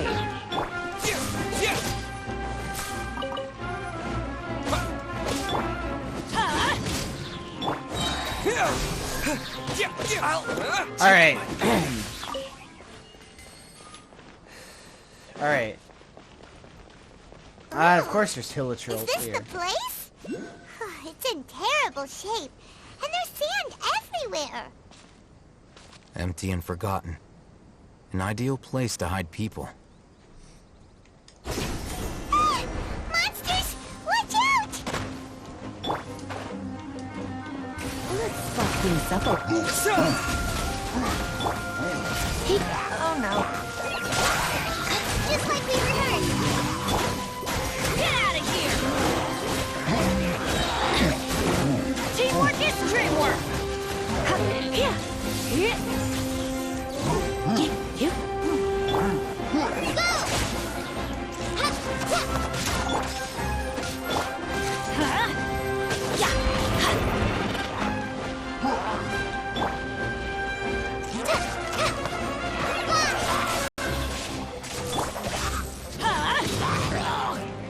Get out of the fire!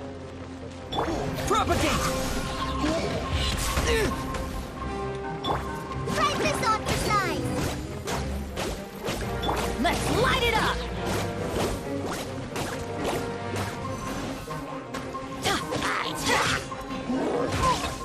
Why do they never miss? Ah!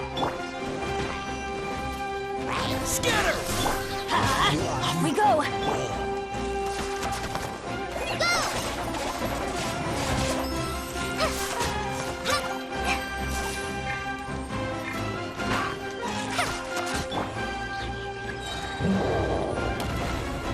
What? No!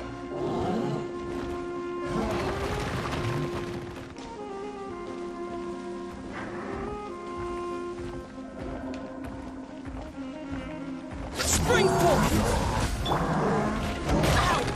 Couldn't break the Yeah, no, I definitely wasn't hitting the button that...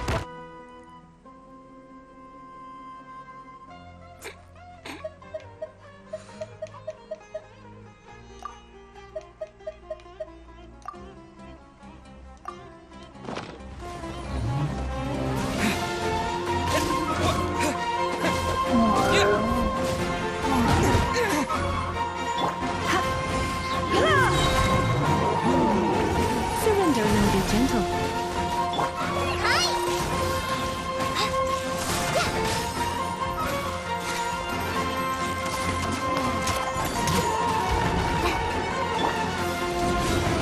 Benny's adventure team. I immediately fail. Alright, great.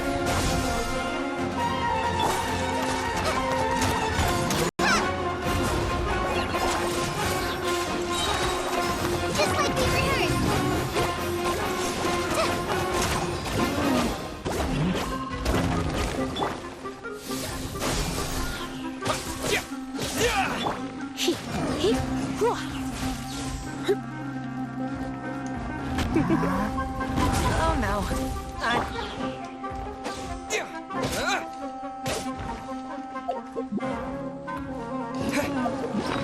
Yeah, I could use some, like, you know, some healing.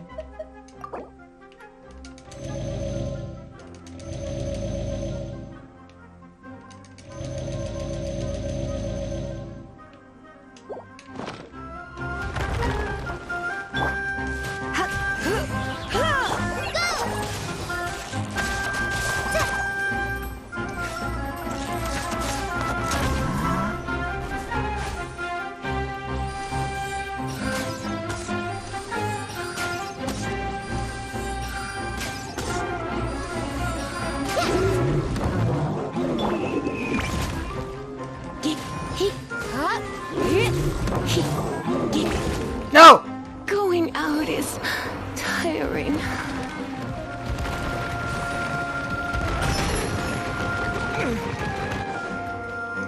Yeah, alright.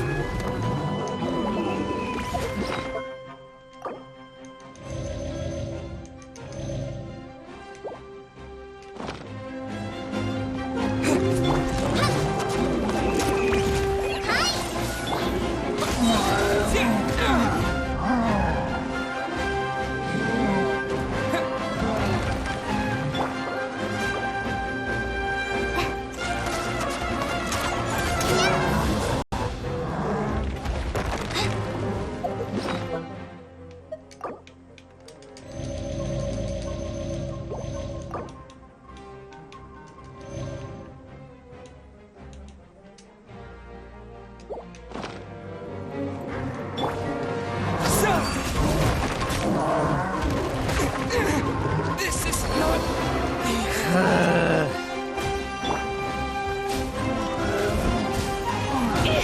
I'm hitting! Like I got carried away.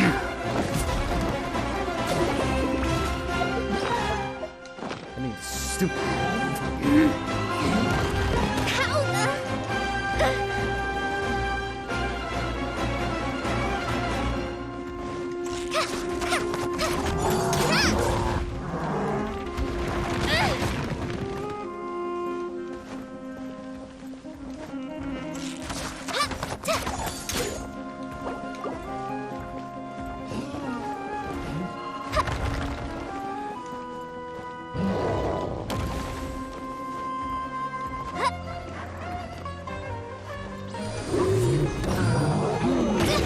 Don't touch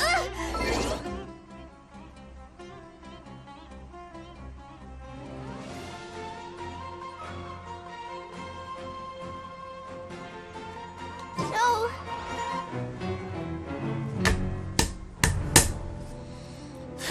Cool, great, awesome.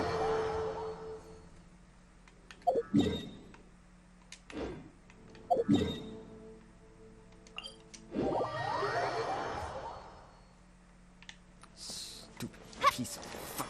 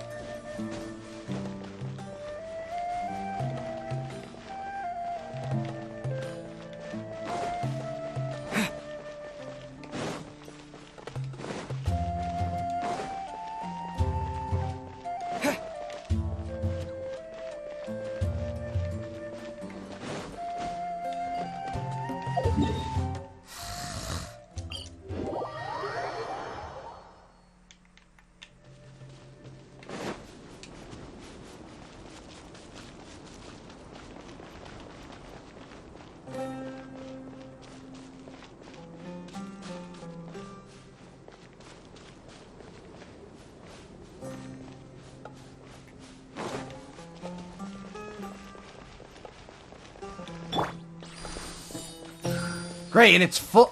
Of course it's full health. No, why wouldn't it be back at full health?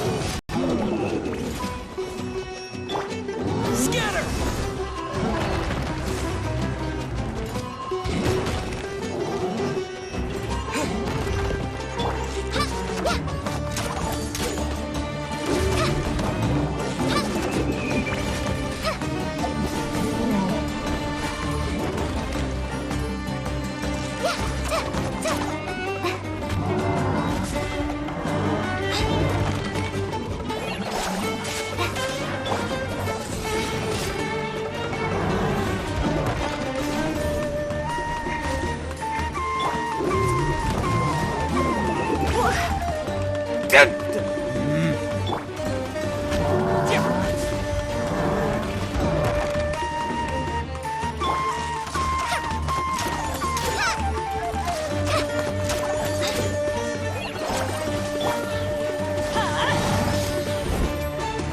time.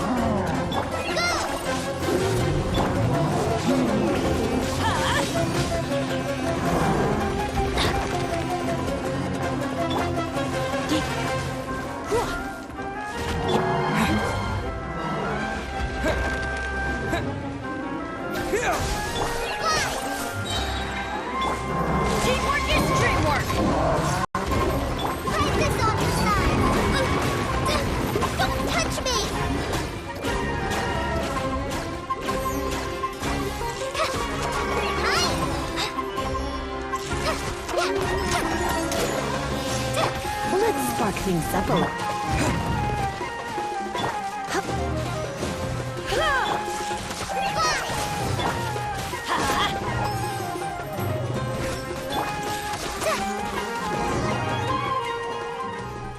They were easier to deal with than Paimon had expected.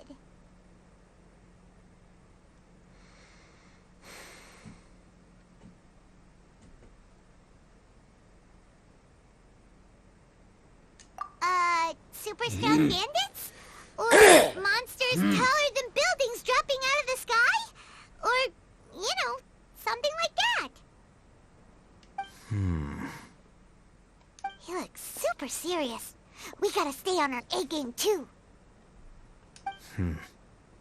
This is the one.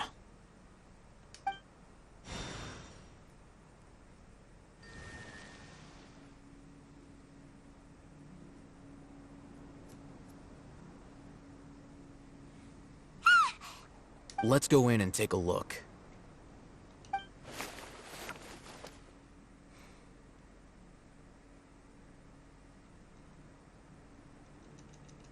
Hey, we haven't found Squad. Are you sure we aren't wasting our time here? Patience. Shawnee says she only hears the crying at night.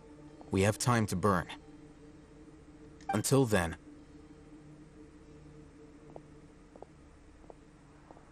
I'm taking a break. Yep. And just like that, he sits down. Wait, he even brought a book to read? What are you reading? Let Paimon see! Okay, sure. Huh? The natural position, which is the positional propensity of an entity in natural motion in contrast with an object in forced motion? Huh? When free from external influences, every entity displays the tendency to follow its natural trajectory? I'm surprised she was even able to say some of those words. So, you got that? Oh, Paimon gives up. You keep reading your book. See ya. I was surprised she was even able to even say some of How is he those. so relaxed? Look at him, reading an impossible book in a creepy place like this. Become learned. Hey, what good is that gonna do for you? You're acting like one of those annoying grown-ups who go around nagging people to focus on their studies. The more you learn, the more money you can earn to support me. Hey, what gives?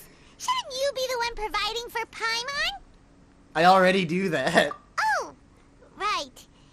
Okay then. Thank you for working so hard and earning so much more. If it weren't for you, Paimon would probably still be floating around in the ocean somewhere. Thank you.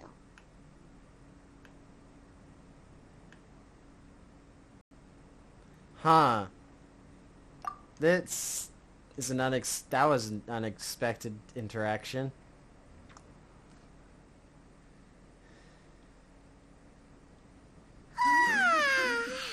What is that? Sleepy. Huh? What was that sound? There it is. It's coming from that direction. Maybe don't go towards the creepy ghost Is the sound sounds. coming from here? Huh. Paimon's not seeing anything. It's from below. Huh? There's a... But there's no way we can get down there. I'm pretty sure that looks very much like a Something is off hatch. about the interior here. That's a hatch.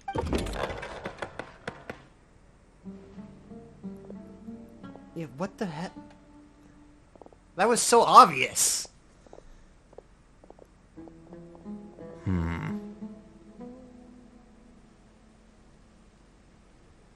Sand puzzles? As I thought.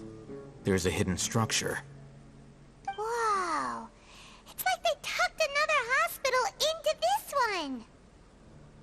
Oh, it looks like there are other mechanisms around here. Alright, puzzle time, explore it. finally. Finally, puzzle time.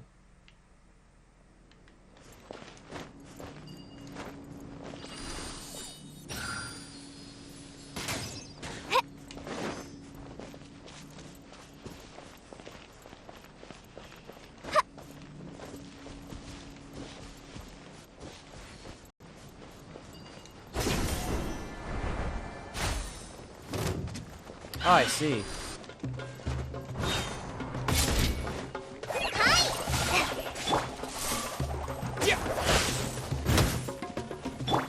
Get out of here! Take cover!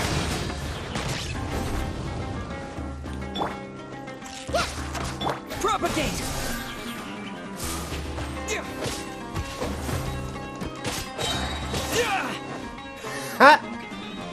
I love how the small slimes just go flying when you use a strong attack or a charge attack.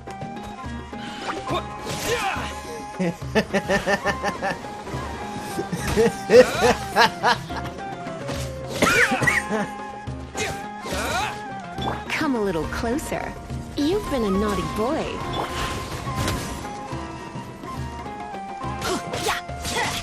Get out of here! Take cover! Why do they never miss? Everybody stand back!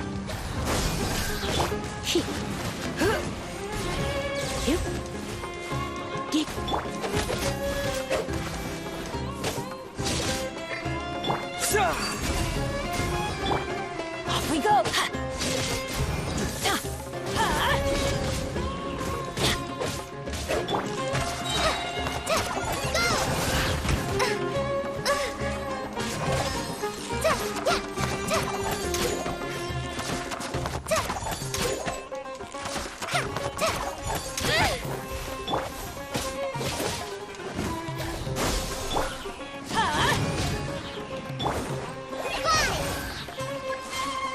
Oh, there's more. That's unfortunate.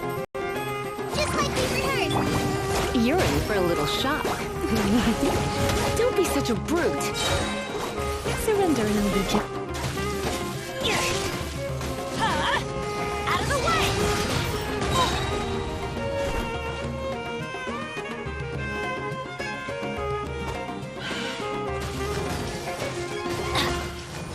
Teamwork is dreamwork!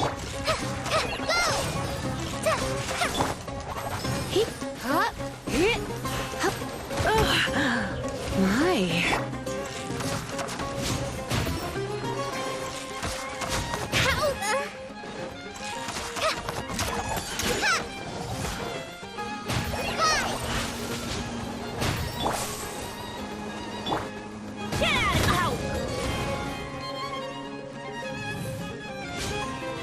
I always bounce back.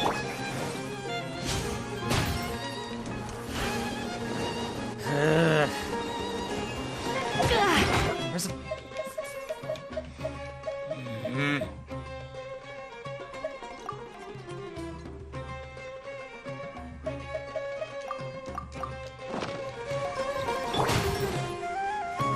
Scatter! That's gonna hurt in the morning.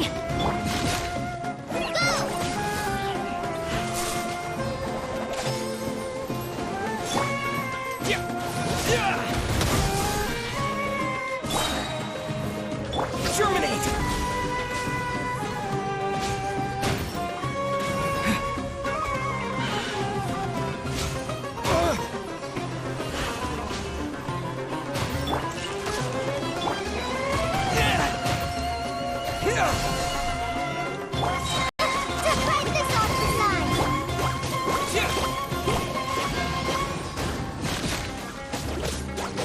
This better be the... This better be it.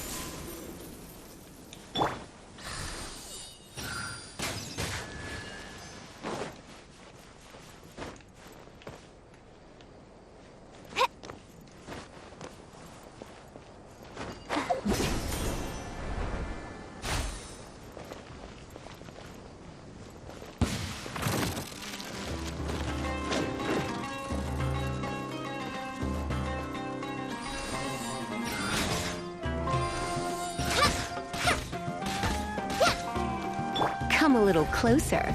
Blitz.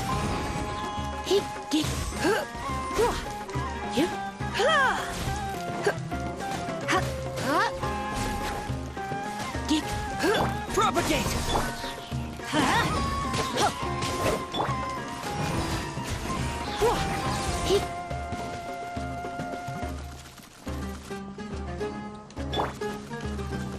Everybody stand back!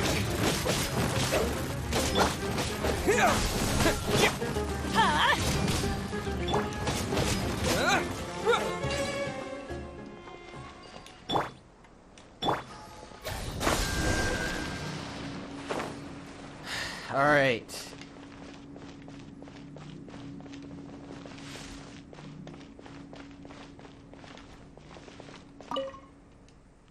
Patient Abbas male, 23 years old, mole on left side of forehead and left-handed. While his condition remains very serious, survival will be difficult without professional medical care. The patient's survivability, once found, immediately inform. Don't give up. Stay positive. All beings are under the watchful eye of the divine, so don't ever give up. The rest of the document has been rendered unreadable by weathering.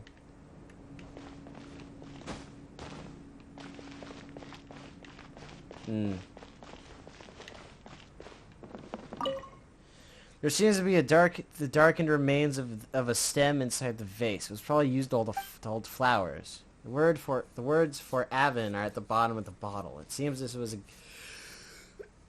to have been a gift to someone named Avon. Look, there's someone over there. There's a guy. Good idea. Let's approach him slowly without alarming him.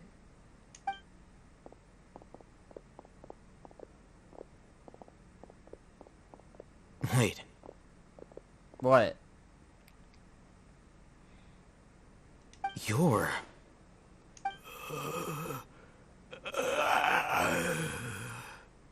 He can't speak, and his eyes are unfocused. But he looks too young to be anyone's grandfather. Also, why is he the only one here? Didn't expect to see him here. Is he a sage or an academia You guy? know him? He's Razak, a senior of mine at the Academia. Ah! He's a scholar too? Is he the kind that holes up in a forest and mumbles stuff about training? No. And that's the problem. Razak was never involved in any of those things. He never trained in the forest, let alone reach Satyavada life. So then why is he here? Leaving that question aside for the moment, him being here alone means that we might be too late. Looks like they've already taken everyone away. For whatever reason, they left Razak here. Perhaps they simply didn't have time to come back for him. There are drag marks on the ground. They're clearer by the doorway. Someone was forcefully drawing a cart that was loaded with something heavy. Probably people. Loaded with people? That is one possibility. It looks like they were in a hurry, as if they were afraid of being caught. In their haste, they failed to notice Razak hiding in a corner.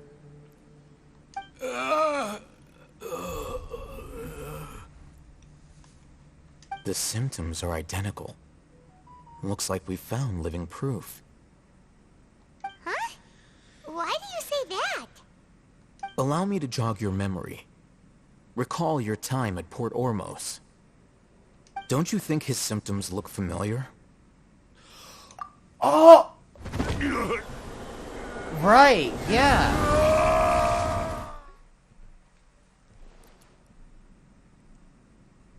The Alan Almar guy, leader. Oh! Now that you mention it, they're acting the same way. Correct. The Academia is behind all of this. It isn't difficult to deduce their rationale. First, the Academia spread a false rumor of King Deshret's resurrection, emphasizing the role of the village keepers, the mad scholars who were exiled to Aru village. These rumors were all the persuasion that the radicals needed, and those based in Aru village leapt into action. Unbeknownst to them, of course, through rounding up the scholars, they were actually helping the Academia. As well as being able to exploit the radicals for their own ends, this scheme has one further advantage to the Academia. all the risks and responsibilities are offloaded onto King Deshret's followers. Life for the desert dwellers has been brutal ever since King Deshret's death all those years ago. Beneath the surface, feelings of desperation are widespread. Many would give everything they have for the prospect of something better. Anyone looking to exploit that for their own ends simply needs to make a few empty promises. Even if complications arise, people will see that those involved are all followers of King Deshret, and look for no further explanation than differences of belief. A deep-seated mistrust of the desert and everyone in it by the rest of Sumeru will make sure of that. The notion of an academia plot wouldn't even cross their minds. It may seem like a simple strategy, but it is able to work wonders under Sumeru's current circumstances. lot of sense. It's in line with the village chief's theory, too. Huh. But there's still one very important question. Wasn't it the academia that brought the scholars to Aru village in the first place? Why does it want them back now? Because now the Fatui are involved. Throughout this process, one thing has changed. The scholars' identity. First, they were scholars. Then, they became lunatics. After that, they were exiles. And finally, they become missing persons. I don't think I follow your train of thought. An exile is still patently a living, breathing human being. But when someone becomes a missing person, that is brought into question. Oh. If you can't find someone, you have no way of knowing what exactly happened to them. That makes missing people an ideal resource. Oh, that is twisted. Resource? For what exactly? Soul harvesting? One possibility is that the information in their brains could be extracted into knowledge capsules. Okay, so basically, soul harvesting. They're soul harvesting the mad scholars. Extracted? You mean canned knowledge comes from people's brains? Well, duh, I already kind of figured that. With the technology of the Sumeru Academia, it's entirely possible. Perhaps the process caused them great suffering, which is why they cry out in the dead of night, when no one is watching them. So, the human brain... Nope, nah, Hyman doesn't want to think about this. How did you know about this, though? I'm the Academia scribe, after all. I'm familiar with their projects. Ah. Anyway, judging by Razak's state, the contents of a divine knowledge capsule were extracted from his mind. But something went wrong in the process. Or perhaps his curiosity got the better of him, and he used such a capsule for himself. Hyman's a little confused. Can they just use anyone's brain? That can't be right. Most of the mad scholars had made contact with the divine consciousness in the forest. That's what the academia is after. It's also safe to assume that that this knowledge has something to do with the Fatui, the Doctor, and also the Balladeer. They're using the divine knowledge capsules to turn the Balladeer into... They're trying to turn him into a Gundam! The look on your face tells me you've realized the answer. The academia needs people who have been exposed to the divine consciousness. That's right. To some scholars, gaining knowledge about the gods is their entire life's pursuit. Extracting canned knowledge is just one of the extreme measures they turn to. However, I can't help but wonder, what do they seek to gain from divine knowledge? The academia is going out of their way to look for forbidden knowledge, but what is their ultimate goal? To make a Gundam. I've spent quite some time trying to analyze the contents of the divine knowledge capsule, but to no avail. It seems like my way of thinking is too different from theirs. You mean you're not even slightly interested in getting your hands on this forbidden stuff? All scholars seek to expand the horizons of knowledge, but I'm not particularly interested in gods, so I don't share their degree of zealotry. Fair enough. Extracting information from people as if they were lifeless objects? If this is the direction of academic progress, then the academia may as well shut its doors. Sounds like you're really against all this. Well, who wouldn't be? Of course. The academia's actions run contrary to their rules. Whether it be academics or knowledge, everything has its boundaries. If those lines are crossed, the rules and order that govern everything in the world will be destroyed. This matter needs to be corrected, just like fixing a typo in a book. Wait, didn't you step in to help because you felt sympathy for those poor people? Not to be callous, but no. My criteria are a little more restrictive than that. There is no shortage of suffering in Sumeru, and the same can be said for the rest of Teyvat as well. What do you plan to do about that? Save every last person? Probably not. Paimon's not sure. You can say that. Simply put, I don't blindly place my faith into strength or heroism. I do what I want. Fair enough. The Divine Knowledge Capsule is something I want to investigate in full. That doesn't mean I'm willing to take action for the sake of a few strangers. Though he rejects the notion of greater moral responsibility, he justifies his actions because they are true to his personal motivations. Someone like him might actually make for a better ally. Yeah. I've been wanting to say this for a while. There are a lot of bad guys in the academia, but you're not one of them. You're their weirdo. You're one to talk. You're probably right. Though I must say, I quite enjoy this feeling of being the odd one out. Uniqueness is also an asset, is it not? Yeah. Wow, that's a great way to think about it.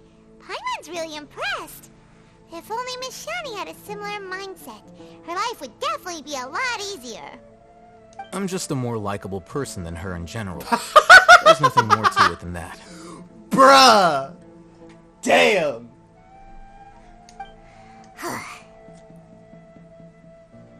What do we do with Razak, though? He won't last long if we leave him here. Let's take him with us. We'll work out our next step after we return to Aru Village.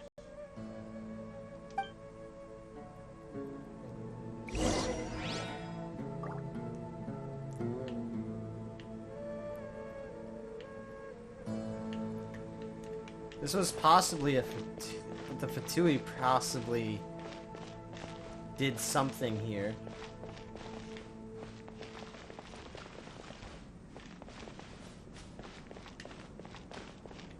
Nah, it's too old.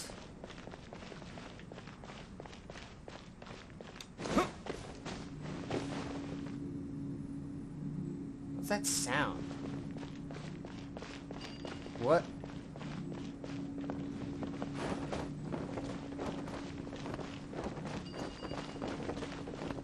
Oh, it's the... yeah, it's just one of the elemental beacons or whatever they're called.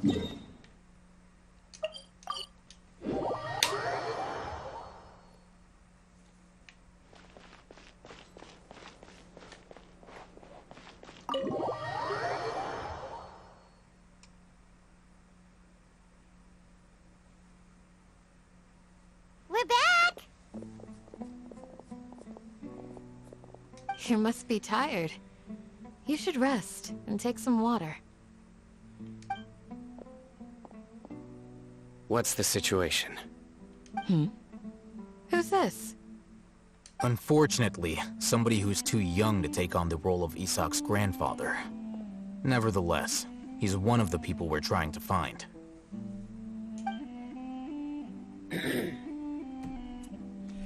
I'm hungry. So, at one point in time, the abandoned Elazar Hospital served as the Academia's site for extracting divine cant knowledge. Yep, pretty much. Their plan must have been implemented at some point before we arrived at Aru Village, since divine cant knowledge has been in circulation for a while now. Yet, they fled once we were headed to the village, almost as if they knew we were on their trail. Why is that? Yeah, why is that? We may have a mole in our midst. Or it's the Akasha. One of us could be secretly revealing our whereabouts to the Academia. I mean, only one of us are wearing an Akasha. Huh? Are our friendships that shallow? Looks like none of you have realized wherein lies the issue. And that is? Sino. You're the reason why they can predict our movements. Wait, what's that supposed to mean? Choose your next words very carefully. It is simply a logical inference. I have my reasons. So what you're saying is...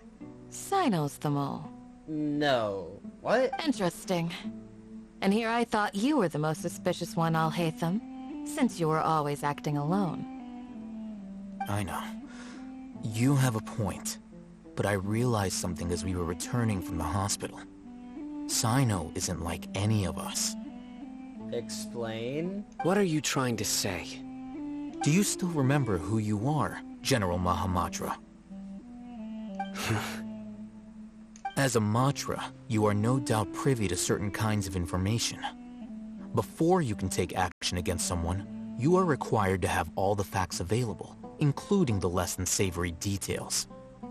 Simply put, the Academia has traditionally allowed you access to a wealth of sensitive information. Knowing their modus operandi, wouldn't you expect them to take precautions against you? If you want to raise a vicious wolf, you need to make sure that you can avoid its bite. The Academia is monitoring me? It's not that simple. The Academia has eyes all over Sumeru, but they have a special protocol for dealing with you. Every so often comes a Nyagarbaha Day. On this day, the Academia enters new information into the Akasha through knowledge capsules. I remember seeing the thick notebook next to the control panel once. Its contents were all about the General Mahamatra, his activities throughout the day, preferred methods of enacting judgment, everything. You're saying that the Academia entered my information into the Akasha too? But what's the point in doing that? My actions aren't important enough to be added into the Akasha. The Akasha is capable of computation. The Akasha's algorithms are entirely capable of predicting your movements using the data entered. When you would depart, the route you would follow, your destination. It knew all of this. It predicted my every move. The Academia has been watching you longer than you think. However, the fact that you resigned is proof that their suspicions were well-founded. So that's how it is. Cyno adheres to his principles so strongly that he's actually a thorn in their side. Tenacity of will and steadfast faith are worthless to the Academia. They need scholars who are easily pliable and mindlessly go after anything they can profit from. So I'm 100% down on crushing the Academia. Cyno, don't take it to heart. This just proves how much of a trustworthy ally you are. They escaped because of me. Don't blame yourself. It's not like any of us would have known.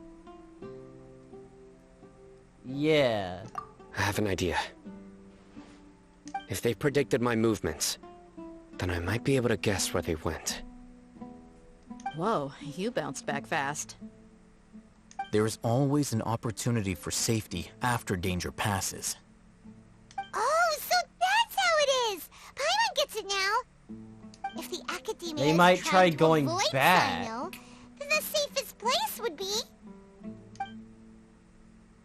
Behind him. What? They're gonna try to go back. They'll want to proceed in the direction opposite of where I'm going.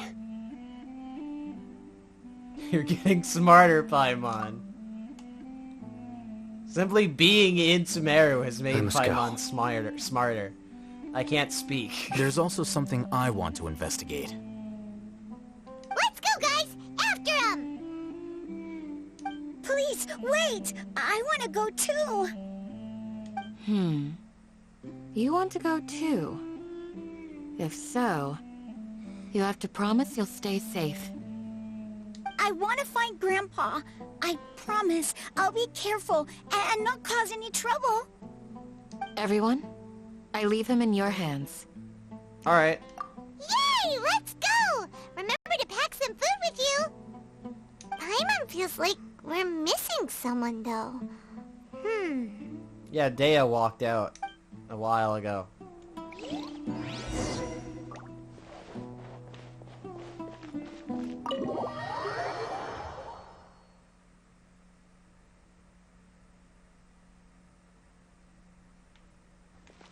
What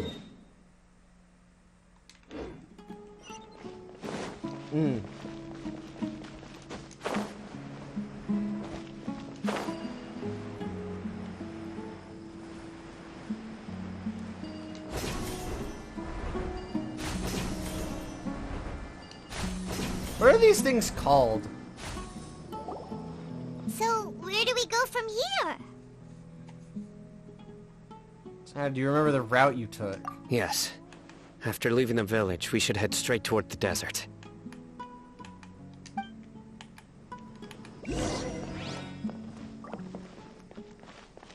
I know the desert like the back of my hand. Is that because you play here a lot? Yep. One time, Grandpa almost got lost in the desert, but I was the one who brought him back. What is this? There's something here. What's this? Academia charms? It's buried in the sand. Looks like we'll need to roll up our sleeves and do some work. And Paimon thought running around everywhere was already enough work. You don't even run. Now is not the time for complaining. Okay. So, we have to dig it out? Whatever's down there, looks like it's buried really deep.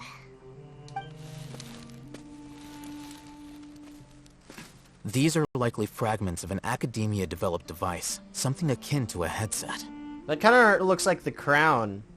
I don't remember what it was. I don't remember what it was actually called. It was remember the thing where they had the 6 Darshan pick a... I don't remember. It was in one of the event where Kaveh got his briefcase. Looks like there were more than one village keeper. They must have been escorted this way, because there are device fragments scattered around here. Let's split up and search the area. Chances are that we'll find other things nearby. Everyone goes in different directions and starts digging in the sand. Is this what we're searching for? It looks kind of scary. Are these the soul harvesters? This is definitely a device used to extract divine knowledge. How did it end up buried in the sand? That can't have been part of the plan. They must have been attacked along the way. Perhaps. Wait, what? Grandpa, I hope you're okay. Don't worry, your grandpa's gonna be fine. Razak didn't display any signs of starvation or dehydration, which means that they left fairly recently. We should be able to catch up. One more thing. Given that the device had been entirely covered by sand, I believe the attack must have happened prior to the sandstorm. Yeah, that makes sense. Let's keep going. They can't have gone far.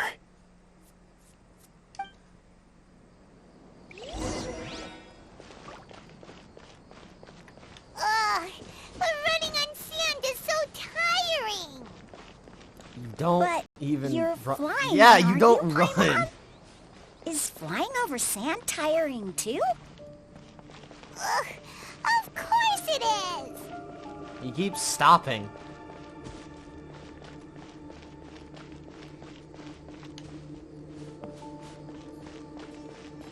Voices, over there. It sounds like an argument. Whoa, you have really good ears. Don't Yeah, get what do any you think closer. the hat's for? They'll notice us. Oh, it's Dea.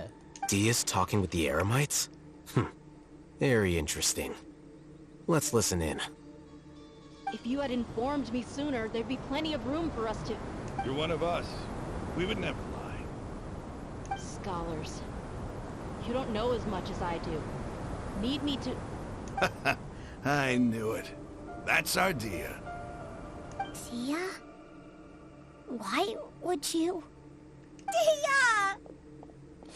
No! Hey, what are you doing? Huh? Didn't you say you'd help me find Grandpa? Why are you on their side? Well, look who's here. Ain't that something? This complicates things. You've betrayed Aru village. So, this is the great General Mahamatra. Dear, you'd be better off as my assistant than hanging around with this motley crew. Seen for yourself. I have the means and methods, and my ideals are far more admirable than theirs. I'm not the type that's easily swayed, Raman. You of all people should know that. Wait! What's going on, Dia? Whose side are you on here?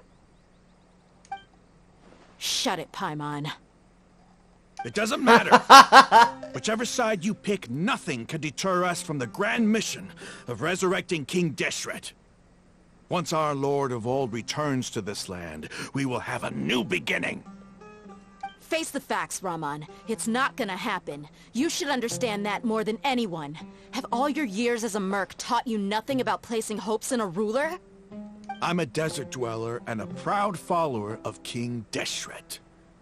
Whether I live by the edge of the sword or in peaceful comfort, my soul will always carry this conviction. It's not too late yet. The village mad scholars aren't gonna bring King Deshret back to life. You don't understand, my dear lady. Pursuing our faith is our purpose in life. Even if the chance of success is 1 in a million, we must be willing to give everything we have. Even if it'll expose you to the academia? Even if they end up disbanding the Eremites? Your Eremites, which you've worked so hard for all these years? Yes.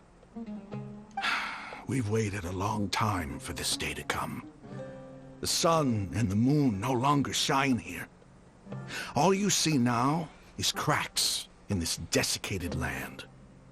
But fate has finally dealt me a hand to play against the Academia. With these scholars in our custody, we'll stomp the Academia's forces and fight our way beyond the wall of Samiel. Ridiculous. Think about it. The Academia controls the entirety of Sumeru. Your powers are negligible in comparison. If you still don't believe me, then try asking these 2 men. They're also against the Academia, but neither of them are as arrogant as you are. They look more like pawns of the Academia to me.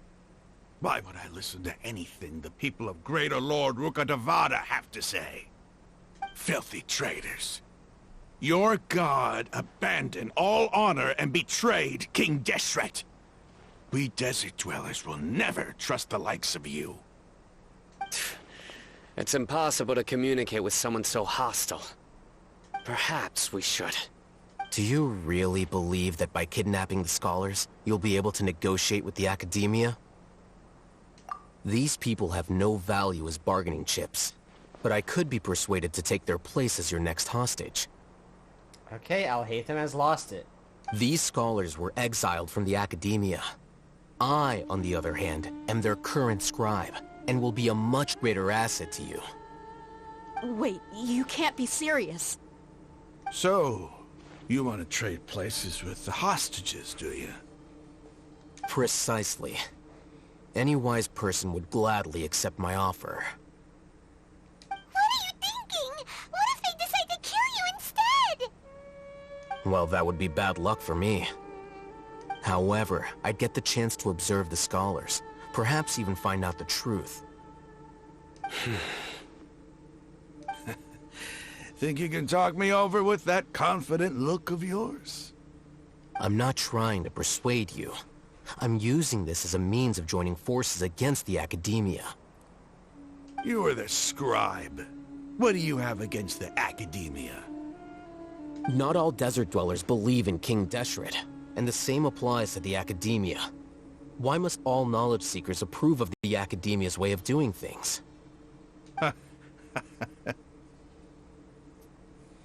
You Academia scum. Every last one of you is nothing but a hypocrite, just like everyone else on the other side of that wall. I've made myself clear enough. I Can I won't just listen stab him already? to another word from the Dendro Archon's people. Not so fast. Al-Haytham, do you stand by everything you just said? I never make empty promises. You know you're making a dangerous decision, right? I do. Good. Raman, hear me out. These people are my friends. Maybe you can't take the followers of the Dendro Archon at their word, but what about me? Do you trust me? We've known each other for years. Of course I do. In that case, I'm willing to vouch for their honesty with my right arm. Come on, Raman, don't be a coward. If you're serious about taking on the Academia, you need to steel yourself. You can't be afraid. An arm from the Flame Mane. You've piqued my interest. But what if you refuse to oblige? What should I do then? No one's a fool here, Dia. We're mercs. And mercs don't tend to live long unless they have their wits about them. You're not wrong, but this is different. I promised my friends that we'd bring back the Village Keepers together. Let's do it right here, then. Give me your right arm as proof of your resolve. Don't listen to him! He's not even trying to negotiate! He just wants to make things more difficult! That's fine. Are you crazy? We came here to save lives. One arm for that many people is still a pretty good deal, if you ask me. Raman, I'm holding up my end of the deal here. You'd better not let me down. Is that arm even real? Sure. Go ahead and cut off her right arm. No! Dia! What are you gonna do? Think of something! I don't even think her arm is real. You don't have to go this far. That's not for you to decide. Do it! I don't...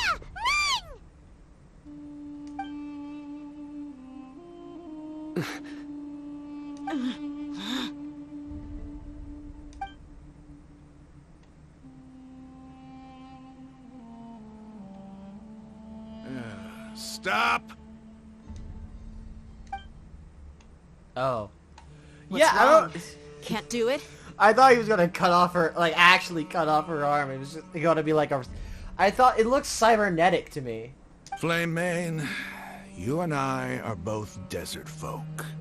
Cutting off your arm is no different than cutting off my own fingers. Where's the sense in cutting my own kin to pieces? You've shown me that you're serious. Go on now, take your friends and leave. Meet me in the desert at noon tomorrow.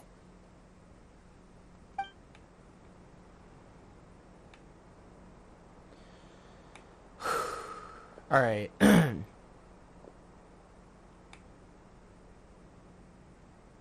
I can't be the only one who thinks her arm isn't real.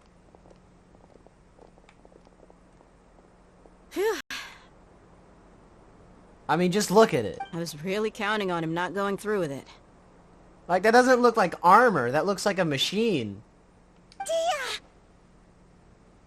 That was crazy! Have you all lost your minds? What if he'd actually cut your arm off? Then I just have to hold my claymore with my left arm. Please do not do that, though. Okay, I'm sorry. But sometimes when you're out on a limb, you gotta double down to seal the deal, you know? It's gotta be fake. Why does it have... Don't ever make a promise like that again. I can deal with the likes of them. If it came down to it, you would not lose to them either.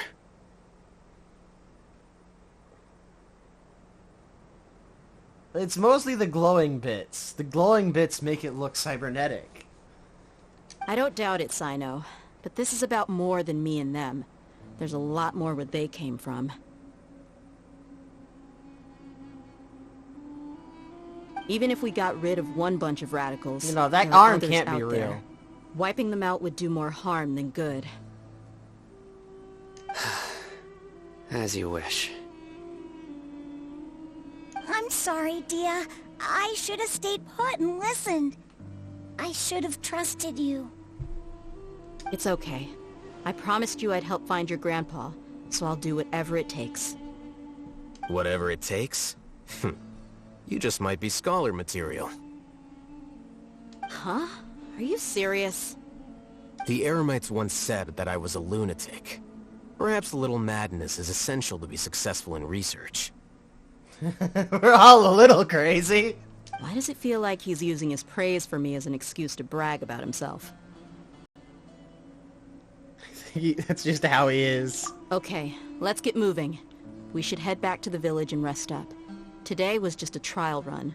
Noon tomorrow is gonna be the hard part.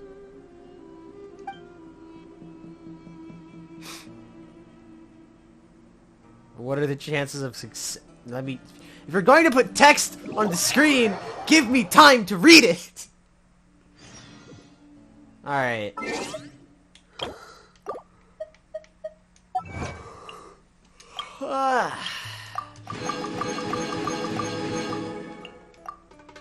I'm going to...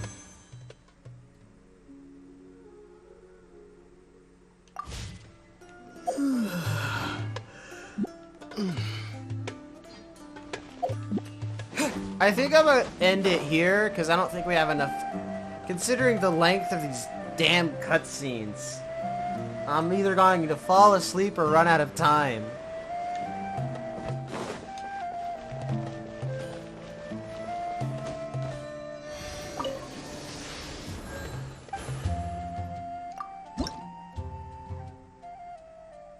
When did I get 5? Huh.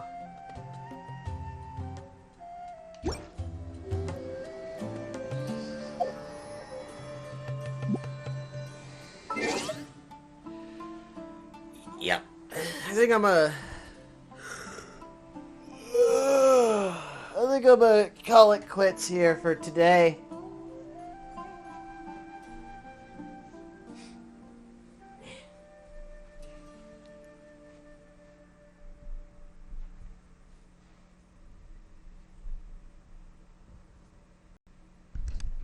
Let me move the mic a little. Alright, so... yeah, that's going to be it for today, because there's... the cutscenes tend to be a bit long, and I kind of want to, you know, not run out of time for today. So, I'm going to end for today, get food, and then I'm going to do something probably, because I'm now realizing that would be... okay. Let me start over. Let me just start over. I'm going to go now. We'll continue tomorrow. We're going to get right back into it tomorrow. However, a few things that I want to bring up since I am here. I have a few things to continue, and a few things I'm going to be pulling from Twitch. Things that I'll be continuing from Twitch. If you really, really need it, you can go to the archive that's on YouTube. Should be somewhere on my channel. If you can't find it, then I don't know what to tell you. But, it should... You should... If you really, really need to, you can go there, watch the past streams. That way you'll know what I'm doing.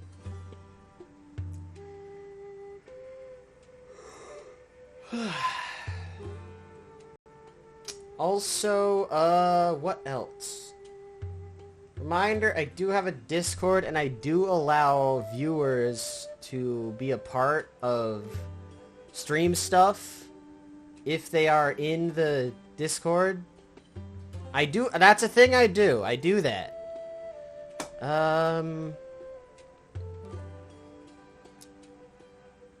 Though, might be under renovation in a short while, because I need to figure something out. What else? I'll start streaming Persona 5 Royal again soon.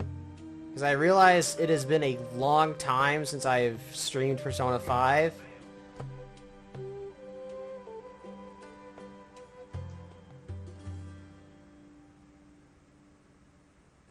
Okay, that was just my phone. The mail is here. I have to go get the mail now. So I'm gonna go.